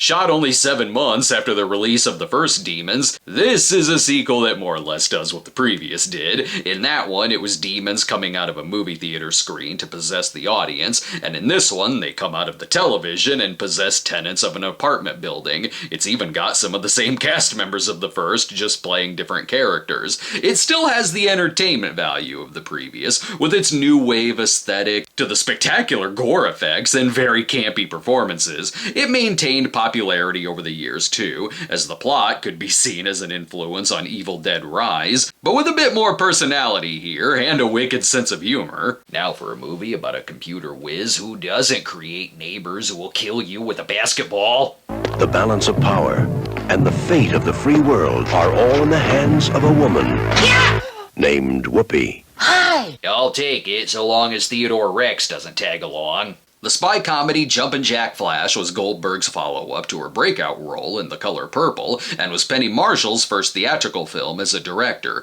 where Goldberg is caught up in espionage, and it's always got something to do with your own Krabba. Don't trust Yorgi! She seeks out the source behind coded messages from a spy named Jumpin' Jack Flash, so it's a complicated plot, which had mixed to negative reviews, but proved that Goldberg could lead a comedy since it did fairly well box office-wise, and does have standout scenes like her trying to figure out the lyrics to Jumpin' Jack Flash, and a large supporting cast of comedy greats like Jon Lovitz, Phil Hartman, James Belushi, and Michael McKean. Hell, Penny Marshall was also attached to direct the next one at one point, but everything worked out as Peggy Sue Got Married would go on to be one of the great Coppola films. I have certain unresolved feelings about your father. I don't trust him.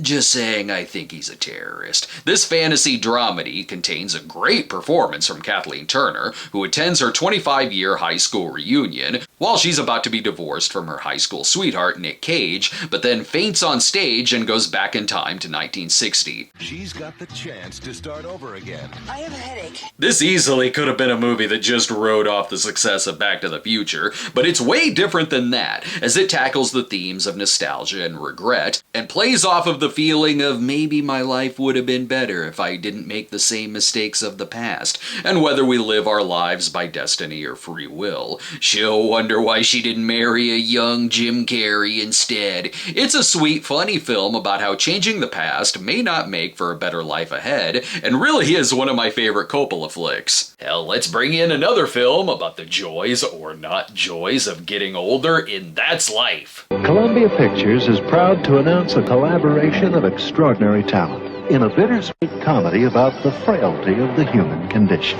I'm gonna meet with Lancaster and Douglas and deck a breakdancer. After the production headache that came with A Fine Mess, Blake Edwards understandably needed a break from a studio picture, so he made this independent film, and does what he does best around this time, such as making movies about the existential crisis that comes from getting older, as Jack Lemmon is an architect dreading his 60th birthday party, while his wife, Julie Andrews, has cancer. I think she wins, bro. Look at this, his problems are even causing Father Robert Loggia to drink. It went over a little better than A Fine Mess did, and made a profit on its small budget, which it does save you money when you film in the director's own home. How about we get some more small-town Americana in here? Just make sure it's quirky. Hi, my name's David Byrne.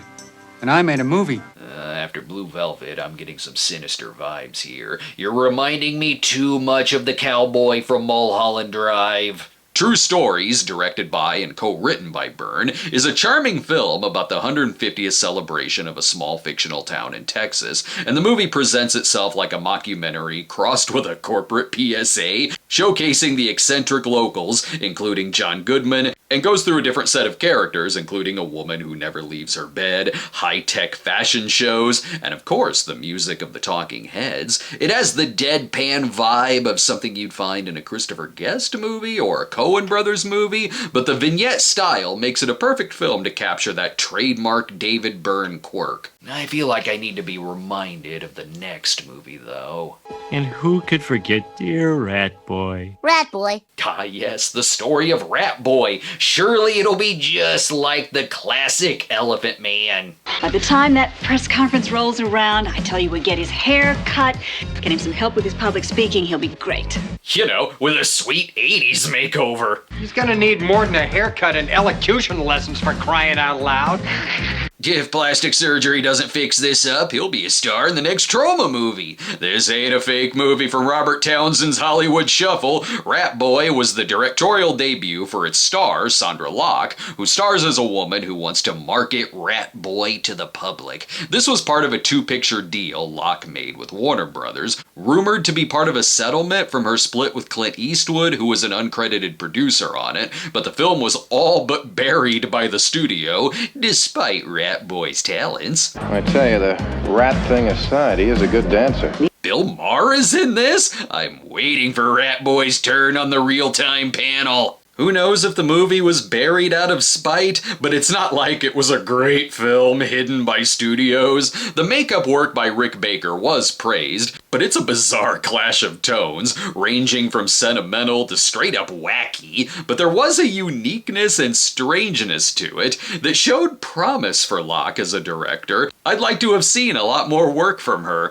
but clearly Terror Vision was the more popular cult film with Garrett Graham opposite Some Kind of Creature. We're going from rats to lambs. Great, is this another mutant hybrid? No, that's the other Lamb movie. This one is an Irish drama where Liam Neeson rescues a boy from an abusive institution, and they form a father-son-like bond as they travel the countryside, not to mention hunting down those responsible for terrorizing the boy. While it had positive reviews, a US release took a while. It did screen at the '85 Chicago International Film Festival, and got an October of '86 release in Ireland, but didn't get a proper US release till '95 when Neeson was more well known in the States. Just as long as the next movie is in every theater ever. Tuition and fees, $10,493. Yeah, tuition is high, but it could be more stressful. You could be eating more finger fries from The Hitcher. What a trailer Soul Man is. Am I watching the movie, or is C. Thomas Howell weighing his options on if he should star in this?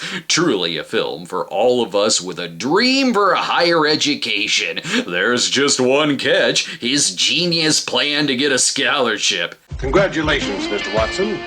Thank you, sir.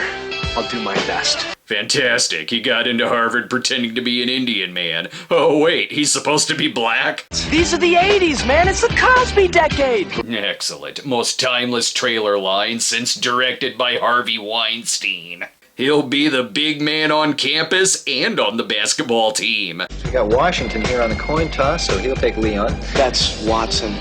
Right. Why didn't you just ask President Reagan for help? His son, Ron Jr., is right there in the movie. While the film is the butt of many jokes, I could see how a filmmaker could get some clever satirical material out of it, but that's not really what this movie goes for. It's more sitcom gags, and when it does try to get deep, like him being arrested, it feels more like a very special episode of a sitcom. It ends with a courtroom, and just listen to the tagline. From the producer of Risky Business, Soul Man. He didn't give up. He got down. Right on. I wish they said from the director of Friday the 13th Part 3, 'cause it is. While C. Thomas Howell has his costume set, let's move on to some Halloween thrills with Trick or Treat. Rock and roll will never die.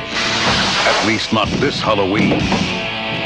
I'm going as my favorite extra from Cruising. And as for sitcoms, the movie stars Mark Price, Skippy from Family Ties, who plays a fan of metal music, who gets the haunted lost album of Sammy Kerr, and a collection of deleted scenes from Demons 2. It's a fun horror send-up of the Satanic Panic movement, right down to evil messages being played backwards, and the ghost rocker coming into reality to wipe out Skippy's enemies. Sammy Kerr. His fans won't let him die. He won't let them live. See, this is why I listen to disco instead. I spend my nights doing blow with Donna Summer. The movie is familiar to anyone who walked by the discount DVD bin, as this was frequently in all of them. Starring Gene Simmons and Ozzy Osbourne, my ass. Both have small roles, but Gene Simmons was offered the role of the evil rock star, which, after Never Too Young to Die, I would have loved to have seen that in this film. Let's continue the horror train, and even more gruesome, as From Beyond was director Stuart Gordon's follow-up to The Reanimator, and this one also stars Jeffrey Combs, plus Dawn of the Dead's Ken Foree is along for the ride, and it's based on H.P. Lovecraft. In 1985, science experiments led to wackiness, but in 86, whether you're turning into a fly or creating deadly friends, science will make for very bloody movie sets. As this time, a man creates a machine to stimulate the pineal gland, and one thing leads to another, and interdimensional doors are opened, and our bodies are torn apart by forces from the fourth dimension, making it an extremely entertaining, stylish, gross-out movie that had a time getting an R rating from the MPAA. While it's certainly the year for comedy slashers, if it's a more traditional slasher you want, there's Sorority House Massacre, where like Hard Bodies 2 seems like a relic of the early 80s, as it comes from producer Roger Corman, and was greenlit due to the success of 82's Slumber Party Massacre. What do you need to know? A young girl moves into a sorority house and they're stalked by a killer who she may share a psychic link with. That's what they do in 87's Slumber Party Massacre 2, only with an Elvis Freddy Krueger theme going on.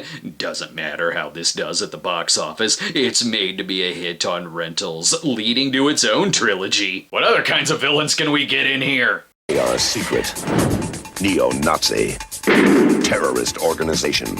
I'm already on the phone with Liam Neeson as we speak. Who are we gonna get to take down the criminal organization Omega Syndrome? We gonna get Michael Dudikoff back? Or perhaps Low Blow's Leo Fong? Who do we get here? But now they've started something with the wrong man. Talking about my daughter here. You're the right man for the job, Huey Lewis. After a game of Pac-Man, of course. That's right, Ken Wall is an ex-GI. He'll rescue his daughter from white supremacists, and he's almost got Cobra helping him out. George DeCenzo was in Cobra. Ken helped save Beverly Hills. He's got this. With this kind of movie, you just need explosions and a guy falling off a building. Starring Ken Wall, the thriller of the year. Totally accurate statement, right next to Band of the Hand. Let's see if there's anyone else left to kill in Florida Straits. His dream makes him dangerous. His desire will take him back to the past. I will get a Cher autograph if it kills me. In this thriller, Raul Julia is released from a Cuban prison and heads back to find gold buried during the Bay of Pigs invasion, and he teams with Remo Williams himself, Fred Ward, to get that loot. You had me on the casting alone. It did get some theatrical screenings in other countries, but in the States it premiered on HBO. That works out. HBO is probably where I would have discovered it regardless of a theatrical release. Maybe we'll get a quieter picture next. There's a homecoming party for Harry. Oh, well, that's nice. Just a night of partying. Only Harry is not coming home.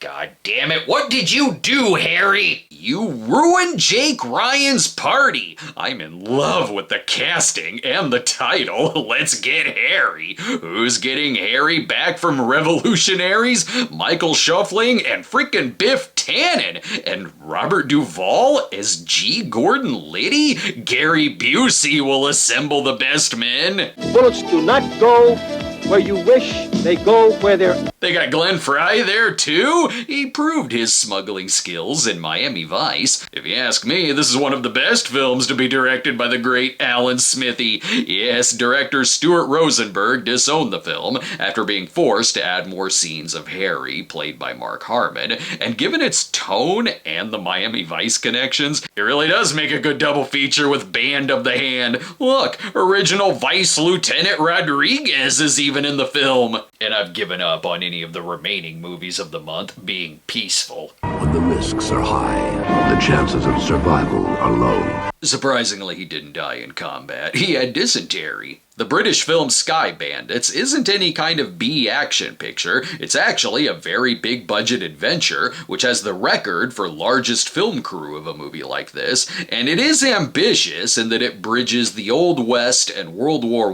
I, as two outlaws are captured and forced to fight in the war, which leads them to flying a gun bus and hunting German airships. It was also directed by Zoran Perisic, who did the flying effects on Superman, and applies that same Zoptic technique here, though this maybe could have used more of a B-movie tone, as it was a huge financial flop, which pretty much went in one ear and out the other for audiences and critics who saw it. Another movie that underperformed theatrically was Roland Joff's The Mission, which we mentioned in Absolute Beginners, as this also came from Goldcrest Films. However, this would still have positive influence and recognition in awards season. A man whose life was to become inextricably intertwined with their own.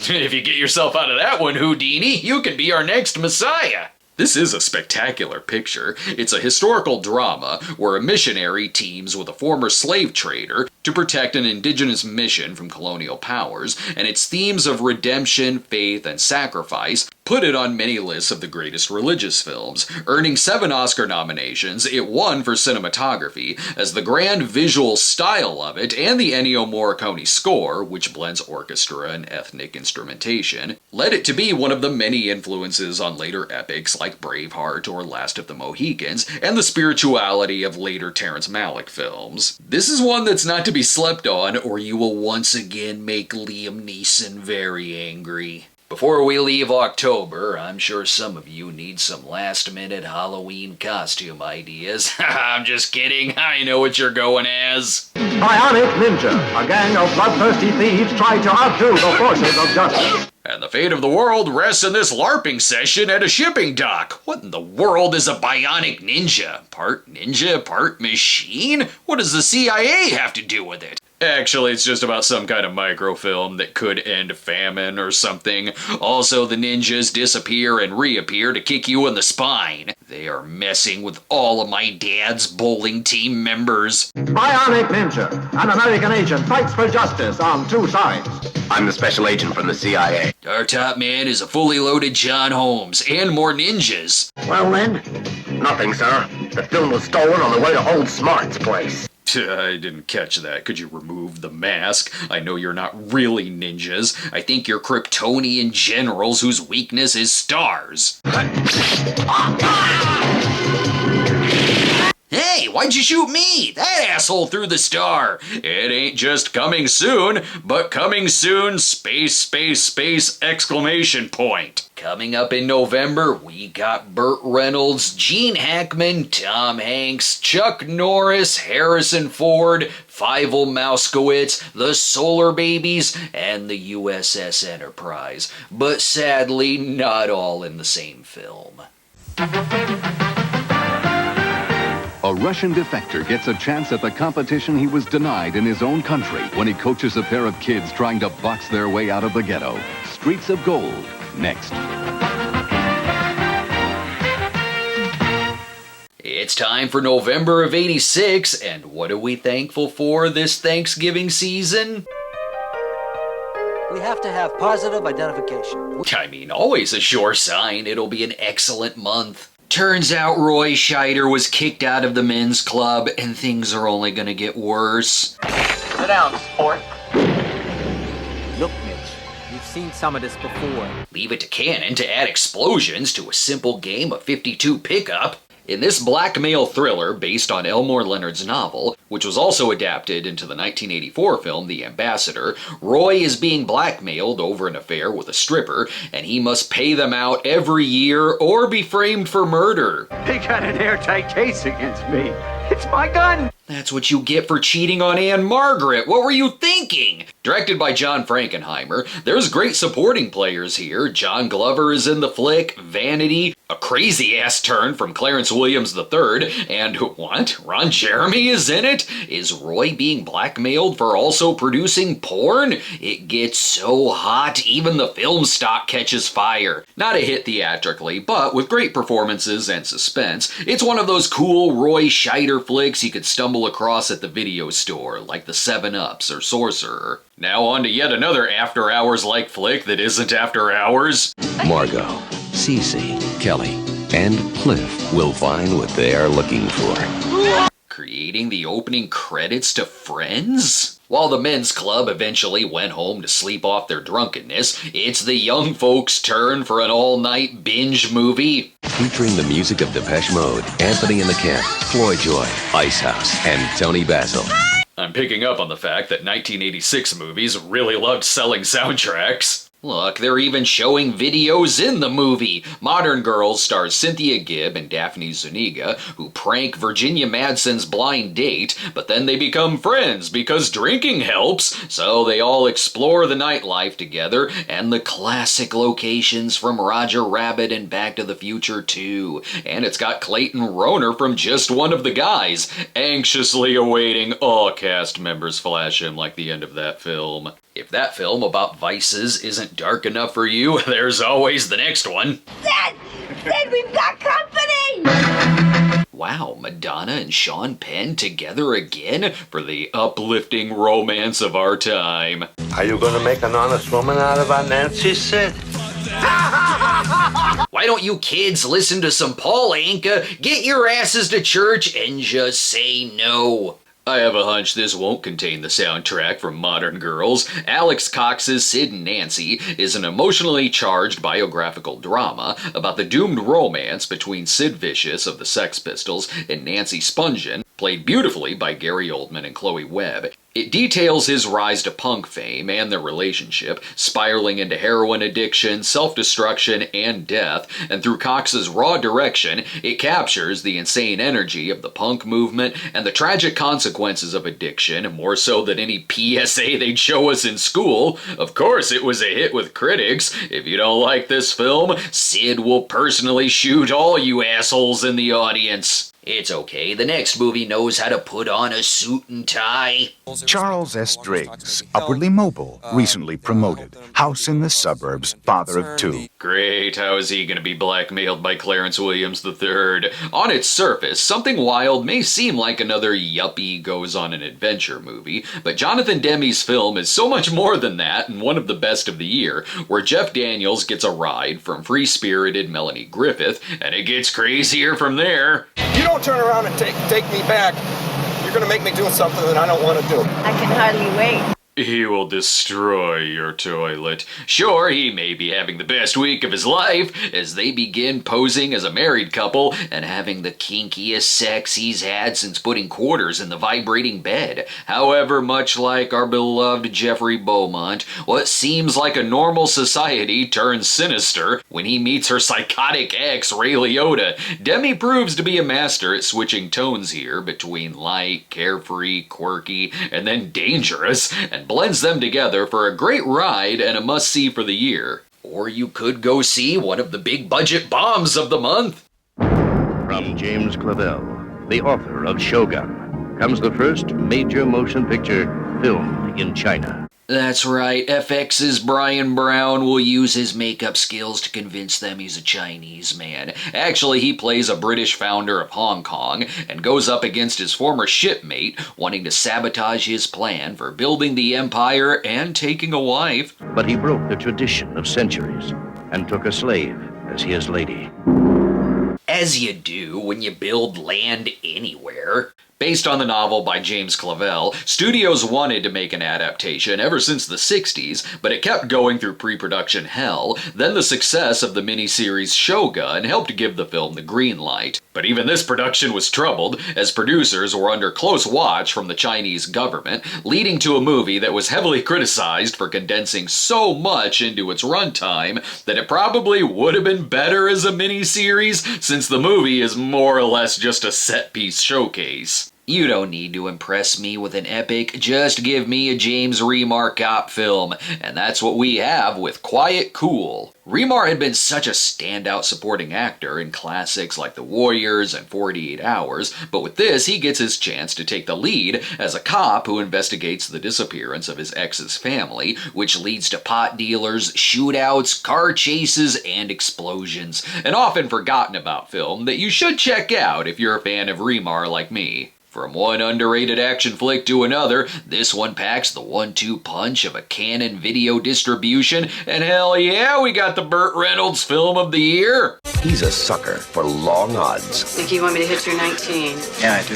So, we're going home together, right? Written by William Goldman and based on his novel, which would later be remade as the Jason Statham film Wild Card, this Vegas thriller has Burt acting as a bodyguard to weakling Peter McNichol, but it's also a revenge film as a call girl is beaten by a high roller with mafia ties, which pits Burt against the Vegas mob. He's taking on the mob.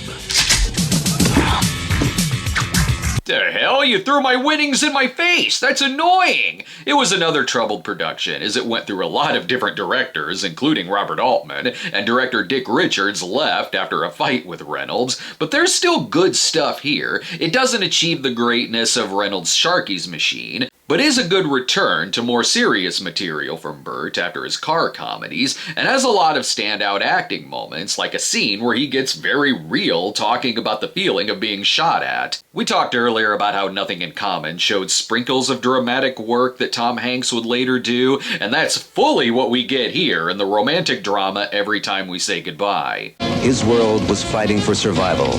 Hers was a separate world of ancient laws and traditions. We don't need a complicated plot to know why you're gonna bang. This was the first total drama to star Hanks, where he's an Air Force pilot who falls for a Jewish girl while he's stationed in Jerusalem. He'd been wanting to stretch out his range for a while, but it ran into a similar problem Bill Murray had with The Razor's Edge, where, hard to believe today, but audiences and critics back then weren't willing to buy him in a dramatic role, even though, like Murray in that film, Hanks still brings a lot of charm and dry humor to the role, but to this day it's still Hanks's lowest grossing movie at the box office. It would find an audience later for people who wanted to check out this kind of film from him during his comedy era. A much bigger hit, however, was the beloved basketball drama Hoosiers.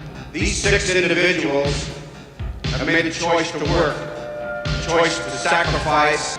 This is your team. Now pick up your tomatoes and start throwing! Set in 1951, Gene Hackman stars as Norman Dale, who moves to Hickory, Indiana, becomes the high school basketball coach, and leads them to victory. It has all the makings of your typical underdog story, but brings more to the table, as it gets into the entire world of small-town sports, from the school board to the parents, and an Oscar-nominated supporting role for Dennis Hopper, an alcoholic father who becomes the assistant coach. That's a hell of a team you had there. You knew that team? I know everything there is to know about the greatest game ever invented. Frank, that's one too many Pabst Blue Ribbons you've had. It's a small town that'll listen to the game over all the leftover fire barrels from a Canon film. It's a real audience film, so not shocking that it was a hit, but it's made with such craft that it does earn its predictable moments that come with the territory. It's just too bad we didn't get a sequel where Hackman goes on to coach a talking dog. Whereas the next one didn't quite know what to do with the sports formula other than give it a Cold War twist. A man without a country. Lost.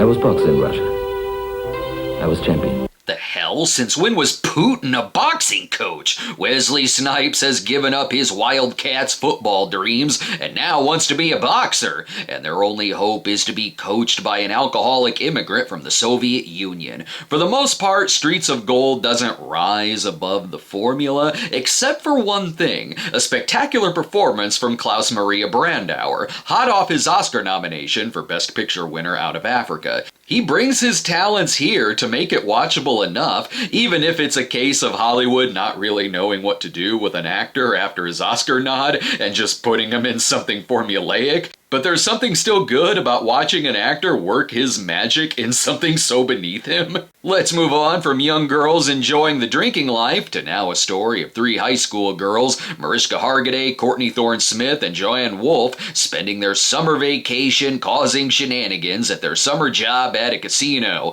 Sounds to me like another job for Burt Reynolds to show them who's boss. It may be a regular old coming-of-age movie, but with a title like Welcome to 18 and a cover like this, it looks like a dirty magazine you'd catch your pastor buying. And don't think we've forgotten about Clayton from Just One of the Guys, because here's yet another movie about a young girl who wants to be one of the guys. Boys have got it made. Look at them. Not a care in the world. Yes, she dreams of being the town pervert sneaking into the school dance. This is Willy Millie, a title that's probably a nod to Glenn or Glenda, where tomboy Millie wants life on Easy Street, so what happens? Blackface plan. No, she makes a wish to become a guy, so then she does. Last night she was a girl. This morning she's a movie. Good lord, I am girthy. Now she must learn to go through life with a magic dick attached to her.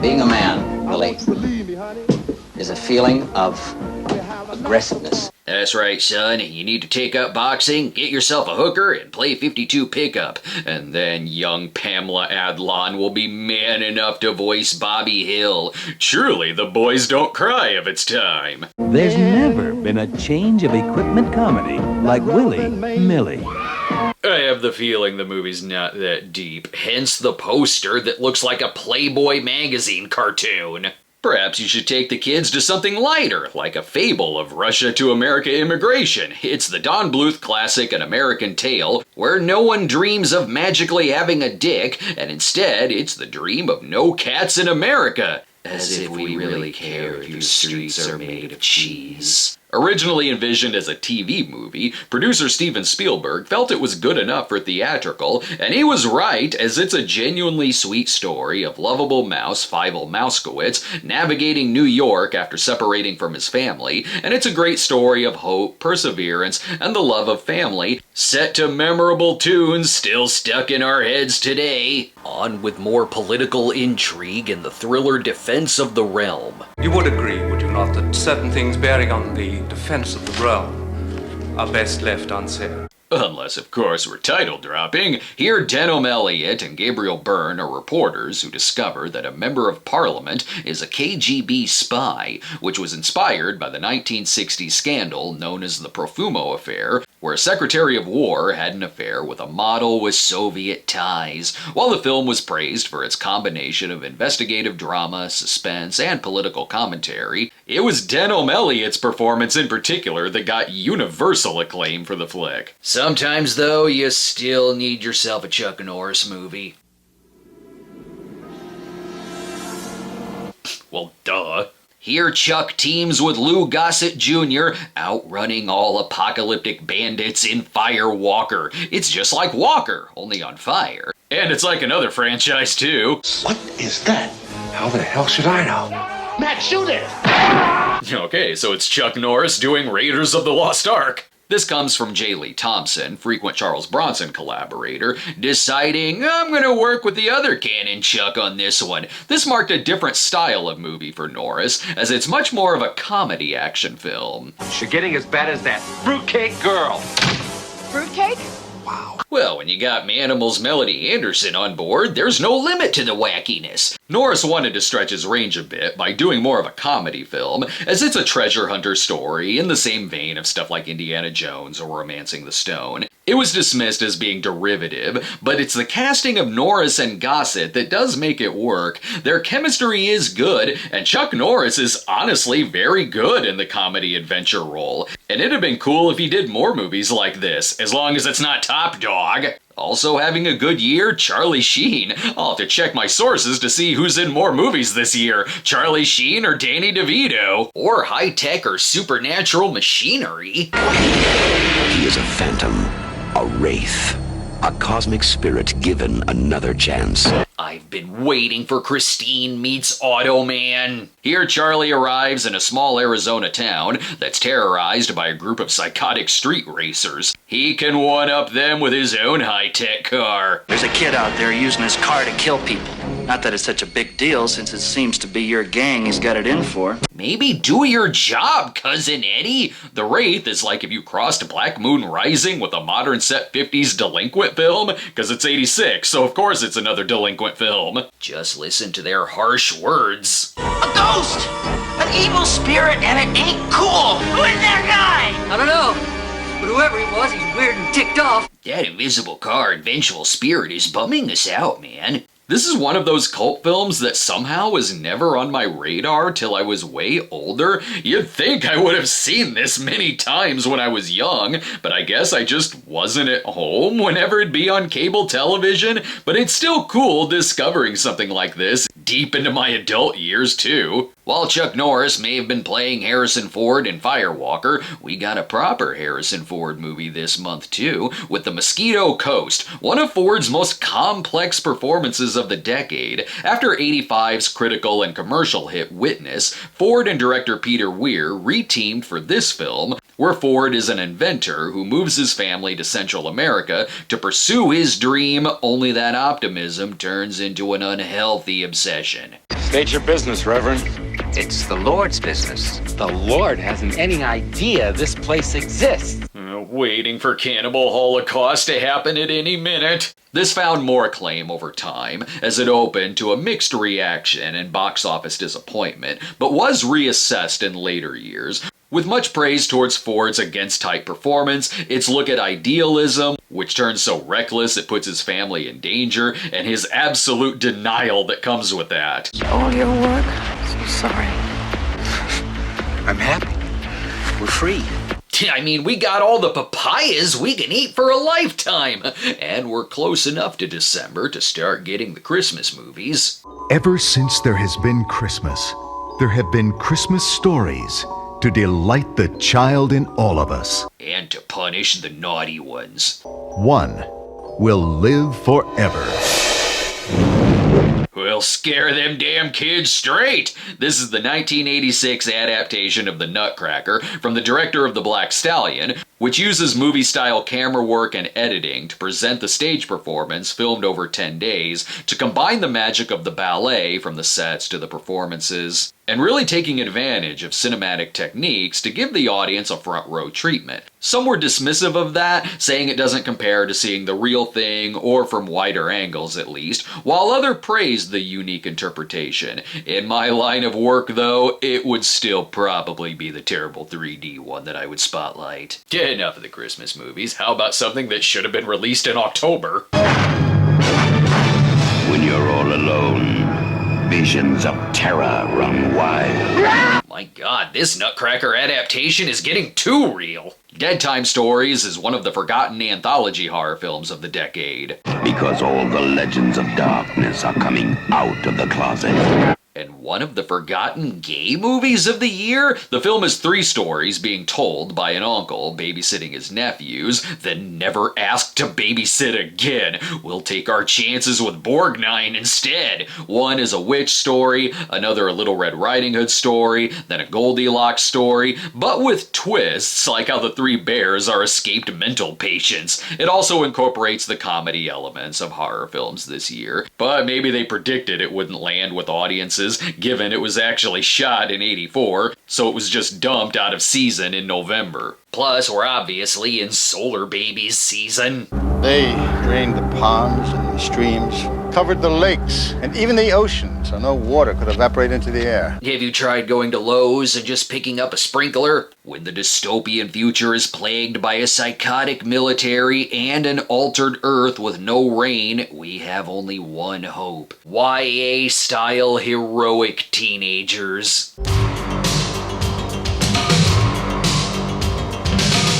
And the Wraith, apparently? This should be easy enough. You have Jason Patrick and Jamie Gertz. Have you tried seeking help from the Lost Boys? This was from Brooks Films, and Mel Brooks had a lot of luck producing films outside his normal genre, such as The Years The Fly, or previously Francis, or The Elephant Man, but this movie, pitched as a post-apocalyptic Little Rascals Saves the World, became one of the biggest bombs of the year, laughed off screen for its dialogue and plot, but is the type of film that between its roller skating heroes and 80s-ness seemed almost destined to become a cult film, and it did. So over time, Mel Brooks did break even on the money he invested. And when it comes to sci-fi, there was really no beating the next film at the box office. Avoid the planet Earth at all costs. We are under the attack of an orbiting probe. I guess the Solar Babies failed at their mission. Crocodile Dundee enjoyed a multi-week run at the box office, but knocking it out was the crew of the Enterprise, because audiences were still craving a fish out of water story, and it's a pretty great one too. Earth is about to be destroyed, and the key to responding to a probe can only be found through Wales, where the crew travels back in time to 1986 San Francisco. They have 24 hours. Everybody remember where we parked. Break up! And the movie totally works. Director Leonard Nimoy got a lot of freedom to return as director for the voyage home, so the movie infuses a lot of humor and even romance in putting the crew in a modern setting, and that could have been just a lazy gimmick, but the jokes really land, the chemistry works too, and the plot is engaging and even thrilling. Nimoy knew how to make a great audience sci-fi film, making this the 5th highest grossing movie of the year, and one of the most flat-out fun movies of the franchise. It's hard not to love a movie where Captain Kirk says, "Double dumbass on you!" A much more cynical film, though, would be the movie that's literally called Eye of the Tiger. I wonder what's on the soundtrack. Gary Busey is Buck Matthews. Soon to lose to Clubber Lang before even stepping into the ring. Eye of the Tiger marked Gary Busey's transition into action films, as this is your standard walking tall type revenge vigilante movie, where he's a vet who wants to clean up the town from a motorcycle gang. Oh, do you know what's going on out there? You know, it don't matter how we wish things were. It matters how we deal with how they are. Have you tried using an invisible car? As if you couldn't tell, it's a by-the-numbers movie completely sold on the title song, which is a weird thing to do for a song that's already synonymous with other movies. In fact, it wasn't originally called that. It was written under the title of Midnight Vengeance as part of a package with a sister film called Rolling Vengeance, but Scotti Brothers Records had the rights to Survivor's music, so the movie was retitled just to sell it on the popularity of the song. That'd be like if Staying Alive wasn't the sequel to Saturday Night Fever, but was instead the title of Raw Deal and still used the Bee Gees song? Weird. And of course the trailer is just the song. Face to face, fist to fist, and only one will survive. You and me! Wake me when Gary Busey also ends the Cold War in the ring. Now back to another movie that probably should have been released in October. We give you Lily the Succubus in Dream Maniac. Ooh, that succubus is hot. I'll take my chances. Tonight, it's party night at Adam's house. And you know what that means. Playing Zelda to the break of dawn, baby! Or, you know, doing a full moon video version of 86's Trick or Treat, as this is another one about a kid who loves heavy metal and babes. Do I know you? I doubt it. I've gone to private schools all my life, and I'm rich as shit. You're still in private school? What are you, the librarian? When Adam wants to be a famous rock star, he summons a succubus who will make all his dreams come true, as long as she can go on her own killing spree. But that isn't too surprising, because Lily is a dream maniac. And cause the title Deadly Friend was already taken. Look at it this way, dude, it's totally worth it. Yes, she's killing people in their tighty whities, but you'll have so much sex with groupies, you won't even care about the music anymore. And we've already got the best horror icon of the month anyway. Marty Ranson was the dork of Doddsville High. His classmates laughed at him. Marty Ranson will get the last laugh in Slaughter High, one of the great prank gone wrong slashers where they torture poor Marty so much he's engulfed in flames. Guys, maybe we should have just pissed in his thermos or something. But years later, when a reunion is thrown, it's all just a ruse to lure them back to the school, get them good and drunk, and off them one by one, either through poison or electric beds. This movie is crazy, and I love it, as it was another big influence on my first book. If it's got some early 80s vibes, it was also filmed in 84 under the title of April Fool's Day, but we already have that in 86, just as long as we still know that Marty is a dork. Marty Ranson is still a dork, but tonight he's getting even. Vestron Pictures presents Slaughter High. Even the trailer bullies this man. Schools are straight up dangerous in November of 86. If you're not at the Slaughter High, then you're at Nukem High. Welcome to Tromaville High.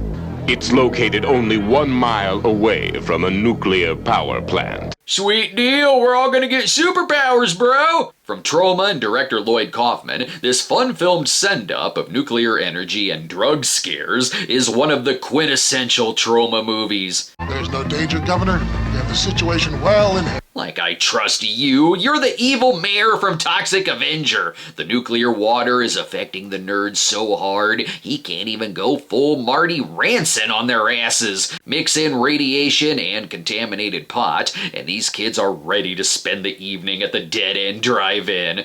The Honor Society has changed from a group of clean-cut preppies into a vicious gang of cretins. No, really, Cretins is their gang name. I don't know, it seems like nuclear power has made this the greatest school since rock and roll high school. Troma had a blast with this, whether it's applying the nuclear scare to the punk aesthetic and also safe sex PSAs, like how the young couple has sex, leading to a frickin' mutant baby. Showing much love for the creature feature genre too. It's a real B-movie delight that absolutely knows how to work with its small budget to make an exploitation film that's somewhat still pretty epic. Troma was also having a good year, as 86 also had their film Combat Shock from director Buddy Giovinazzo, released in May of 86, and went a much darker, bleaker route, but still has a mutant baby, with its plotline about a broke war vet and how his life is complete shit, surrounded by drug addiction and poverty. It's a real gutter sleaze of a movie that packs a punch, with its blending of post-Vietnam PTSD and Eraserhead. Coming up in December, we're finishing out the year with more monsters like King Kong, Satan, and Venus flytraps, and there's more Vietnam in Best Picture winner Platoon, which doesn't feature deformed mutant babies. Feed me! Seymour's green thumb drips red blood and creates a mean green mother from outer space in this botanical beauty of a musical. Little Shop of Horrors is next. It took until December for a real man's man to get these delinquents into shape. Sergeant Tom Gunny Highway, Congressional Medal of Honor winner, over 30 years in the Marine Corps. No need to go any further, I know he's tough. His name is Sergeant Highway. And of course that he's played by Clint Eastwood. No prison cell can contain this Marine. Put him in the movie Penitentiary and that film will be over in 5 minutes. Not to mention any breakdance film. I get told of rock and roller. Shut your face, hippie. Ain't been no hippies around here for centuries, man. Been freeze-dried or doing hard time. Ugh, I hopped on the casting bus to a Canon film, didn't I? Not only does Mario Van Peebles need some discipline here, but so does the whole damn platoon of young snot-nosed Marines. If he can balance that with his ex-wife. Bad whiskey, bad sex, and bad men I never forget. You didn't talk dirty like that when we were married.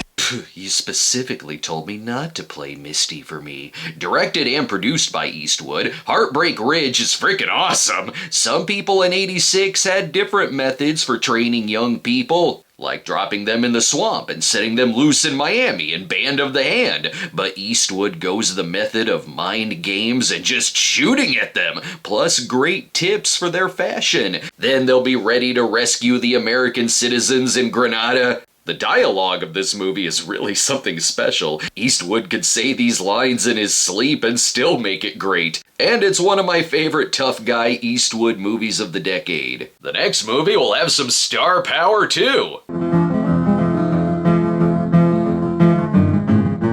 Who the hell is Diane Jessica Sissy? Oh, it's the actresses, where Jessica Lange has left her lover, Diane Keaton lives alone and has no lover, and Sissy Spacek, well, she just shot her husband, making crimes of the heart like a Southern Fried Hannah and her sisters. Trashy McGrath and your trashy ways, going around with married men, shooting your own husband. You want the potatoes ready in time or not? The film is ripe with melodrama, given the sisters' fondness for scandals or a wicked sex life, but it does so with a lot of dark humor and great performances all around, making it the better Sissy Spacek movie based on a play between this and Night Mother, and it got her an Oscar nomination for Best Actress. Sadly, no Oscars for the next. Eddie Murphy is back.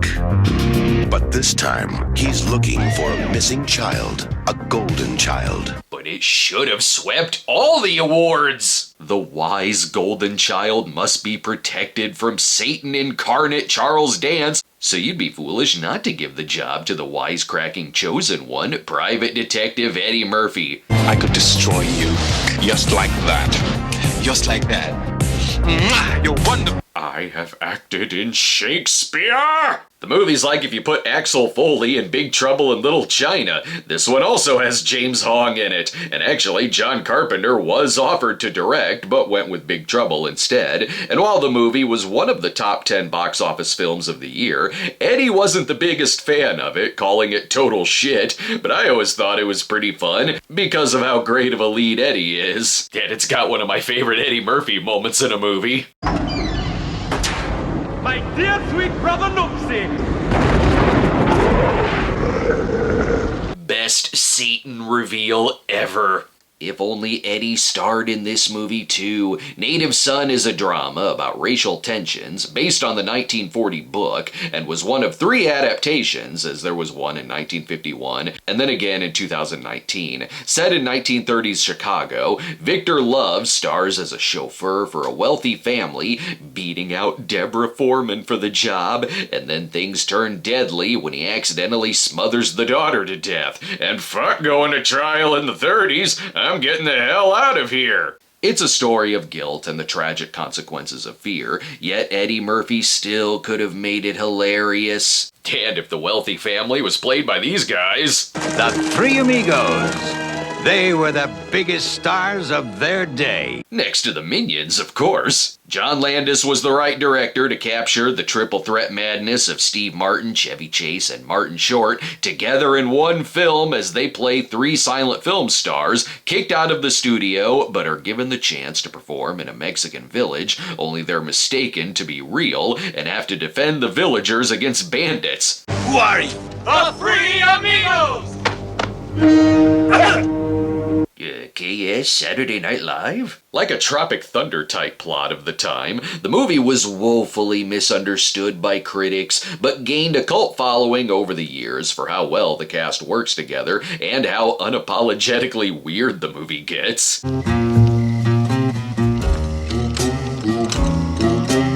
It does help if you watch the movie high. From the number 3 to 0, though, now we have the Zero Boys, who clearly make their badassery known, even if this is a game of paintball they're playing, making them the greatest paintball team ever. They're even defeating the Nazis. But like how our beloved Amigos put their talents against bandits, the Zero Boys go out for a weekend getaway where they're hunted by actual serial killers in another Hunters Become the Hunted movie. The hunters become the prey. The blood is no longer paint. My God, they're packing ketchup. It's like if you cross the Anthony Edwards movie Gotcha with a slasher film. You know it's gonna be a thrilling epic though. Hans Zimmer did the musical score. There is something charming about a film that comes across like a group of drinking buddies got together to make a home version of Predator. Guys, we got this. If we don't defeat the killers with our sweet paintballing skills, we just challenge them to a game of who can stand in the lake the longest while being electrocuted. Released theatrically elsewhere, it went direct to video in the States. That makes sense. I'd rent the shit out of this. At least I'd rent it over the next movie. They're promising the return of the biggest hero of our time, and I guess he is. It's King Kong Lives. But does he really live in this lifeless movie? After the 1976 King Kong, Dino De Laurentiis wanted to do a sequel, but it was held up over the years due to legal rights and went through a ton of scripts, so what they settled on was Kong still being alive after the end of the first, and he needs a heart transplant surgery. Stay with me. Then when Kong gets his artificial heart, he senses there's a lady Kong nearby and escapes for a story of Kong romance and survival. This movie's boring. It did perform way better overseas, but still couldn't recoup the marketing costs, and between this and Taipan, both led to the bankruptcy of the De Laurentiis group, but they can still rest well knowing they gave us Blue Velvet this year. And we've already got a more inspired B-movie of the year. It all began in this little shop. Ow! Damn roses! Little Shop of Horrors is pure musical movie madness. From the off-Broadway musical, which itself is based on the 1960 Roger Corman flick, only with jaunty tunes. I've given you sunlight. I've given you rain. Can you sing anything from Streets of Fire? Seymour is the perfect person to watch over Audrey 2, as it craves blood and dead ass, though. The plant is an ass man, who knew? While Seymour appears to be a breast man. A magical mix of camp, dark comedy, and a satire of rising from poverty and abuse to living the American dream. The film has wall-to-wall great music and laughs, especially from the supporting cast, as we get another delightfully weird Steve Martin role, and Bill Murray taking a break from his acting hiatus between Razor's Edge and Scrooged. Oh yeah, and it's got the absolute best and most stunningly beautiful and ambitious alternate endings I've ever seen. There will be no mercy in the next film either, as it's literally called No Mercy. Finally, the John Kreese origin on the big screen. No Mercy is a cop film, as Richard Gere is a Chicago detective. I know I asked earlier who's been in more movies this year, Charlie Sheen or Danny DeVito, but turns out the right answer is Chicago. Here, Richard gets caught up with Kim Basinger, who works for a mob boss. She's from deep in the bayou. One man owns her. Again, Yorgi? How have you not been put away yet? When Gere's partner dies, he travels to New Orleans to find the killer, and upon arresting Basinger, the two end up handcuffed together and on the run from the real killers. They were drawn together by his need for justice. And his need to get so laid. Like a cop film Defiant Ones, with all the erotic appeal of 9.5 weeks. Passion knows no limits. Die, my friend! Expect no mercy. Get worth it. I don't even remember my dead partner's name. Now we can get to the Charlie Sheen movie of the month, and it's his best too, clearly. It's Best Picture winner Platoon, based on Oliver Stone's own experiences in Vietnam. Stone has come a long way from Vietnam, but he has not left it behind. Don't forget the drugs, too, as he also wrote Scarface and 8 Million Ways to Die. Sure, it gets into the real horrors of the war after Sheen enlisted upon thinking it was gonna be a fun lark, but... Nam really did have a great soundtrack. Yeah, it's fun and games and smoking pot one minute, and then the next pure chaos and amorality as the young soldier is caught between the compassionate Willem Dafoe and the walking My Lai massacre Tom Berenger, where Sheen must choose what kind of man he wants to become if he survives the war. A deeply personal film that was the first major Vietnam movie to be directed by a Vietnam vet, giving it a real ground-level, authentic touch rarely seen in a film like this of the time. And if you like the movie, make sure you take home the video game. What? For a different type of memoir, we have Brighton Beach Memoirs, based on the autobiographical play by Neil Simon, where Jonathan Silverman is Eugene, a young Jewish boy who grows up poor in a very crowded house and brings a ton of Simon-style humor to its coming-of-age story, meaning a shitload of horniness. You can't marry your first cousin, you get babies with 9 heads. And nothing can make you laugh. Am I watching the story of a young Neil Simon, or the story of the writer of Porky's? This would be the first in Simon's Eugene trilogy, which would later include Biloxi Blues and Broadway Bound, but sorry, clearly I only watch memoirs when there's a very respectable Nintendo tie-in. Or more melodrama, obviously. Miss Mary, a very moving performance by Julie Christie. And hot 80s club music. Check out this radical tone switch. She came to a family. It's Miss Mary, the new governess. Am I watching the same trailer? Miss Mary, played by Julie Christie, is an uptight governess going to work for a wealthy family and raising their kids, while they fence and attend award shows, with, of course, a looming world destruction in the background. How will they ever have the time for an affair? Oh, they'll find the time. 8-ball in the side pocket indeed. On second thought, maybe I shouldn't have a nanny, unless, of course, it's a musical. Now on to more teen shenanigans. What's it gonna be this time? Skateboarding, bicycling, more breakdancing. Tom Burlinson in Windrider. Ah, windsurfing. Okay, haven't done that one yet. This is the Australian film Windrider, where PC lives by his own rules. Screw you, streetlights! And he has one goal, winning the big competition or banging. I guess that's why I find you so gosh darn compelling. Touch me and I'll rupture your spleen, Mr. Simpson.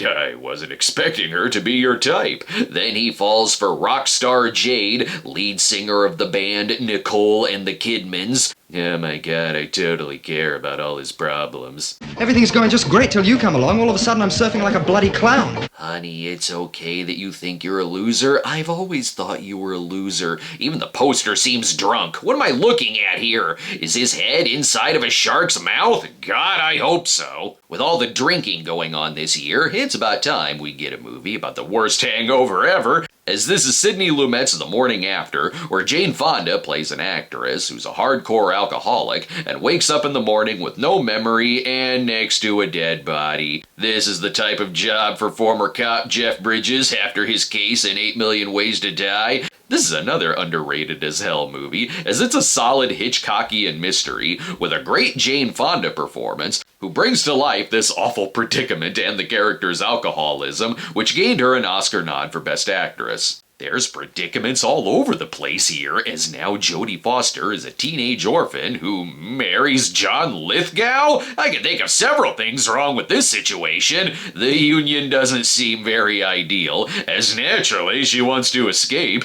and she poisons the man because she's in love with his brother. This had a very random release, as it was a co-production between Australia, New Zealand, and the US, where in other countries it was titled Mesmerized. Then in the States, we got it as My Letter to George. Seems like an uplifting tale. Jodie Foster, John Lithgow, Mesmerized.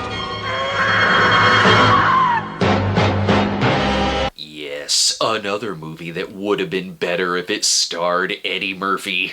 There was some luck earlier with St. Elmo's Fire alumni Rob Lowe and Demi Moore reuniting for the great film About Last Night, but now here's another reunion, now with Demi Moore and Emilio Estevez in Wisdom, which at the time made Estevez the youngest person to write, direct, and star in a major film. It's basically a Brat Pack Bonnie and Clyde, where Estevez plays John Wisdom, clever, who along with his girlfriend goes on a bank robbing spree and they become folk heroes. While it's respectable how ambitious Estevez was at a young age, the movie itself is not that great. For the most part, it plays along like an okay 80s Robin Hood story, until it gets to one of the worst, most cop-out endings of the decade that you have to see to believe. Hell, the next movie is more realistic. It began at a party. And it's about an evil Ouija board. Haven't any of you seen The Exorcist? One of you is gonna end up pissing on the carpet. Yeah, he's alright. He's just a little dead, that's all. Shut up, Jim. What's he gonna do, haunt me? Yes, this is the movie Witchboard. That's exactly what's gonna happen. Sure, it's all fun until poor Linda decides to use the board on her own without a proper man of God nearby. Then the ghost of a dead axe murderer comes back to haunt her and anyone doing construction without permits. And the movie is kinda cool. This was the first film for director Kevin Tenney, later of Night of the Demons, and instead of making a cheap, gross-out movie, he opts for a more stylish film, where the movie is carried by really good cinematography and a sense of humor and foggy atmosphere, like a modern 60s-style horror film. It gained enough of a following, too, for there to be a couple of sequels, and a 2024 remake that I'm literally just now finding out about. I'm afraid that does it for 1986. We're all tapped out. No more movies to find here. Okay, just one more for the road. The Ultimate Ninja. A lifetime spent training for revenge of one man's father and friend. Ooh, that's some smart thinking, saving the Ultimate Ninja for last. There's never any topping the Ultimate Ninja. Will the Ultimate Ninja also be seeking the Golden Ninja Warrior? The Ultimate Ninja.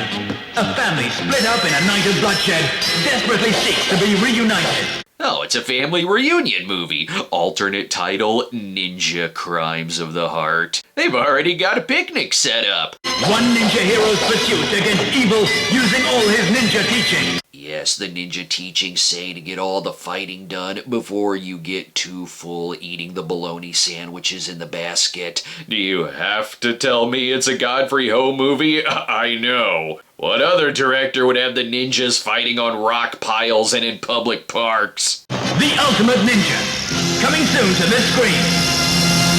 I highly doubt it. No movie theater screen is showing that, unless you're talking about my TV screen. Now we have made it to the end, our chance to remind you of the best film of the year. Well, Blue Velvet, obviously, but also some overlooked movies of '86 that you should check out, like FX, The Hitcher, House, Murphy's Law, 8 Million Ways to Die, Mona Lisa, The Mosquito Coast, Wise Guys, Manhunter, Dangerously Close, sure, why not? Ruthless People, Running Scared, About Last Night, Vamp, Dead End Drive-In, The Morning After, Radioactive Dreams, The Color of Money, Peggy Sue Got Married, Something Wild, The Mission, Touch and Go, sure, why not Crime Wave? And you know you want to rent Slaughter High as well. There are plenty of themes this year, too. Movies selling soundtracks, a ton of Chicago movies, movies going for a Miami Vice look, lots of sinister high tech.